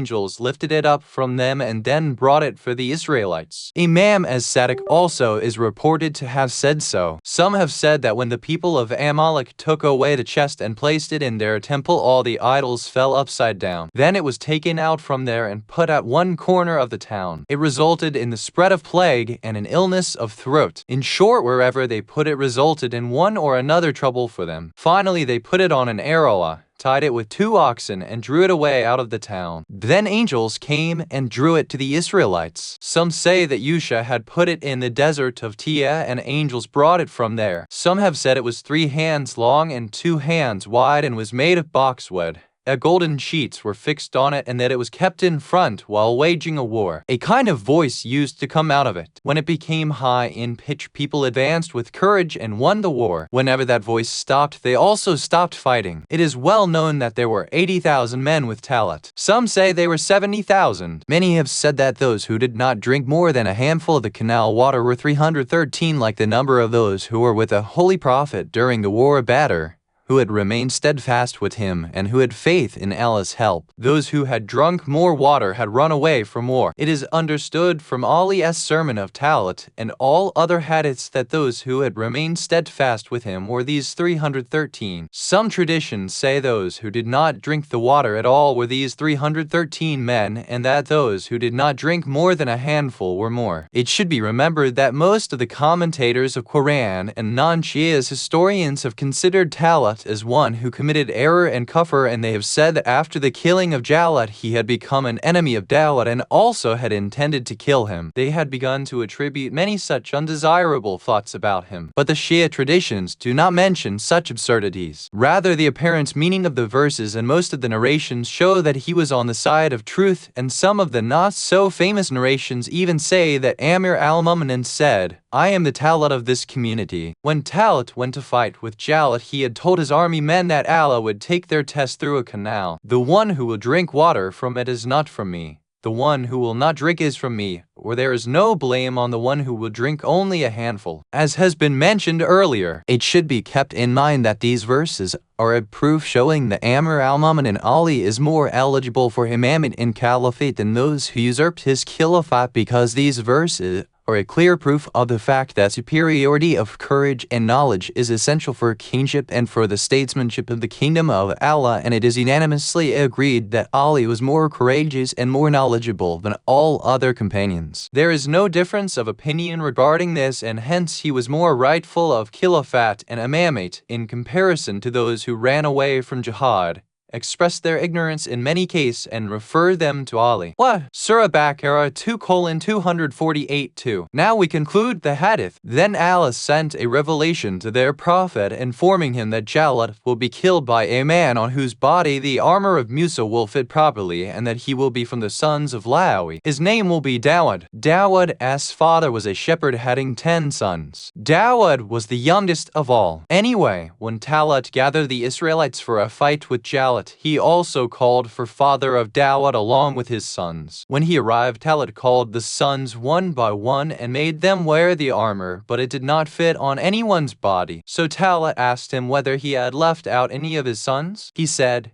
Yes, as my sheep are yet young, I have left my youngest son for their protection. Talat sent someone for him. He was Dawud. While leaving his home, Dawud took with him a sling and a bag. In his way, 3 stones called him out. "O Dawood, pick us up!" So he put them in his bag. Dawood was very strong and courageous. When he came to Talat, he made him Dawood wear the armor of Musa, and it fitted him properly. When the army marched toward Jala, Talat marched toward the army of Jala, as says Almighty Allah in the Holy Qur'an. So when Talat departed with the forces, he said, "Surely Allah will try you with a river. Whoever then drinks from it, he is not of me, and whoever does not taste of it, he is surely of me, except he who takes with his hand as much of it as fills the hand." But with the exception of a few of them, they drank from it. Vide Surah Baqir 249. 3. There is a difference of opinion about the prophet of that age. Some say he was Shannon bin Safiya, who was from the sons of Lawi. Some say he was Yusha, and most of them have said that he was Ishmael, Arabic version Ismail. Imam Muhammad al-Baqir has said that he was Ismail. Ali Ibrahim has said that according to another narration he was Arsiya. An account of Dawood, merits, perfections, and miracles of Dawood. It has been mentioned earlier that Dawood was Allah's prophet, and he was born circumcised, and that he was one of those 4 messengers whom Allah had selected for fighting with sword jihad. Henceforth it will be described that he was named Dawood because he had healed his heart's wound, which was caused due to Tark Allah equals giving up the preferable through affection for Allah. Authentic narrators mention from Imam al-Baqir that Allah did not send, after not any messenger, was also a king except Dhul-Qarnayn, Dawood, Suleiman, and Yusuf. The kingdom of Dawood was from Syria to Istakar in Iran. It is mentioned in a reliable tradition from Imam Jafar as-Sadiq that Dawood expired on a Sunday. Birds of the air shaded him with their wings. Allah has said, "And we gave wisdom and knowledge, and we made the mountains and the birds to celebrate our praise with Dawood, and we were the doers." 21:79, meaning it was not beyond our might and power. Some say when he started remembrance and praise of Allah, the mountains and the birds also sang along with him in chorus. Some have said the birds in the air and the mountains used to walk with him, and we taught him the making of coats of mail for you, that they might protect you in your wars. Will you then be grateful? 21:78. The first person to make an armor was Dawood. Before him, people used to join iron pieces on their body and were unable to fight due to their weight. So Allah made iron as soft as a paste in his hands, and he was making armors with his own hands, and which were light in weight and could also protect the body from weapons. Allah said, "And certainly we gave to Dawood excellence from us, O mountains. Sing praises with him and the birds." 34:10. People have said that when Dawood was praising and remembering Allah, the Almighty used to make mountains and birds vocal, so they too sang with him in tune. Some have said Allah had put all of them under control of Dawood, and consequently whatever he desired from the mountains possible, for example, coming out of minerals from the mines or digging of wells, etc. Similarly, whatever he ordered to the birds, his command was also carried out by them. And we made the iron pliant to him, saying, "Make ample coats of mail, and assign a time to the making of coats of mail, and do good. Surely I am seeing what you do." 34:10-11. And he says at another place, "And certainly we gave knowledge to Dawood and Suleiman, and they both said, Praise be to Allah, who has made us to excel many of his believing servants." 27:15. Ali ibn Ibrahim has narrated that Allah gave Dawood and Suleiman miracles which were not given to any prophet. He was taught the language of birds, and he made iron and pewter soft pliant for him without the help of fire, and mountains used to sing praise of Allah with him, and gave him Zabur psalms which contain taught oneness of Allah and his praise and supplications. In it were also news about the prophet of Allah Muhammad, as well as Amir al-Mu'minin alias, and the holy Imams, and the events of the Raja return, and the faithful, and the appearance of Imam al-Mahdi. Allah says in the Holy Qur'an, "And certainly we wrote in the book after the reminder that as for the land, my righteous servants shall inherit it." 21:105. They, according to many traditions, are the impeccable Imams. Again, Ali ibn Ibrahim has narrated that when Dawood was reciting the Zabur psalms in the desert, the mountains and birds in the air, as well as the forest animals, used to sing praise to Allah with him, and that iron used to be as pliant as wax in his hands, whereby he was making whatever he wanted easily and without melting or heating it on fire. According to Pantheon, he meant, as I could say, that when he had a native that he used to do it, that is, when I've met I don't feel that it is meant to end of it that I would under it of the youth video going married birthday you earn over dinner where you don't have them without taking them. Hearing this, Dawood wept very much. So Allah ordered iron, be soft for my servant Dawood. So Dawood was manufacturing one armor daily and selling it for 1,000 dinars until he made 360 armors and sold them for 360,000 and had become needless of the public treasury. Ali has, in one of his sermons, said, "If you like, do imitation of Dawood, the singer of the Psalms, reciting Zabur melodiously. He will be the reciter in the heavens." He used to weave baskets from the skin of date tree and to tell his companions who from them would sell them. Then he used to purchase bread of barley from that amount and to eat it. 1. It is recorded with authentic evidences that Imam As-Sadiq said that one day Dawood said, "Today I will worship my Lord and recite Zabur in an unprecedented manner." Then he went into his niche and did as he had planned. When he concluded his prayers, a frog appeared suddenly and spoke to him by the command of Allah. "O Dawood, are you pleased with this worship and recitation made by you now?" Dawood replied in the affirmative. The frog said, "You must not feel happy over it. I recite 3,000 tasbihs praises of my Lord every night. Out of that 3,000 tasbihs sprout and spread over me, though I remain in the bottom of water. When I hear the voice of any bird, I presume that it is hungry. So I come up on the surface to enable that bird may eat me up even though I did not err." In a hadith it is mentioned that Imam Al-Baqir said once Dawood was in his niche of worship when a red worm crawled to the spot of his prostration. Seeing it, Dawood thought, why did Allah create this tiny worm? In order to discipline him, Allah gave that insect the power of speaking, and it, by the order of the Lord, spoke. "O Dawood, could you hear my noise or see the signs of my steps on the hard rock?" He replied in the negative. The insect said, "Surely the Creator of the worlds hears the sound of my footsteps, my voice, and even my breathing, and he sees the marks of my footsteps on hard rocks. So lower your voice and do not complain so much in his presence." It is mentioned in reliable traditions that Imam Jafar as-Sadiq said, Dawood arrived for Hajj, attended Arafat, saw the huge gathering of people there, and went on top of a hill and engaged himself in supplication in solitude. When he concluded the Hajj rituals, Archangel Gabriel came to him and asked, "Why had you gone to the hill?" Your Lord asks, "Did you think that your voice would not reach him due to the noise of the multitude?" Then Archangel Gabriel took Dawood to Jeddah, and there from made him reach the bottom of the sea and to the depth of a 40-day journey on land. Then they reached a rock. They split it and found a worm in it. Archangel Gabriel told Dawood, "Your Lord says, I hear the voice of this little insect in the rock at the bottom of the sea and am not unconcerned of his needs condition, and you imagine that I might not hear your voice due to the amalgamation of the voices of others."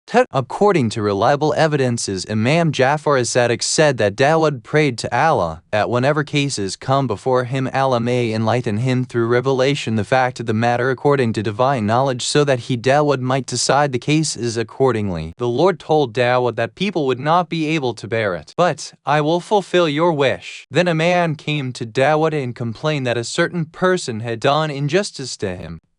Allah ordained that the defendants might be asked to kill the plaintiff and also to give the property of the latter to the former. Dawood decided accordingly. The Israelites raised a hue and cry, saying, "You acted with the oppressed in an unjust manner." So Dawood again prayed to Allah, "My Lord, relieve me of this embarrassment." There came the divine revelation, "O Dawood, you had desired the proper decision from me which I ordered." The fact was that the complainant himself was the killer of the defendant's father, and he had usurped the property of the latter. So I commanded that the defendant might kill the plaintiff to retaliate the murder and to take back his father's property. His father lies buried under such and such tree and such garden. Go there and call his name. He will reply. Ask him who killed him. Dawood became very glad on hearing this and told the Israelites that Allah had relieved him from a big calamity. Then he went to the aforesaid tree along with other people and called out the name of the murdered fellow. He the dead one replied, "Labbaik, here I am, O Prophet of Allah." Dawood asked who killed him, and he said such and such person. He also said that he also took away all his property. Learning this, the Israelites became happy. Then Dawood requested Allah to lift from him the real command. Allah revealed to him, "My servants cannot tolerate the consequences of real command in this world, so ask for witness from the complainant.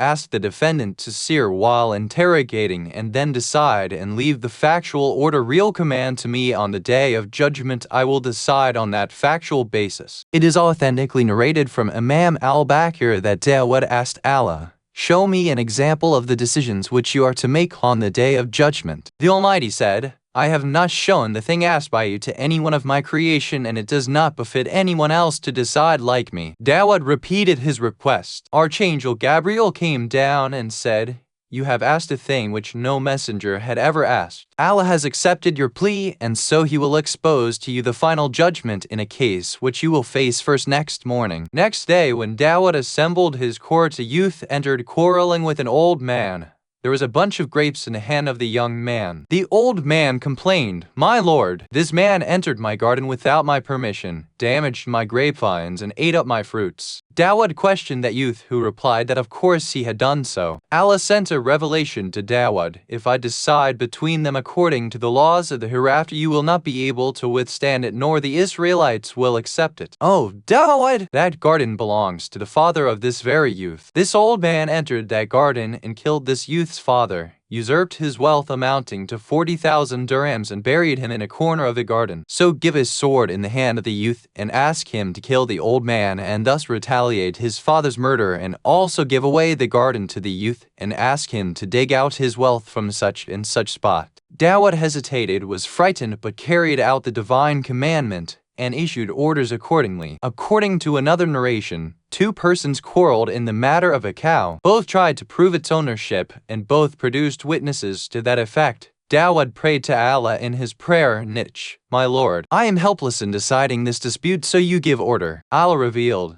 Take away the rope of the cow from the hand holding it, give it to another person, and cut off the head of the former. Dawud carried out the divine commandment. The Israelites raised a hue and cry, shouting, What kind of a decision was it? Dawud returned to the mihrab prayer niche and complained that the Israelites were not happy with this decision. Allah sent revelation that the man who was holding the cow had killed the father of another person and snatched the cow from him. So henceforth, whenever you come across such a dispute, do make decision according to the apparent order of the case, and do not ask me for judgment. Leave my decision until the day of judgment. It is reported that Imam Ja'far as-Sadiq said, A chain used to hang from the sky in the time of Dawud. Hail! Decided their disputes with its help. The hand of the truthful could reach the chain. The liar could not hold it. A man entrusted a pearl to another. The latter refused to return it on demand by the former. He had concealed it in his stick. The owner of the jewels said, Let us go to the chain to ascertain who is telling truth and who is a liar. He agreed, and both reached the chain. First, the real owner of the pearl tried to hold the chain, and it came in his hand to indicate that he was truthful in his claim and that he had given his pearl to the other fellow. Then came the turn of another person. He gave his staff, which contained the pearl, to the other many, saying him, Just hold this so that I may catch the chain. By this trick the chain came in his hand too, because at that moment the pearl was in the staff, which was then in the hand of the original owner. After such cheating tactic, Allah pulled the chain up and commanded Dawud to decide disputes on the basis of witness and swearing. It is mentioned in many reliable traditions that when Al-Qam will appear, he will decide, like Dawud,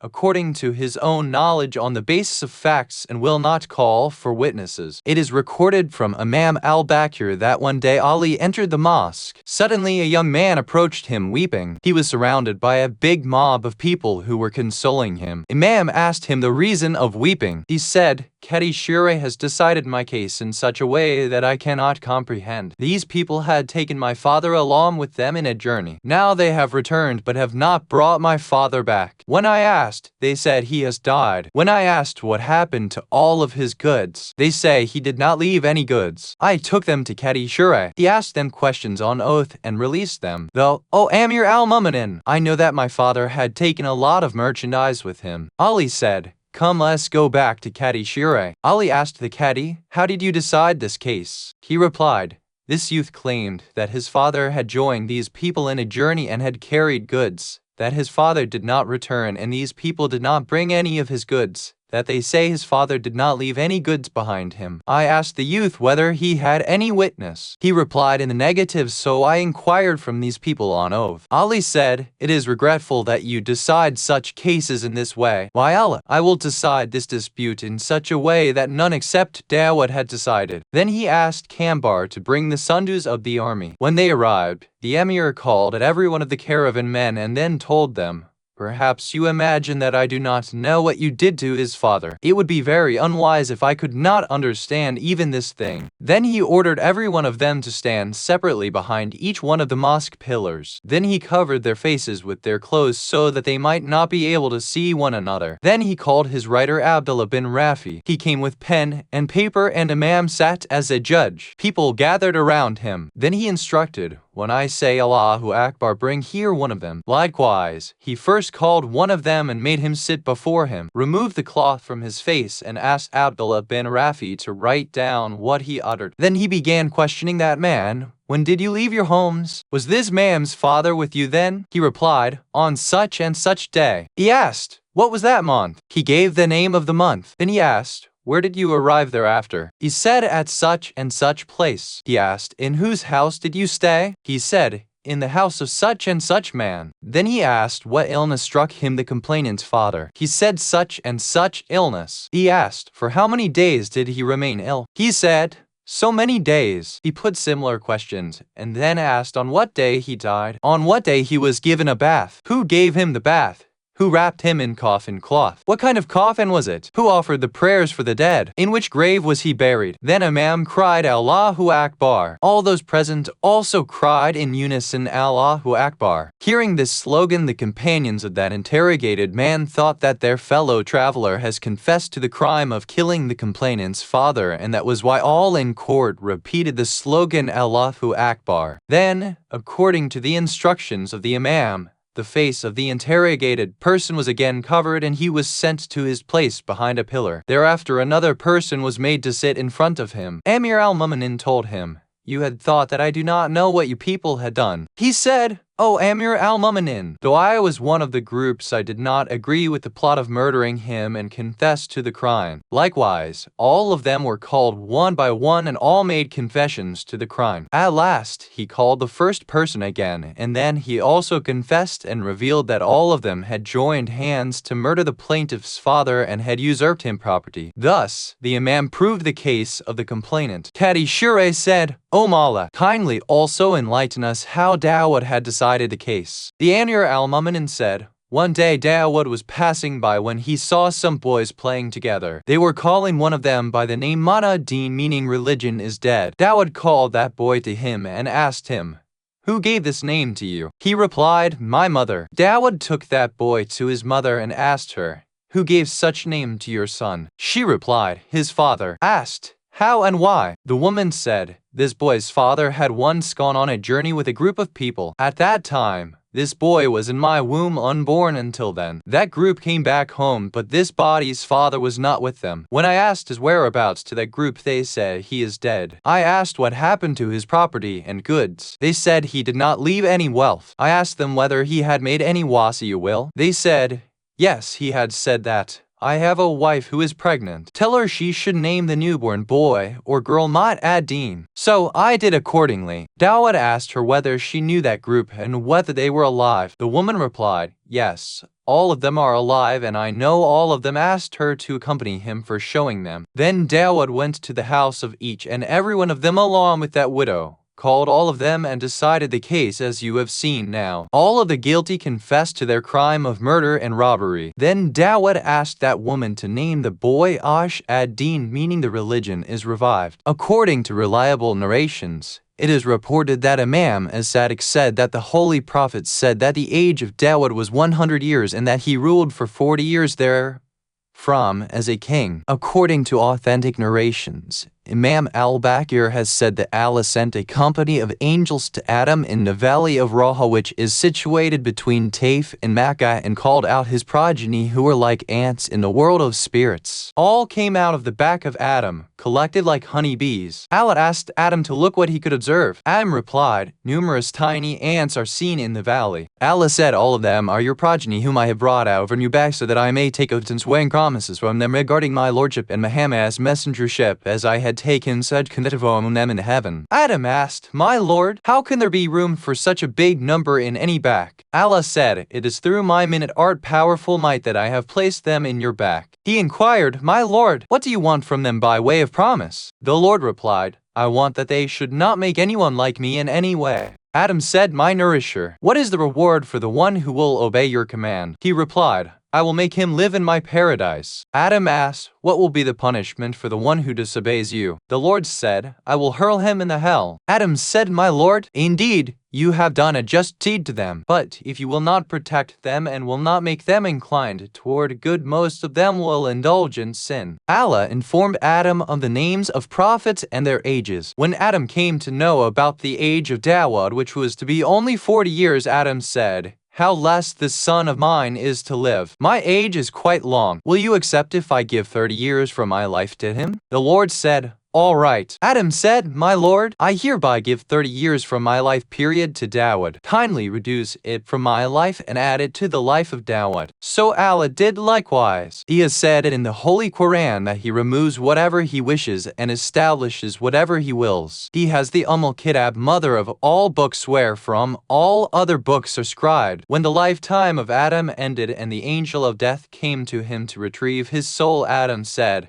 30 years of my life still remain. The angel said, "You have already given it to one of your sons, Dawud." Adam said, "I do not remember it." The angel said, "You yourself had asked for it to the Almighty. He, in Sabr, decreased your age by 30 years and added the same to the lifespan of Dawud." Adam said, "Produce it if there is any evidence." Indeed, Adam did not remember. From that day, Allah commanded His servants to make written deeds and promissory notes, etc. in their transactions so that they might not be forgotten and they might not deny. It is mentioned in another reliable tradition that Adam had donated 50 years, and when he denied, Archangel Gabriel and Michael gave witness and made him agreeable, and then the angel of death took his soul. It is mentioned in yet another tradition that Dawud's lifespan was 40 years and Adam had added 60 to it. Some other traditions regarding this have also been quoted in the accounts of Adam, and they also replied to some objections in this regard. Ali ibn Ibrahim has said that there was a gap of time of 500 years between Musa and Dawud, and of 1,100 years between Dawud and Isa. An account of the Tark al-Allah of Dawud. Almighty has said, "And remember our servant Dawud, the possessor of power. Surely he was frequent in returning to Allah. Surely we made the mountains to sing the glory of Allah in unison with him at the evening and the sunrise, and the birds gathered together.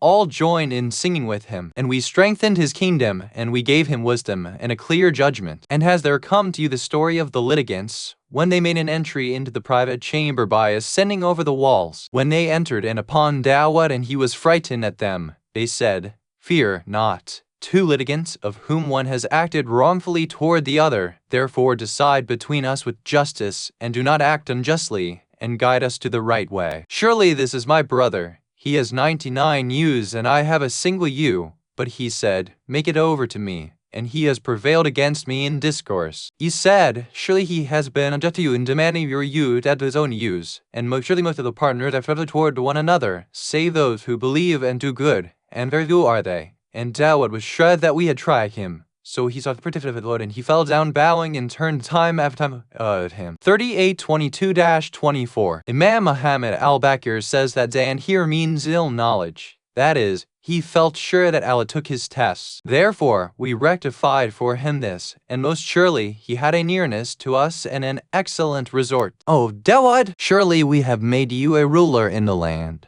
So judge between men with justice and do not follow desire, lest it should lead you astray from the path of Allah. As for those who go astray from the path of Allah, they shall surely have a severe punishment because they forgot the day of reckoning." 38:25-6. Ali ibn Ibrahim narrated from Anam Jafar that when the Almighty made his lights on earth and gave Zemmer to him and ordered birds and mountains to sing his praise with him, it was so because when Dawud and he used to him the two heads of his prayer, his viziers used to get up and pray to Allah, and all praise every man of the previous prophets and remembered their good and noble deeds and described their thankfulness, their engagement in worship, and their endurance against calamities, but they did not mention Dawud. So Dawud prayed to Allah, "O Lord, you praised your prophets but did not praise me. There came a revelation from Allah. I praised them after I took their tests and subjected them to difficulties, and they showed patience over it." Dawud said, "My Lord, take my test also. Put me into troubles so that I may also show patience and reach their status." Allah said, "Do you give preference to calamity over safety? All right, then. I had taken tests of those prophets without their knowledge. But now, I make you aware in advance that I will put you to test on such and such date of such and such month of such and such year. It was a routine of Dawud that on one day he used to settle disputes of people, and on the next day he secluded himself from others and engaged in worship in solitude. When the promised day of test arrived, Dawud made himself deeply engrossed in worship. He sat alone in the mihrab and prohibited people from approaching him. The story of Uriah about Dawud, which is mentioned among Sunnis, is a fabrication of those who believe that messengers of Allah can commit sins. As mentioned earlier, it is an essential belief of Shias that messengers cannot commit crimes. Hence, we believe that this allegation about prophets is baseless. Abu Basir has narrated that he asked Imam Jafar as-Sadiq what did he thinks about the popular story about the wife of Uriah and Dawud. He replied that the Sunnis have fabricated it. According to another hadith, he said, "If I get power over one man who says that Prophet Dawud took possession of the wife of Uriah, I will give him double punishment. One for lying and another for disrespecting a prophet." People have narrated such a hadith from Amir al-Mu'minin also, on the basis of the Shia belief and according to the opinions of some other opponent groups who believe that prophets do not commit sins. There is a difference of opinion about the repentance of Dawud and its cause, and also about the trial taken by Allah of Dawud. There are some reasons for this. The first is that his repentance was not due to any sin, but it was merely to express meekness and humility in the presence of Allah. Second, Uriah had asked for the hand of a woman. Thereafter, Dawud also asked for her hand. Uriah had no wife while Dawud had 99. Therefore, it was preferable to leave that woman for Uriah, and he should not have sent a message for marriage. But he did not do so the desirable, and hence Allah expressed his unhappiness. Third, Dawud had sent Uriah in a war. Thereafter, he did not feel much on hearing about his martyrdom, as his wife was beautiful and he married her. This too was an ugly, undesirable deed which did not befit his status, though it was not a sin. Allah sent 2 angels for warning him. Fourth, the 2 who had come to Dawud were not angels but were thieves, and they had gone to harm him. But since they could not gain what they wanted, they made up this story to hide their misdeed, and Dawud realized that they were really thieves, and he thought of punishing them. It was his imagination and no certainty which amounted to giving out or leaving the desirable. So he repented, did not do anything to the 2. Fifth, Allah became angry because when the plaintiff made his statement, Dawud, before ascertaining from the defendant, declared that he has done injustice to you. His intention was that if you are telling the truth, then he has oppressed you. The better course was that he should not have uttered these words before taking the statement of the defendant. Therefore, he sought forgiveness for leaving this preferable desired course of action. It is recorded with reliable evidence that, in the court of Al-Mamun, Ali bin al-Jam inquired from Imam al-Ridha. Imam asked him, "What do your ulama say about it?" Ali bin al-Jam replied, They describe that one day Dawud was praying in his prayer niche when suddenly Satan appeared in the form of a beautiful bird. Dawud broke his prayer and advanced to catch that bird. The bird entered the house. Dawud also followed it. The bird sat on the upper story. Dawud also reached there when his eye fell on the house of Uriah wherein his wife was bathing in nude. He was infatuated with her at the very first sight. Uriah was sent on a war front. Then he wrote to the chief of the army to place Uriah in the front line against the enemy army in the battlefield. So it was done. He won the war and overpowered the disbeliever. When Dawud knew this, he felt unhappy. He wrote to the army chief again to place him even ahead of the chest as Sakina during the war. When it was done, he was martyred. Then Dawud married his widow. When Imam heard this story with such a mean motive behind it, he hit his forehead with his palm and said,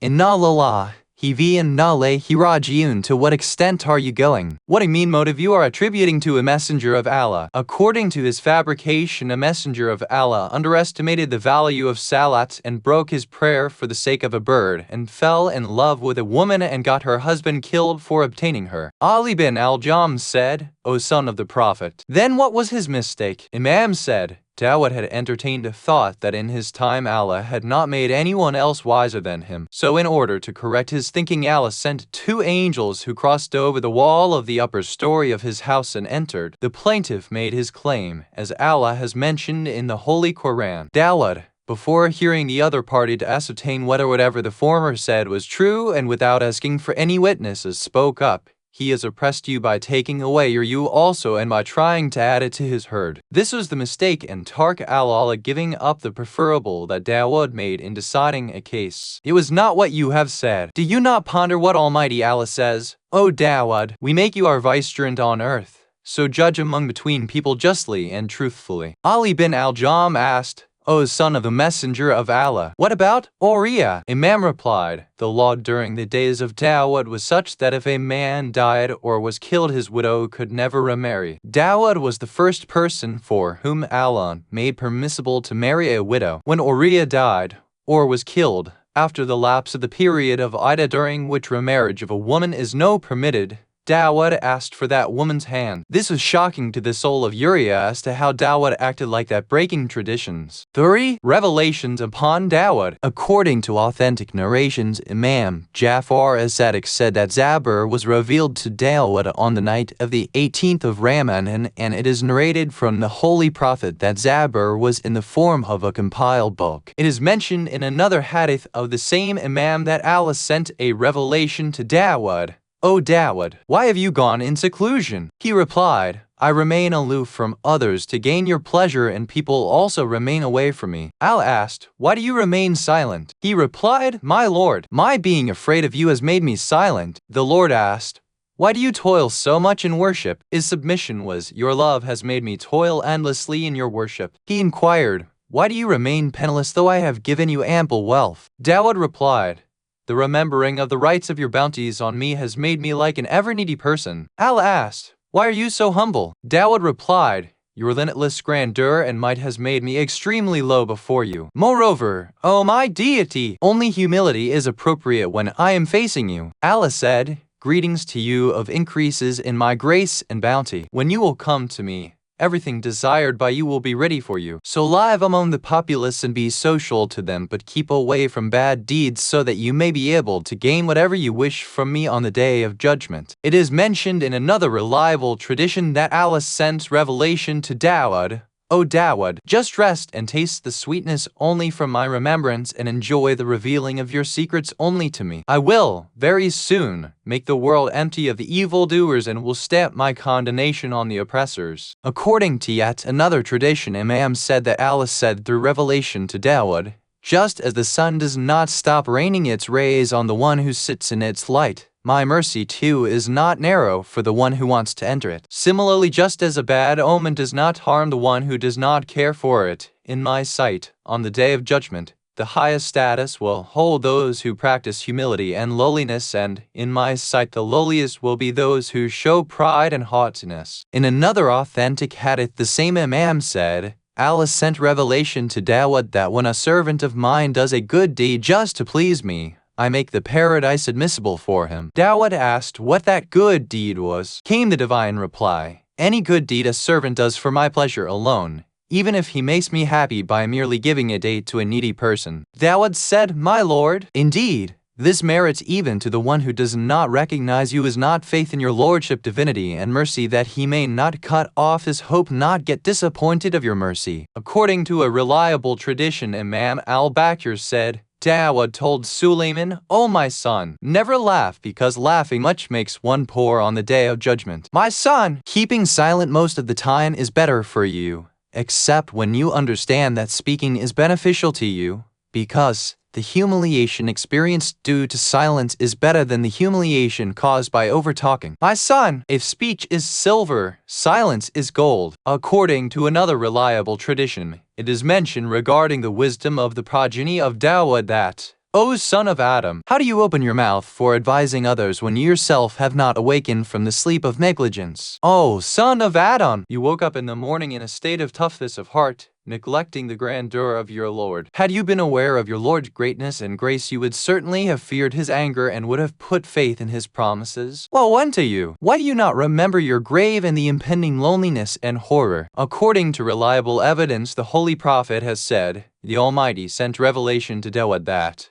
verily, if a servant brings to me a good deed on the day of judgment, I will give him the choice to select any place in paradise so that it may be given to him. Dawood asked, my Lord, who will be that person? The Lord said, a faithful who tries to fulfill the need of another faithful. irrespective of whether or not that need is fulfilled. In explanation of the holy verse, and certainly we wrote in the book after the reminder that as for the land, my righteous servants shall inherit it. 21:105. It is written in reliable tradition that it means that the Almighty says, "We have written in Zabur, after all that we had written in the scriptures of the earlier messengers, that the earth will be given in charge of our deserving servants, who are Al-Qan'aj, the family of Muhammad and his companions, is a heritage," and said that there is information of the forthcoming events in Zabur, and it contains glory and hallowing and remembrance of the Lord. Imam Jafar as-Sadiq said that Allah sent a revelation to Dawud, "Alert your community that whenever a servant of mine whom I have entrusted any work obeys me, it becomes incumbent on me to help him. If he asks anything from me, I provide it. If he seeks my protection, I protect him. If he wants me to keep him safe from the evil of his enemies, I give him safety. If he relies on me, I save him from all calamities. Even if the entire world conspires against him, I remove the adverse effects of that conspiracy from him." In another hadith, it is mentioned that Allah revealed to Dawud that most of my servants maintain mere verbal friendship with one another, but they entertain enmity in their hearts. According to another hadith, Allah revealed to Dawud,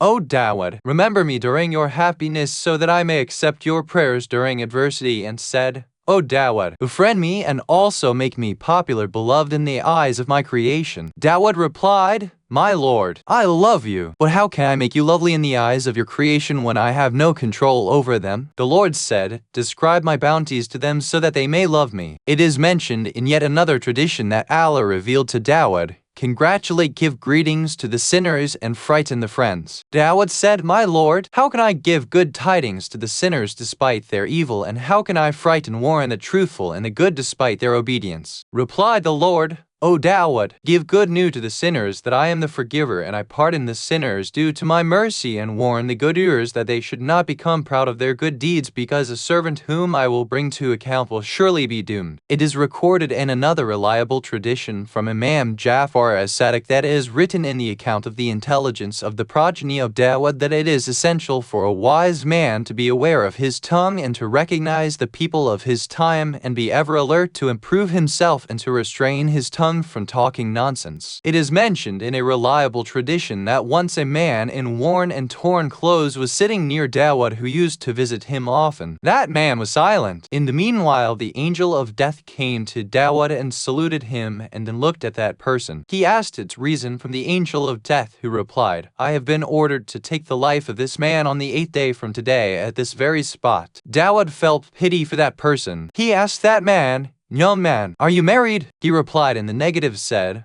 "All right, go to such and such man who is a respected person among the Israelites and tell him that Dawud has ordered him to give his daughter in marriage to you. You must consummate the marriage on the night of marriage. Take whatever money is needed from me. Live with your wife for 7 days and come back here on the 8th day." That man conveyed the order of Dawud to that person accordingly, who at once married his daughter with him. He lived with his wife for 7 days and returned to Dawud on the 8th. Dawud asked him how did he pass the last 7 days. He replied, "Oh, before this I had never experienced so much happiness." Dawud told him, "All right, sit here." Then he waited for the angel of death to arrive to retrieve his soul. When the fixed hour passed off and the angel did not come, Dawud asked that man to go back and to live with his wife and to come back after another 7 days. He went back and returned after another 7 days. The angel did not come even on that day. Dawud again sent that man back home and asked him to come on the 8th day. On that day, when that man came back, the angel of death also came. Dawud asked the angel about the reason of his not coming to end the life of that man as promised earlier, and told him that 3 weeks had passed since then and he was until then alive. The angel of death replied,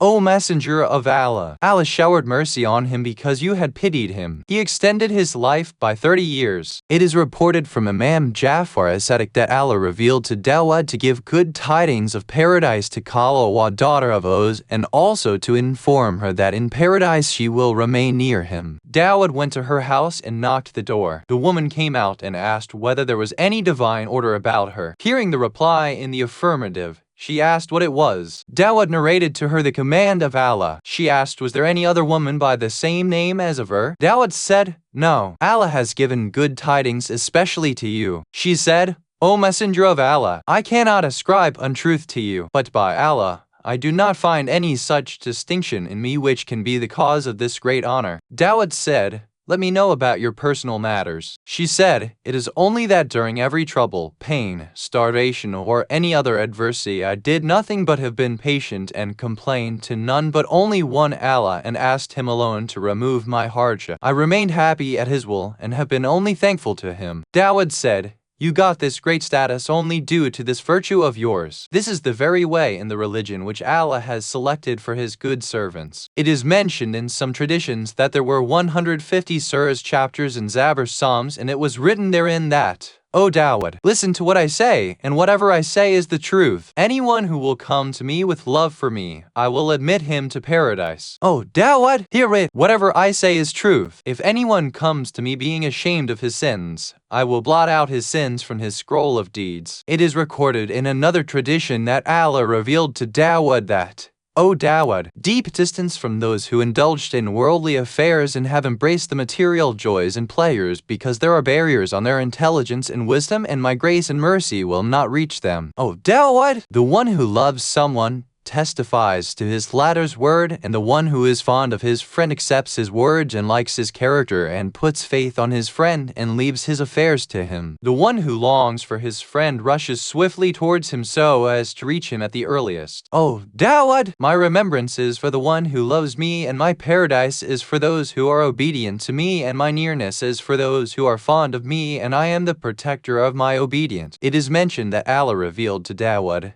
tell to such and such king that I did not give him so that he may go on gathering the worldly wealth and enjoy luxuries by sucking the blood of the poor. Rather, I had given power and kingdom to him so that he may prevent the cries of the oppressed from reaching me, and so that he may help them. Therefore, I have sworn by myself to help the oppressed and to take revenge from the one who oppressed them and also from the one who did not help them. It is narrated that Allah revealed to Dawud, O Dawud, thank me as I should be thanked. Dawud said, my Lord, how can I thank as you deserve to be thanked when my thankfulness is also one of your bounties? Allah said, when you have confessed that it is impossible to thank me as I should be thanked, then in itself is the desired thankfulness. It is mentioned in another narration that one day Dawud went to a forest alone. Allah asked him through revelation, O Dawud, why have you adopted aloofness? He replied, my Lord, my longing to meet you and to worship you overpowered me, and it became a barrier between me and your creation. Allah said, go to my creations. If you will guide even one person to my path, I will record your name in the list of my glorifiers in the preserved tablet. According to another hadith, it is mentioned in the wisdom of Dawud's progeny that it is essential for a wise man to remain mindful on 4 occasions.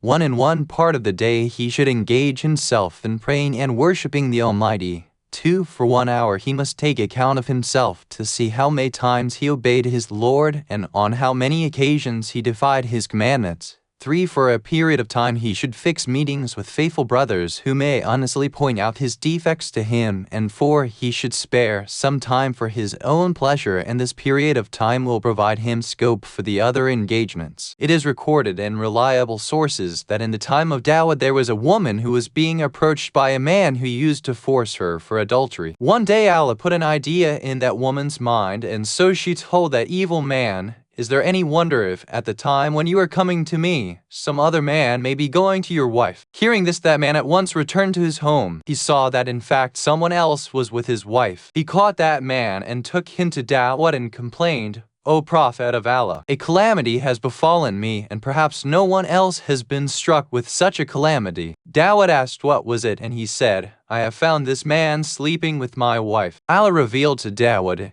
tell him he is getting the recompense of what he himself is doing. It is reported that Imam Ja'far said that Allah sent revelation to Dawud. If any one of my servants took shelter in me to save himself from calamities and relied on none but me for attaining bounds, and as I know that he is true in his claim of relying only on me, then I will fix for him only that which is beneficial to him, even if the earth and heavens and all in them conspire against him, and I will protect him from their evil. And it over to one of the one that he's not only and give anything other than anything just what it is written and because he dies. It is mentioned in another reliable tradition that Imam Ja'far as-Sadiq said, Allah revealed to Dawud, O Dawud, tell the oppressors and the tyrants not to remember me, because I remember a servant who remembers me, and when a tyrant remembers me while torturing others, I curse and condemn him. It is recorded in reliable sources that Imam Al-Baqir said that there was a worshipper in the time of Dawud and he liked his worship. Allah revealed to Dawud, O Dawud, none of this person's deeds should please you, because whatever he does it to show it to others. When he died,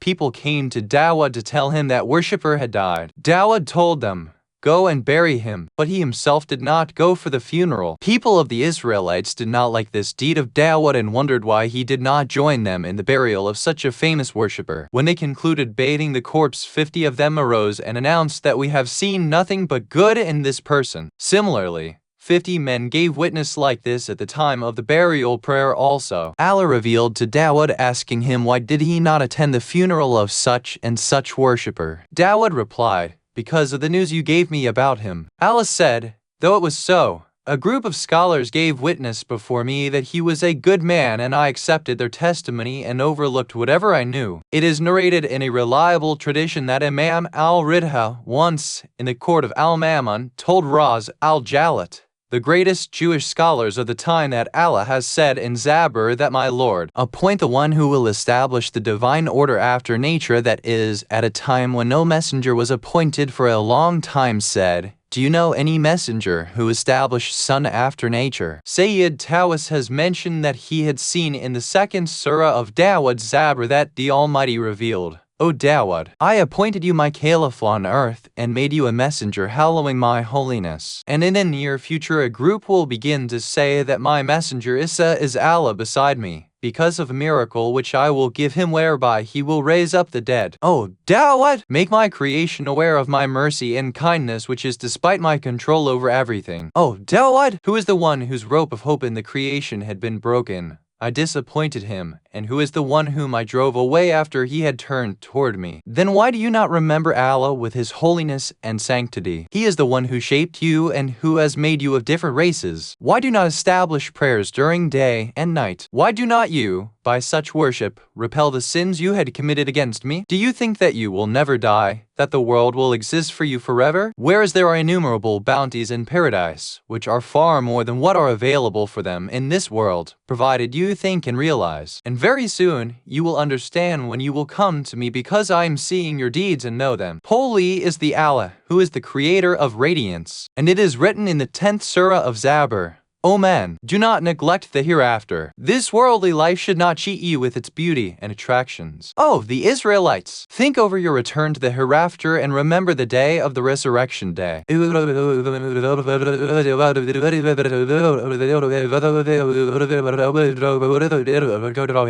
how many promises you give and then act contrary to them, and how many oaths do you break? If you remember the crush of the grave, your talking will decrease, and you will remember me more and will engage in worship more and more. Verily, the real perfection is the perfection in the hereafter, and the worldly perfection is changing and ending. Do you not ponder over the creation of the earth and the heavens and all that I have provided therein, and which are my signs? Do you not think about the things which are warning you? I have kept the birds balanced in the air while they are singing my praise and are turning only toward me for seeking their provision, and I am the forgiver, the merciful, the holy, and the creator of light. Nor. And it is written in the 17th chapter, O Dawud, listen to what I say, and order Suleiman to make people understand that I will give the earth as inheritance to Muhammad and his Ummah followers, and they will be different from what you are. Their prayer will not be musical instruments and songs. So recite my holiness more and weep profusely when you raise the song in my sanctification. O Dawud, tell the Israelites not to hoard illegal wealth, otherwise I will not accept their prayers. Tell, O man, if your father disobeys me, Get away from him and keep aloof even from your brother if he indulges in illegal acts. Describe the story of those two persons to the Israelites who lived in the time of Idris. Time for prayer arrived when they were engaged in trading, selling their goods. One of them said, "I will sell my merchandise after I finish my prayer." Another said, "I will pray after the business deals." So one was engaged in prayer and another in trade. Then by my command, wind,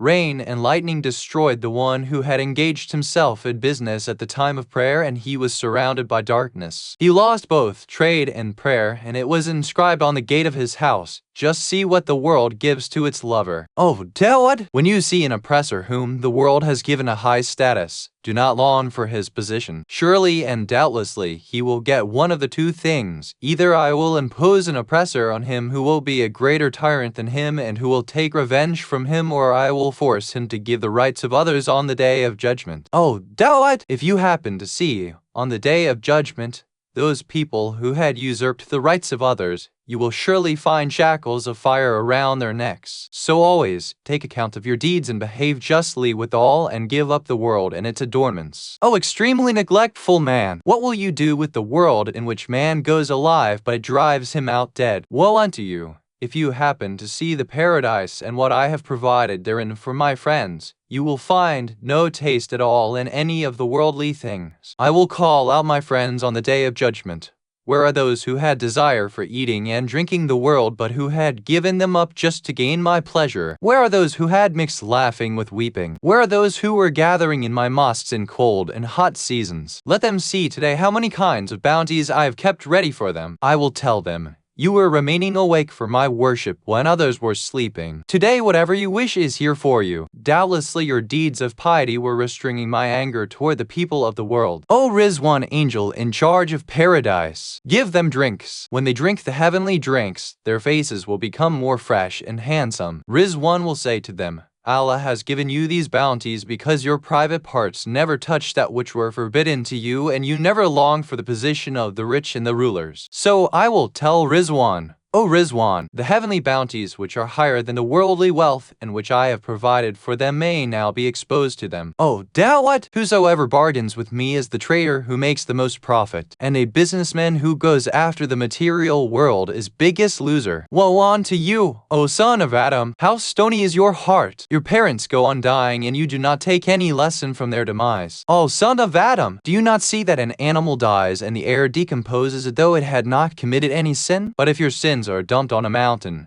they will break it into pieces. Oh, Dawad! I swear by my grace and greatness, nothing is more harmful to you than your wealth and children, and nothing else can make your heart more corrupt. Your noble good deed is high in my sight, and my knowledge has covered everything. Holy is the Lord who has created the light Noor. It is written in the 23rd surah that, O sons of dust and dirty water, and yet most proud people, you lean towards what has been prohibited for you by me. So, had you known where the forbidden leads, you would certainly abhor it. Had you seen the women of paradise fragrant with the heavenly scent, who do not have the humanly discomforts, you would never pay attention to the world. Those women of paradise always remain happy and smiling, and they never get angry or agitated. They are immortal and will never die. Despite being repeatedly deflowered by their husbands, they always remain virgin. They are softer than butter and sweeter than honey. Springs of drink and honey flow before their thrones. Woe unto you who you do not realize the great kingdom and the everlasting bounties and untroubled life and eternal happiness and unending affluence which is with me. Holy is the Lord who is the creator of light Noor, and it is written in the 31st surah of the Psalms, O people, you are mortgaged to death, so do something for your hereafter and purchase it in exchange of this world. Do not be like the group of people who wasted their worldly life in negligence and play. Remember that the one who gives me a loan will get back his capital with much profit, and the one who gives a loan to Satan will find himself near him in hell. What has happened to you that you love the world and get away from truth? Have your imaginations cheated you? What can be the ambition of the one who is created from dust? Oh, son of Adam, you will go to hell if you worship anyone or anything except only one Allah. If you are disgusted with me,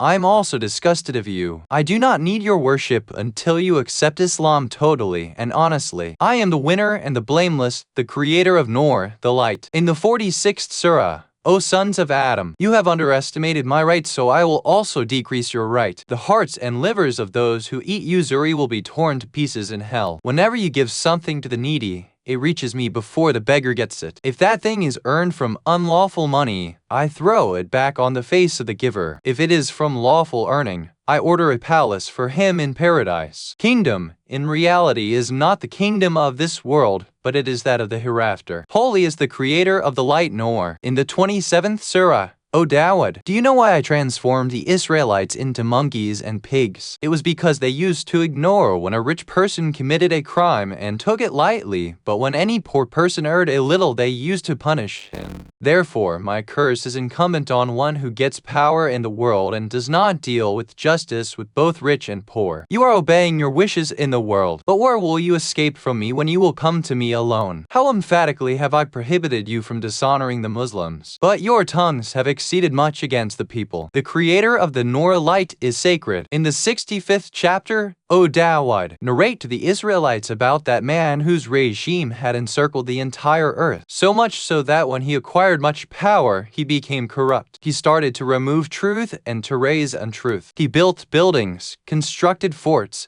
gathered wealth. Then I ordered a wasp which entered his party of entertainment and began to sting his face and body, and his face swelled, his eyes began to bleed, and pus came out from his skin. All of his flesh thinned out and rotted. Nobody was able to approach him due to his stench. He died in the same condition and was buried headless. Were the people to take lesson, nobody would have dared to disobey me. But they are engaged in enjoyment and pastime, so let them remain playing until my command is issued about them. Sacred is the one who created light. But perhaps the basket weaving work might have been prior to that of armor making, the time when iron became soft in him. Some people say that his voice was so attractive that when he was reciting Zabur in his prayer, niche birds were hovering over his head collectively, and forest animals were rushing to him restlessly, passing through people so closely that they could be caught by hand. It is also mentioned in many reliable traditions that he was fasting on one day and breaking the fast on the next day. That is, he fasted every alternate day.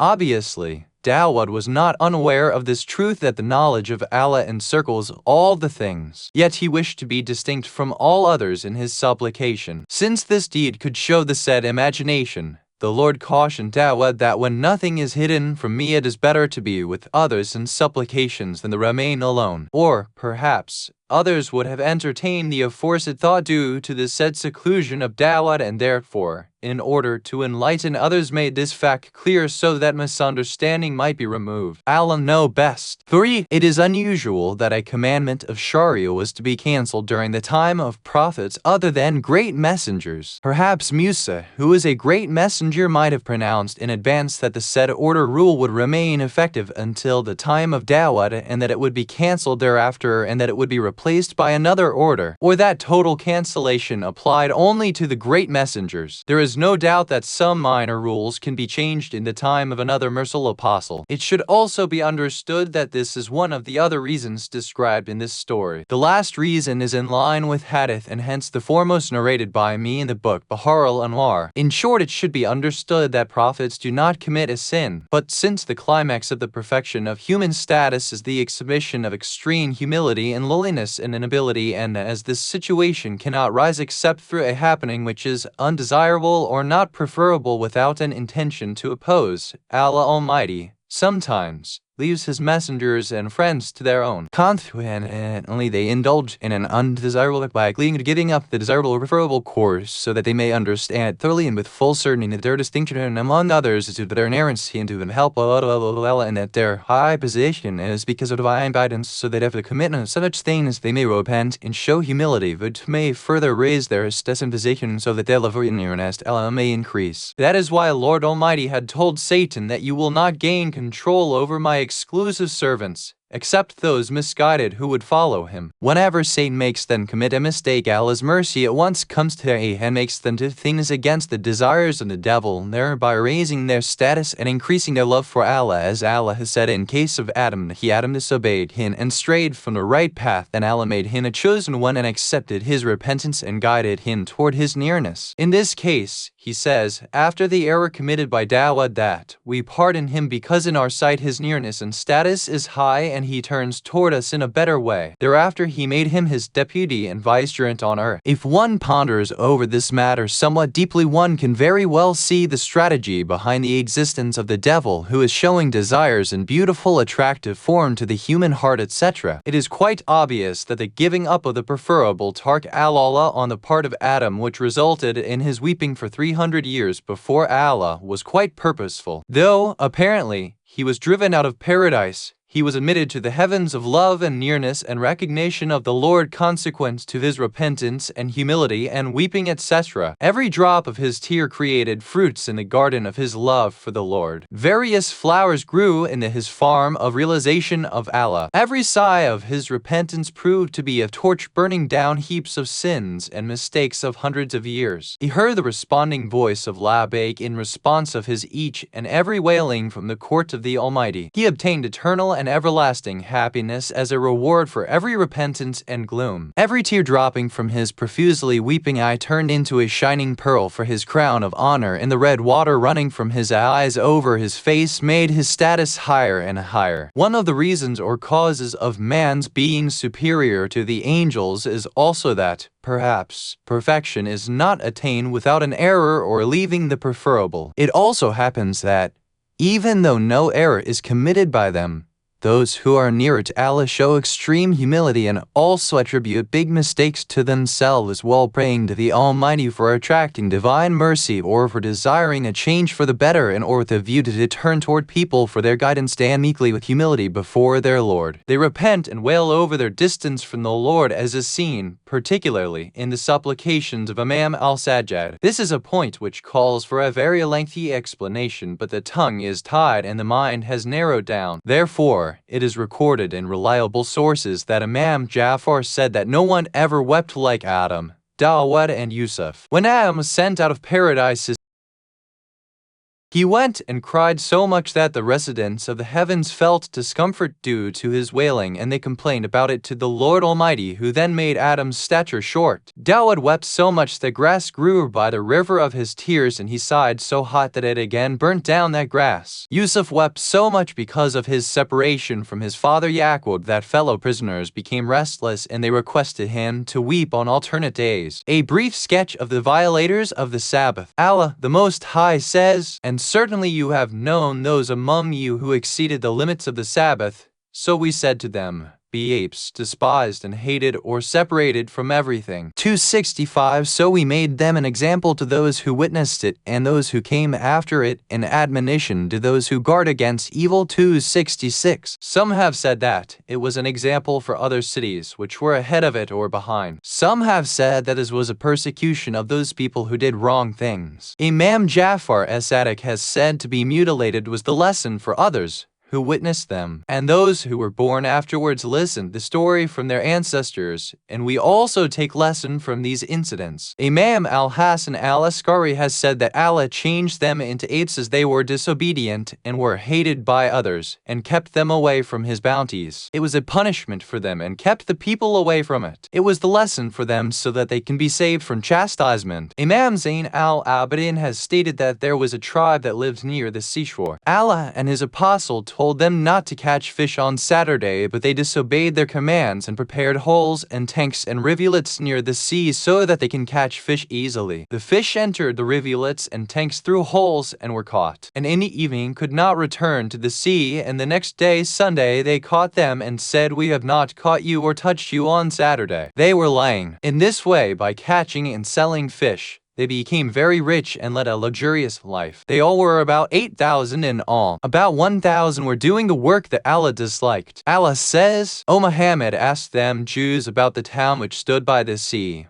when they exceeded the limits of the Sabbath, when their fish came to them on the day of their Sabbath on the surface of the sea, and on the day on which they did not keep the Sabbath, they did not came to them. We try them because they transgressed." 7:163 And when a party of them said, "Why do you admonish a people whom Allah would destroy and whom Allah would chastise with a severe chastisement?" They said, "To be free from blame before your Lord, and that happily they may guard against evil." 7:164 Imam said they were three groups among them. One was disobeying Allah and catching fish. A group prevented them from it, and the third group remained silent. Allah, the Exalted, also said, "So when they neglected what they had been reminded of, we delivered those who forbade evil, and we overtook those who were unjust with an evil chastisement. Therefore, when they revoltingly persisted in what they had been forbidden, we said to them, be as apes, despised and hated." 7:165 10,000 people saw their condition that did not care of Allah's chastisement,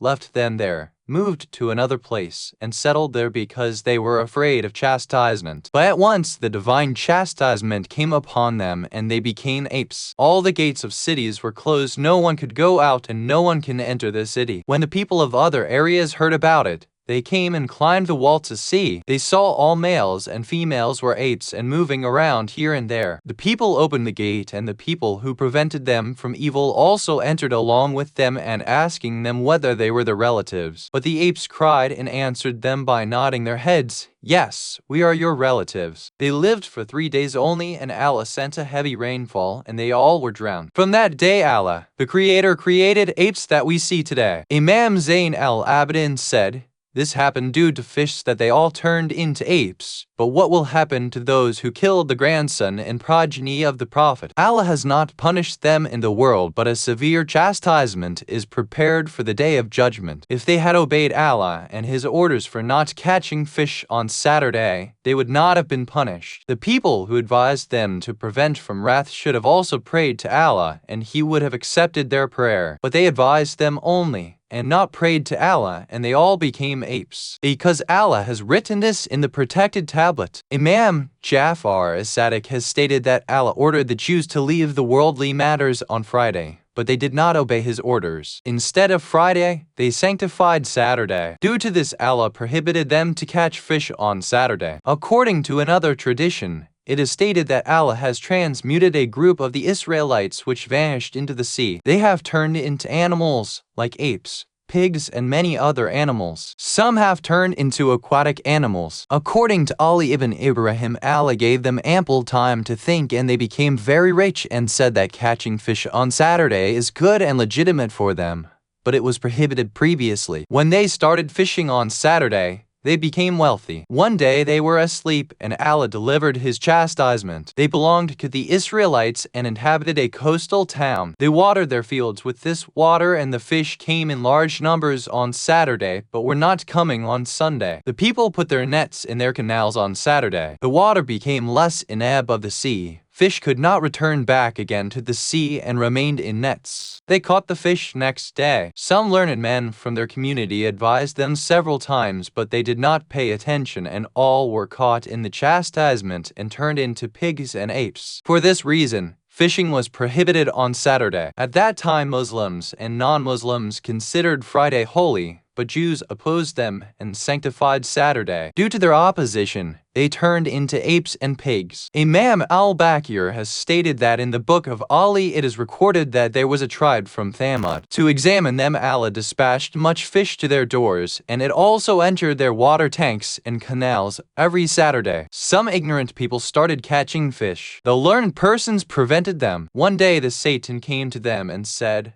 "Allah has not prevented you to eat fish. He has forbidden to catch them on Saturday and eat on Sunday." Due to this, people were divided into 3 groups. The first group said, "We will hunt on Saturday and it is illegal." The second group said, "It is unlawful." And the third group was quiet. They did not say anything and said to the second group not to advise them. Allah would punish them. The people who advised them often decided to leave the city that night, as they were afraid they would also be held along with them in divine chastisement. Therefore, they moved to the forest and passed the night. In the morning, they returned to their own city to find the condition of the offenders. When they reached the gates of the city, they found them closed. They knocked again and again. Instead of humans' voices, they heard the animal sound. They brought a ladder, and a man climbed up to see inside. He saw apes and swine roaming the city. An account of Sulayman. Merits, perfections, and miracles of Sulayman. Allah says, "And we made subservient to Sulayman the wind blowing violent, pursuing its course by His command to the land which we had blessed, and we are knower of all things.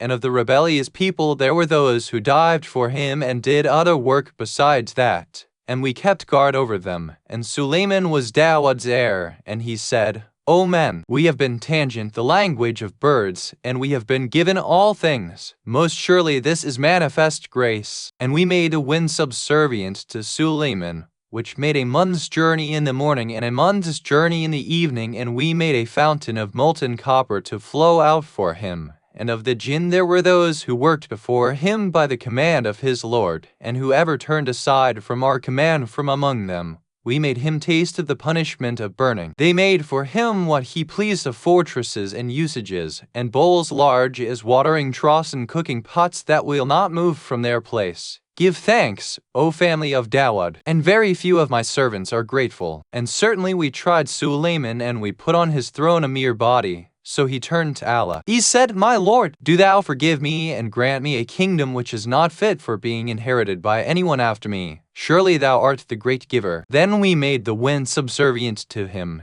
and made his command to run gently wherever he desired, and the shaitans, every builder and liver, and others fettered in chains. This is our free gift. Therefore give freely or withhold, without reckoning. 3834-39 Sheikh Tabarsi has narrated that shaitans had made for Sulayman a 1 parasang long platform of gold and silk, and also made a pulpit in middle of the platform full of gold on which he used to sit, and around him there were 3,000 chairs of gold and silver. In those days, the prophets used to sit on golden chairs and ulama on silver chairs. Around them all humans, shaitans and jinn stood. Birds shaded them with their wings. The breeze Saba carried it according to the capacity in the sky for 1 month from morning to evening, and for another month from every to morning. In another tradition, it is narrated from Imam Muhammad al-Baqir that Allah had given the kingdom to Sulayman from east to west. He ruled for 700 years and 7 months. Every man and jinn, Satan and devil, birds and wild animals were subservient to his command, and Allah had given him knowledge of each and everything. In his times, amazing and wonderful miracles occurred that were etched as in the memory of the people. 1. Sulayman's army was about 100 parasang, 3,500 miles long. 25 parasang were human, 25 parasang jinn, 25 parasang desert animals, 25 parasang birds. 1,000 houses of glass were made above wood, in them 300 wives and 700 slave girls.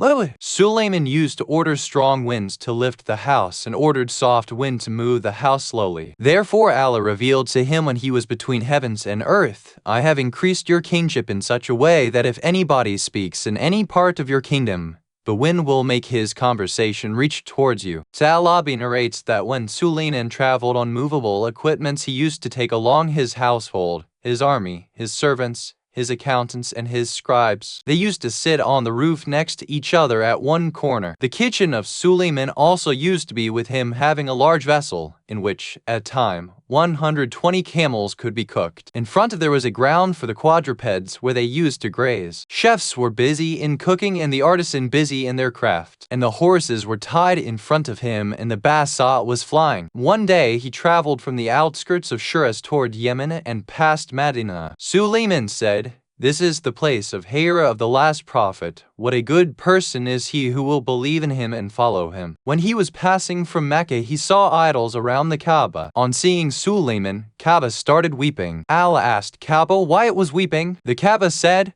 O Creator, one of your prophet and his people passed me. Neither did they stop nor performed prayers near me, and the polytheists have kept idols around me. Allah said, Do not lament. Very soon I will fill your land with worshippers and will reveal Qur'an. And in the last era send a prophet who is above all other prophets. And I will appoint a large group, make Hajj compulsory on them, so that they come toward you from different parts of the world as the birds return to their nests. And in a way that she camel cares for her young one. I will clean and purify you from idols and idol worshippers. It is narrated that when Sulayman became the king after his father, he ordered for a very rare and beautiful throne, so that he sits on it and give judgment, and the false witness and wrongdoer would get scared from coming near it. The throne was made of ivory, and rubies, emeralds, and different types of jewels were fixed on it. 4 golden chandeliers with bunches of red rubies and emeralds were fixed around it, and on 2 of them were fixed 2 golden peacocks. On opposite pair were golden vultures. On both sides 2 golden lions were fixed. On its head was mace of emerald color, and around it was a tree of red grapes and its bunches of red rubies. The branches of grapes shaded the seat. Whenever Suleiman went to sit on the throne, the first step on the stairs made the seat roll out.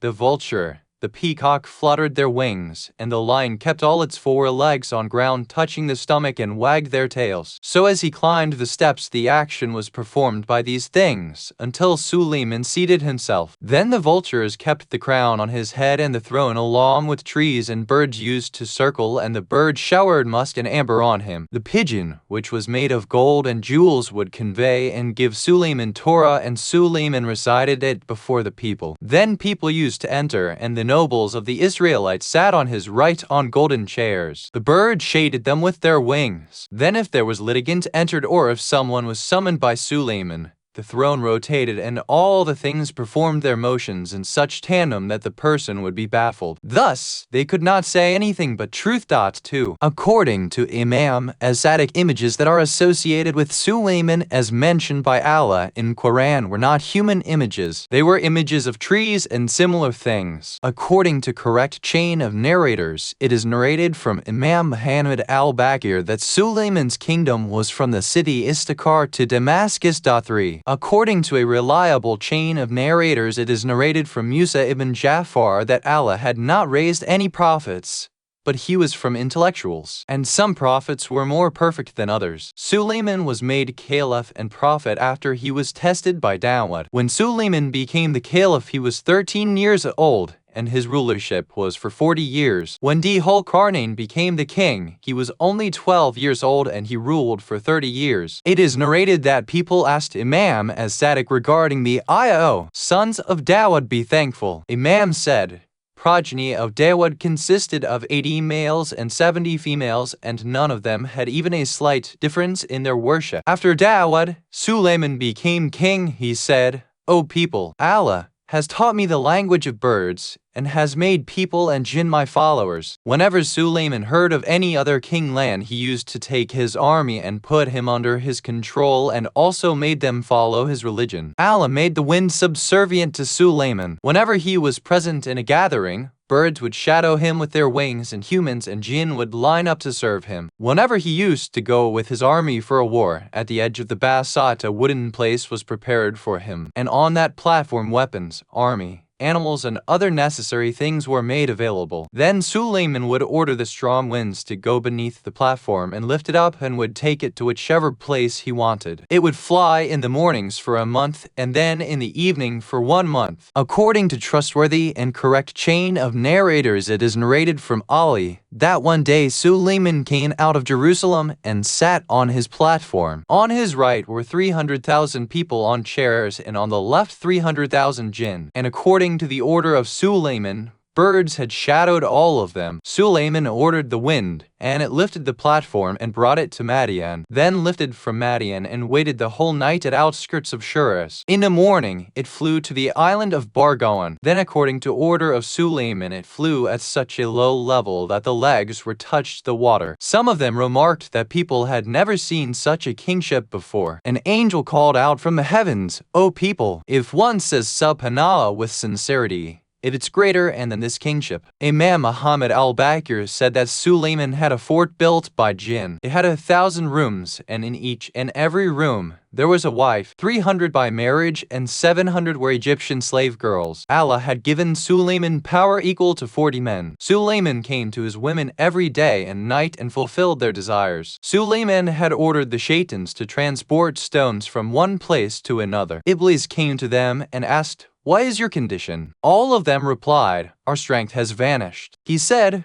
when you carry the stones, do you return back without any load? They said, yes. He said, Then you comfortable at that particular moment. The wind conveyed this conversation to Sulayman. Sulayman ordered when the shaitans carry the stones to the appointed place, they should carry an equal amount of mud from there and put it where they had lifted the stones. Iblis again asked of their condition. They all said that the condition has deteriorated. He asked them, "Do you not sleep at night?" "Why not?" They replied. Iblis said, "Then you are comfortable at night." The wind again carried the conversation to Sulayman. Sulayman said, "Now they should work day and night." In this way, a few years passed, then Sulayman passed away from this world. 4. According to a reliable tradition from Imam al-Ridha, an old woman came to Sulayman and complained about the wind. Sulayman called the wind and asked why it caused harm to this old lady. Wind said, "Allah had ordered me to save the ship from sinking. There was a ship about to sink, so I came up with strength to save the people on the ship. This old woman was on the roof. She fell and broke her hand, so what is my fault?" Sulayman prayed, "O Allah, what judgment shall I pass?" It was revealed, "Order the people of the ship to compensate for this woman, as wind had gone to save them. But from my side there is no injustice inflicted. Therefore, compensation should be from the side of the people of the ship. 5. It is narrated from Imam as-Sadiq that Sulayman, due to worldly kingship as per his wish, will be the last among prophets to enter heaven. In another reliable tradition, it is said that the first person who weaved the cloth of Kaaba was Sulayman. Sulayman with human, jinn, and birds along with wind went for Hajj. At that time, the cloth was Egyptian, and in one tradition, it is explained that Sulayman was born circumcised. 6. Sulayman's ring had the following inscription: "Purified is the Lord, who has controlled the jinn with his words." In another reliable tradition, it is narrated from Imam Muhammad al-Baqir that one night Ali, after sleeping for some time, woke up and came out in the courtyard of his house and said, "Your Imam has come to you wearing the dress of Adam, ring of Sulayman, and holding the staff of Musa." It is narrated that one day Sulayman with his grandeur and dignity passed by a worshipper of the Israelites. The worshipper said, "O son of Dawah, I swear by Allah, Allah has given you this kingship." The wind took the conversation to Sulayman. Sulayman replied, "I swear by Allah, one action of a believer, a word subhan Allah, and its reward is much better than the kingship of the son of Dawud, because whatever is given to him will one day be useless, and the reward of this tasbih will remain forever." It is narrated that every morning Sulayman used to pass by rich people, and when he was passing by poor, he used to sit down with them and say, "One needy is sitting with another needy person." Although he was a king, he wore a soft dress and at night tied his hand to his neck and stand like this until morning, weeping. He used to weave baskets and sell in the market, and by that he earned his livelihood. He had asked for kingship so that he may conquer the kings of the world and bring them into the fold of Islam and make them obedient toward Allah. According to reliable chain of narrators, it is narrated that a person came to Imam Muhammad al-Taqi and said, "People talk about your age and say how a child of 9 years can become an imam." Imam said, Allah revealed to Dawud to make Sulayman his caliph, and Sulayman was a child and a shepherd. Sulayman became a caliph, but intellectuals and common people of the Israelites did not accept him. Then it was revealed to Dawud to collect the branches of Sulayman and others in a room and ask them to lock the room. And you also put a lock. Next day you open and see the which has a leaflet. That person will be my caliph. When Dawud informed them of divine command, they were happy with this judgment and worked out accordingly. Then a leaflet was found on the staff of Sulayman. Then they accepted the successorship of Sulayman and became obedient to him. In a reliable tradition, it is narrated that a person asked Imam Ja'far as-Sadiq how shaitans go towards heavens although they are creatures and unclean like humans. And if they are not so, how did they work for Sulayman and worked harder than human could? Imam said, the body of shaitans are pure and their food is air, and due to this they move towards heavens, but when Allah made them obedient to Sulayman, he made their body pure, full of matter and fat, so that they are able to work.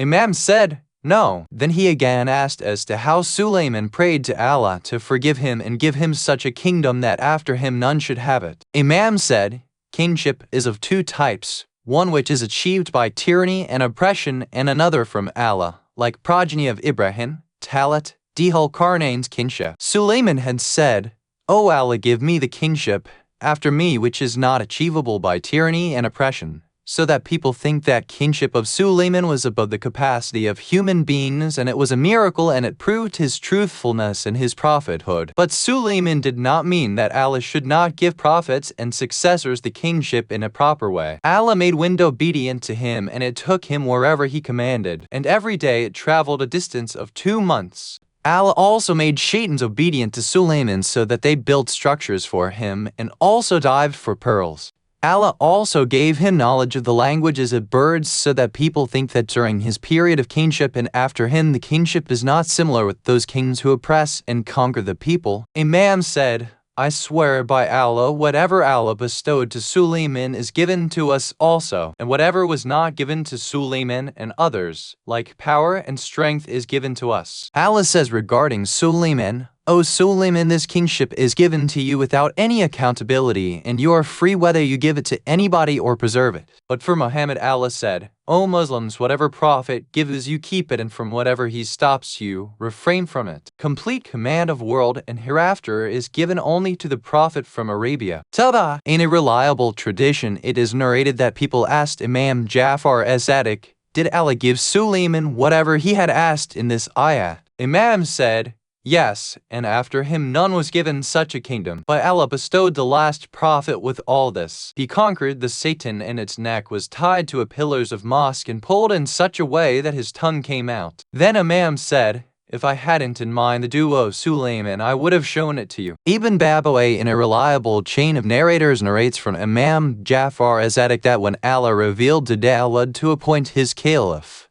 the people of the Israelites created hue and cry and said, how could a child become our caliph although we are much older than him? When Dawud heard this, he called the chief of the Israelites and said, I am aware of whatever you say regarding the successorship of Suleiman. You all bring your sticks, and everyone should write their names on their sticks. We will keep the sticks along with the staff of Suleiman at night in our room. In the morning, we will take them out. Whosoever's staff has a leaflet and a flower will be rightful for successorship. The people agreed, and sticks were kept in a room, and the Israelites guarded it. In the morning, Dawud finished his prayers, opened the door, and took out sticks. The Israelites saw that Suleiman's staff had a green leaflet, and so they were content with his successorship. Then Dawud examined Suleiman before the Israelites. He asked, O son, what is it that is very cold and sweet? Suleiman said, Allah, who forgives the sins of his servants and people, overlooking each other's mistake and crimes. Again Dawud asked, O son, what is most sweet? He replied,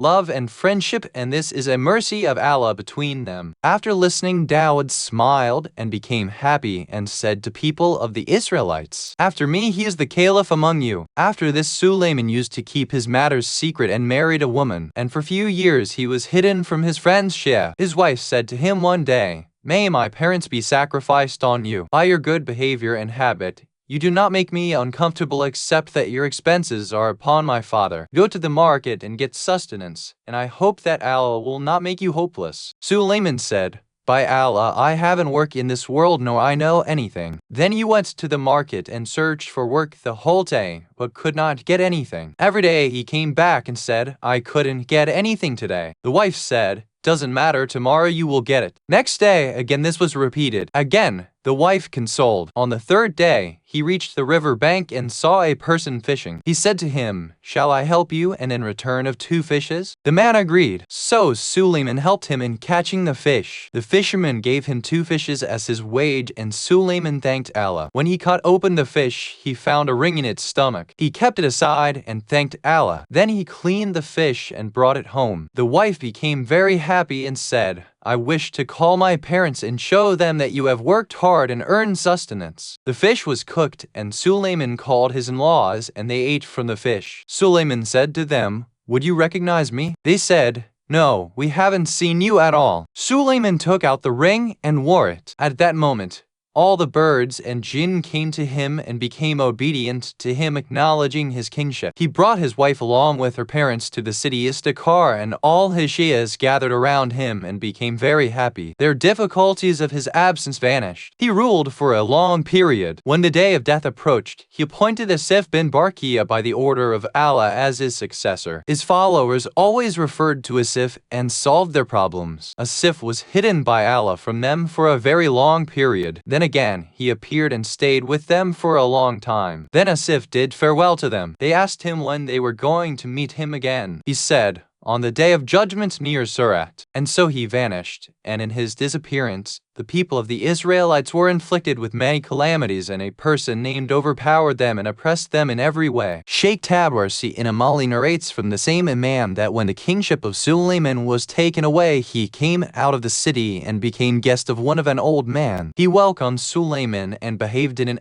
excellent manner with him and also respected him a lot. Then he married his daughter to Sulayman. One day his wife said to Sulayman, "Your behavior and morals are so high, but only thing is that your expenses are upon my father." Sulayman thought of it, and one day he reached the river and helped a fisherman. The fisherman gave him a fish, and he found the ring in it, and again he regained his throne. It should be clear that there is a great differences between Shia and Sunni in this regard. Allah says in Qur'an, "And we gave to Dawud Sulayman, most excellent the servant. Surely he was frequent in returning to Allah. When there were brought to him in the evening horses still when standing, swift when running." 3830-31. It is narrated that Sulayman received 1,000 horses from Dawud in legacy. Some say they were domesticated horses that were taken out from river for Sulayman. Then he said, "Surely I preferred the good things to the remembrance of my Lord." Until the sun set and time for Asr prayer was over, he said, "Bring them back to me."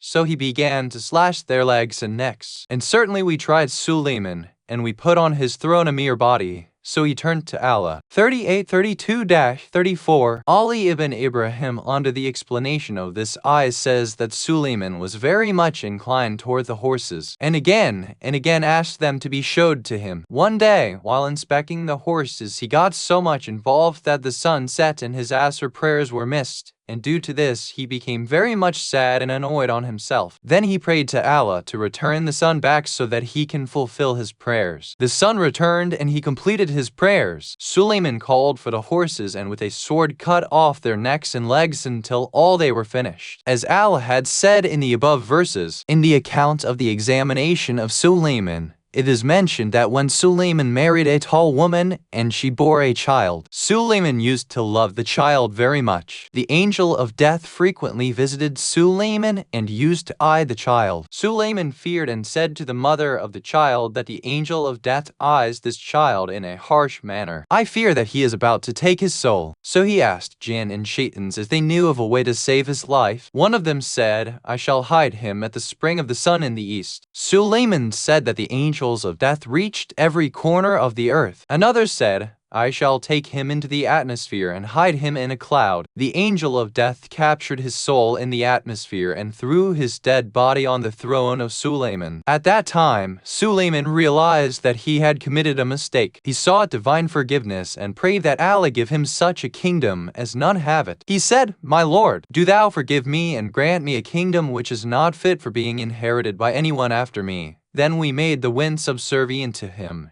It made his command to run gently wherever he desired, and the shaitans, every builder and diver, and others fettered in chains. This is our free gift.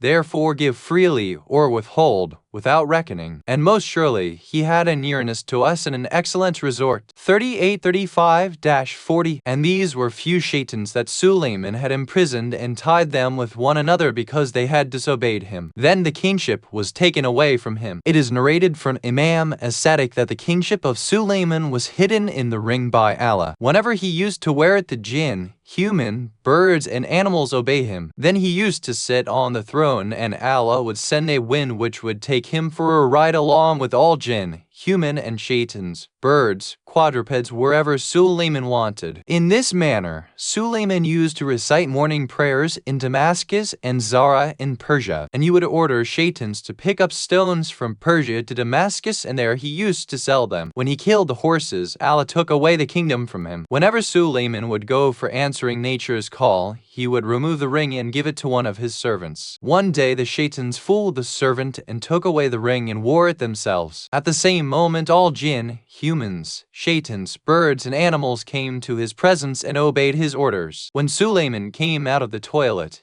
he could not find his ring and saw that the kingship was taken away. So he left that place and came at the shore of the river. People of the Israelites saw the behavior of Satan, which was different from Suleiman, but he had changed his face to Suleiman's face and was also claiming to be Suleiman and had a doubt. And people came to the mother of Suleiman and said, "Do you observe the behavior of your son, how he had changed?" She said, "He was very good and very obedient to me, but now he opposes me." Then they asked the wives and slave girls of Suleiman. They said Suleiman never fulfilled his desire when they were in menstruation. Now he did so. So the Satan was frightened and said to him, "It should not happen that the secret become apparent and I get caught." So he threw the ring into the river and ran away. Allah commanded a fish to swallow the ring. People of the Israelites were anxious for 40 days and were searching for Suleiman. Suleiman walked to the shore seeking Allah's forgiveness. After 40 days, he met a fisherman and they agreed that if he helped him in fishing, he would be paid. So he started fishing with the fisherman. He gave a fish to Suleiman. When he cut open the fish, he found the ring inside. He took it out and wore it. At that moment, all shaitans, jinn, human, etc. came together. So Suleiman sat in his palace and caught the Satan along with his army and imprisoned them. From them few were imprisoned between water and some between stone in the name of Allah. And they all will be imprisoned like this and chastised until day of judgment when Suleiman came back to his kingdom. He reprimanded Asif bin Baqir, his prime minister, and in whose favor Allah has said in the book that some knowledge is given to him. And he had also brought the throne of Bilqis with a blink of an eyelid in front of Suleiman. Suleiman said to him, "I consider people helpless because they did not understand Satan, whereas how come I forgive you because you knew and recognized Satan?" Asif replied, "I swear by Allah, I know the fish which had swallowed your ring and all its ancestors, but it was Allah's order. The Satan told me to write as I wrote for you, but I said my pen shall not write anything unjust, so he told him to sit quiet. I therefore kept quiet. But O Suleiman, why do you befriend the hoopoe, although it is a wretched and smelly bird?" Suleiman said, "Because it sees water beneath a stone, but a trap under a handful of dust is not seen by it and it gets trapped. Whenever any affair is destined, you become blind." The tradition of Ali ibn Ibrahim ends. Sunnis narrate that there is a city is in the middle of the sea. Suleiman arrived with his army is on the wind to this city. He conquered that city and killed the king. He had a daughter, very beautiful and glamorous, and her name was Kabrawa. He made her a Muslim and married her. Suleiman loved her very much. Kabrawa wept for her father much, so Suleiman ordered Satan to make an image of her father. Kabrawa made different kind of dress for her father's image. Every morning and evening, she took along with her maids, and they all prostrated in front of the image. Asif informed Suleiman regarding this. Suleiman broke the idol and punished that woman. Then he sat on ground and started weeping. Suleiman had a slave girl, Amina. Whenever he went to toilet, took off the ring and handed it over to her. One day when he went to Satan, the leader of the Shaitans of sea, came with the face of Suleiman and took the ring from her and went and sat on the throne. All jinn, humans, and animals obeyed him. Suleiman's face was changed. When he came to Amina and asked for the ring, she did not recognize him and scolded him and pushed him away. Suleiman thought that it is due to the sin which was performed in his house by his wife idol worship. Suleiman went to his slave girls and wife, but they did not recognize him and pushed him away. Suleiman came out and went toward the sea and started working with a fisherman on daily wages. He used to carry fish to their houses, and in return he get 2 fishes every day. 40 days passed, which was equivalent to 40 days of idol worship in his house. When Asif and people of the Israelites saw the manner of Satan different from the behavior of Suleiman, they asked the wives. They said that he was coming to them even in their periods and not even performed ghusl afterwards. Some said that the order of Satan was accomplished by others except the wives. He could not control the wives. Afterwards the Satan threw the ring into the river, and it was found by Suleiman in the fish. He wore it, and once again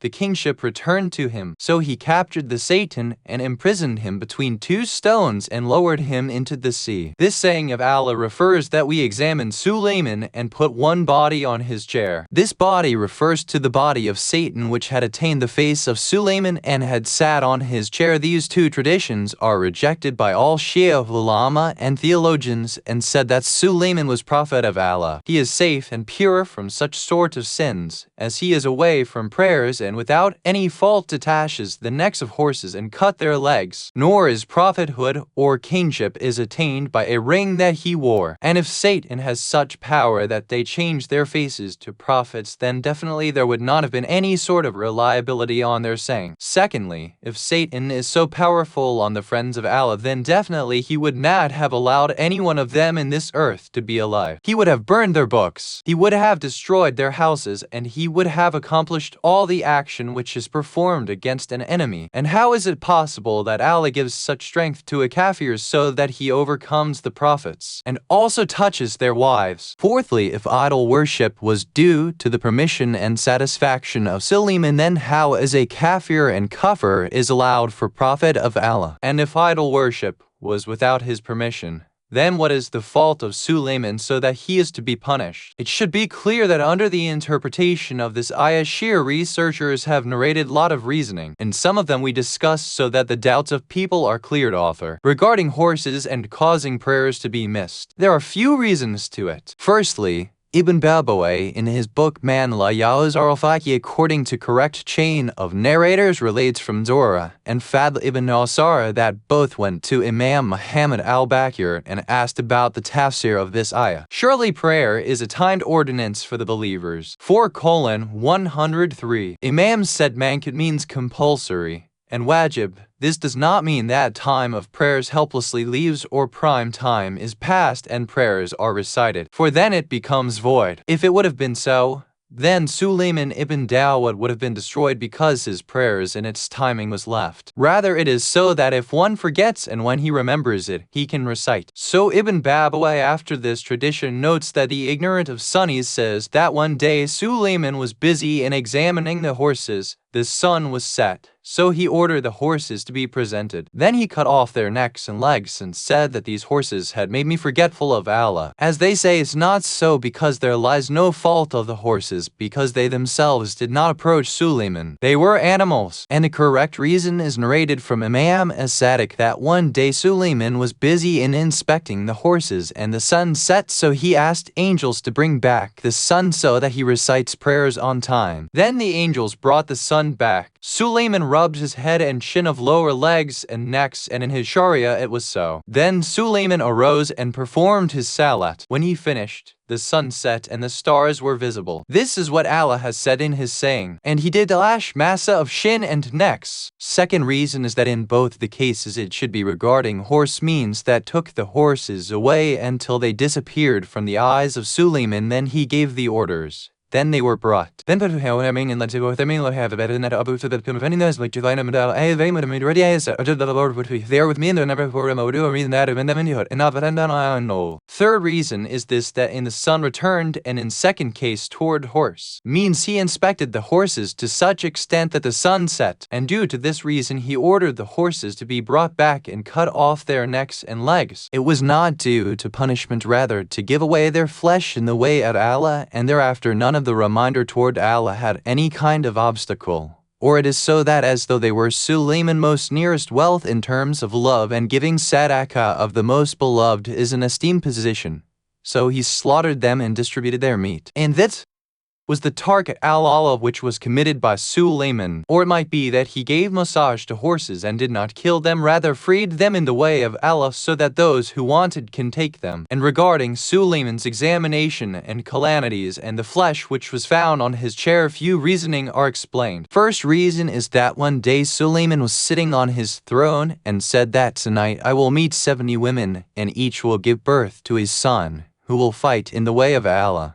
But he did not say Inshallah, and due to this except one woman who became pregnant, none gave birth to son, and he was too deformed. That son was brought and kept on his throne. At that particular moment, Suleiman thought, and it is so because he has done Tark al-Allah and had not said Inshallah, and so he went to his Lord and repented and started seeking forgiveness. Second reason is this, that when a son of Suleiman was born, jinn and shaitans decided that if he lives he will take from them hard work like Suleiman. So Suleiman was frightened that someone might torture him, so he left him at a place where he was fed and received training. But one day he found him dead on his throne, and so he got reprimanded that it is of no use to run from destiny, and he has to face it. So he repented and was ashamed why he had not believed in Allah and was frightened from shaitans. Thirdly, Suleiman suffered from a severe disease and he fell down from the throne, as if there wasn't any soul in his body. So he prayed and cried that Allah cure him. There are those reasoning that Shia Ulama and others have narrated under the interpretation of this ayah, and whatever was explained by Ali ibn Ibrahim was rejected. And the first two tradition which Ibn Babawai and Sheikh al-Tusi have narrated do not mention betrayal of Satan. It is possible that by such examination Allah promised the nation of Suleiman and himself, which Suleiman had been punished as the act he performed and due to which for a certain period his kingship was taken away and he had disappeared from his nation. And again by the order of Allah he returned, as mentioned earlier that many prophets had disappeared from their nation and returned later. The ring was not the cause for kingship. Except Allah, none knows as he is having knowledge of it. Suleiman passes through the valley of ants. Miracles of Suleiman related to animals and birds. Allah says in Qur'an, and his hosts of the jinn and the men and the birds were gathered to him, and they were formed into groups, until when they came to the valley of the Naml, a Namlite said,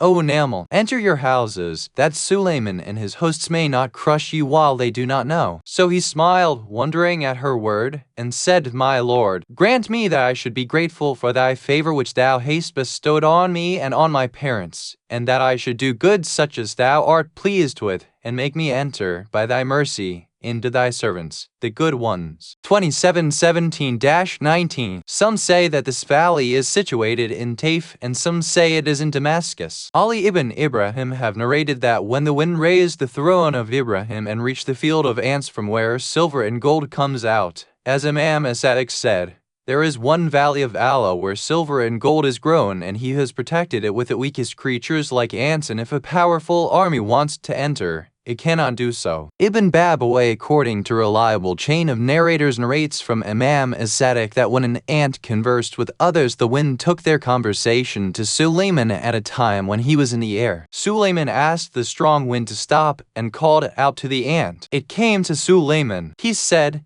Don't you know that I am prophet of Allah, and I do not oppress anybody? Ant said, Yes, I know. Suleiman said, Then why did you scare others from me and ordered them to enter their holes? Ant said, I was scared that when their vision falls on you, they will become fascinated at the beauty of this world and will be away from Allah. The ant asked Suleiman, Who is more honorable, you or your father, Dawud? Suleiman said, My father is much more esteemed and honorable than me. Ant said, Then why is it so that your name has one more alphabet than your father's name? Suleiman said, I don't know. Then the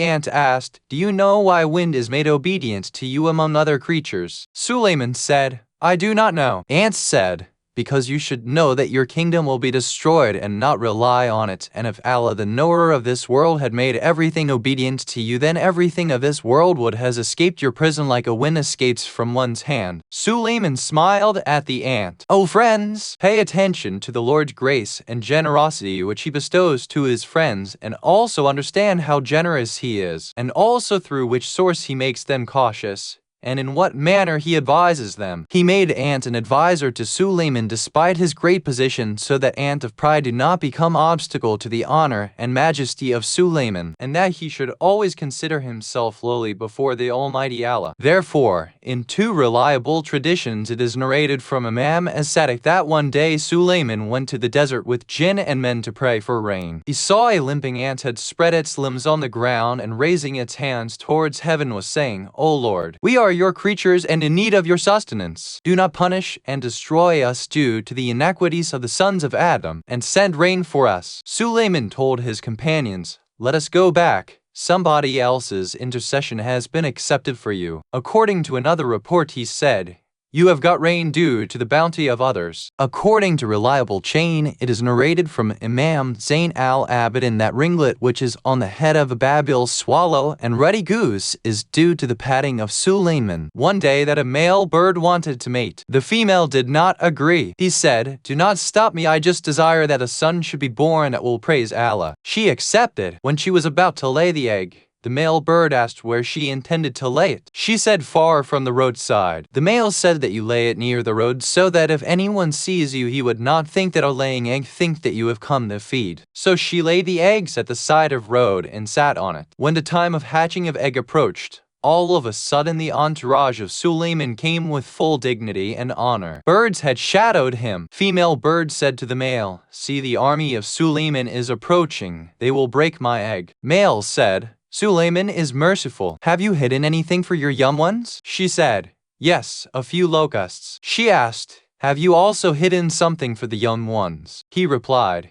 "Yes, few dates which I have saved from you." The female replied, "You take your dates and I will take locust and then sit on the way of Sulayman and offer him these things as gift because he likes locust much." They reached with their gifts. When Sulayman saw them, he stretched his right hand where male perched and on the left perched the female, asked them of their condition and they replied. Then he accepted their gifts and turned the army to another side of the road so that no harm may come to their eggs. Then he softly patted their head and by its bounty there appeared a ringlet. In another tradition, it is said that daily expenses of Sulayman were 70 million. One day an aquatic animal emerged from the water and said, "O Sulayman, feed me one day." Sulayman ordered, and 1 month's provision of the army was collected at the shore, which was as high as a mountain. The fish took out her head and gulped all the food at once, and said, "O Sulayman, this much is not sufficient even for a day." Sulayman was surprised and asked, "Are there other animals in the sea like you?" She replied,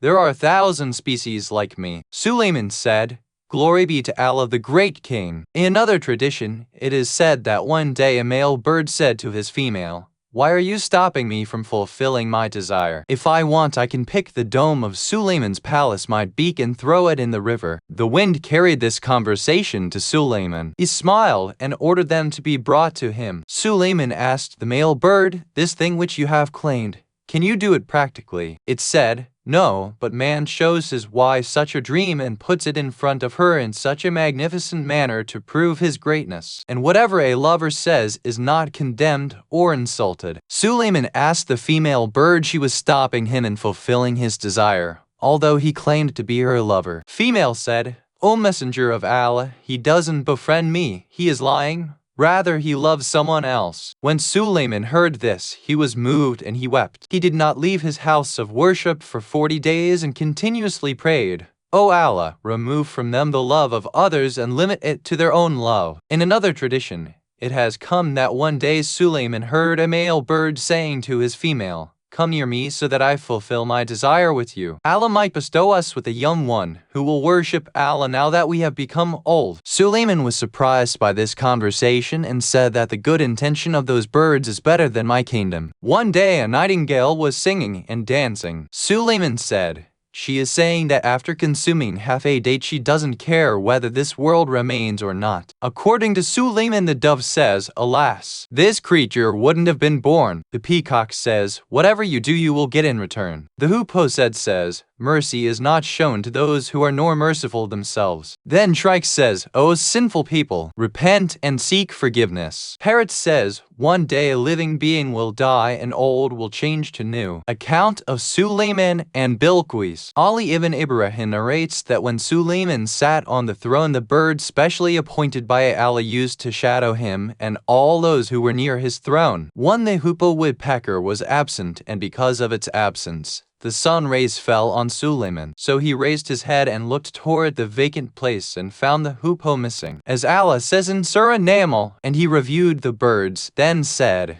"How is it I see not the hoopoe, or is it that he is of the absentees? I will most certainly punish him with a severe punishment, or kill him, or he shall bring to me a clear plea." And he tarried not long, and then said, "I comprehend that which you do not comprehend, and I have brought to you sure information from Sheba. Surely, I found a woman ruling over them, and she has been given abundance and she has a mighty throne. I found her and her people adoring the sun instead of Allah. and the Satan has made their deeds fair seeming to them, and thus turned them from the way, so they do not go aright, that they do not make obeisance to Allah, who brings forth what is hidden in the heavens and the earth, and knows what you hide and what you make manifest. Allah, there is no Allah but He is the Lord of mighty power. He said, we will see whether you have told the truth or whether you are of the liars. Take this my letter and hand it over to them. Then turn away from them and see what answer they return. 27:20-27. Ali ibn Ibrahim narrates that the Hoopoe said that Bilqis, the queen of Saba, is sitting on a big throne, and I cannot reach the throne. Sulayman said that you throw this letter from the top of the tomb. The Hoopoe returned, and through the chandeliers of the Bilqis dropped the letter on her lap. She read the letter and was frightened and collected the chief of the army as Allah has said. She said, O chief, surely an honorable letter has been delivered to me. 27:29. According to Ali ibn Ibrahim, it was sealed letter. It is narrated from Imam as-Sadiq that it is the greatness of Sulayman's letter that it always bore his seal. So Bilqis said, surely it is from Sulayman, and surely it is in the name of Allah, the Beneficent, the Merciful, that exalt not yourselves against me and come to me in submission. She said, O chiefs, give me advice respecting my affair. I never decide an affair until you are in my presence. They said, we possess strength and mighty prowess, and the command is yours. Therefore see what you will command. 27:30-35. Sheikh al-Tusi narrates that the army chiefs of Bilqis were 312 in numbers, with whom she sought advice, and every chief had 1,000 men under him. She said, surely the kings, when they enter a town, ruin it and make the noblest of its people to be low,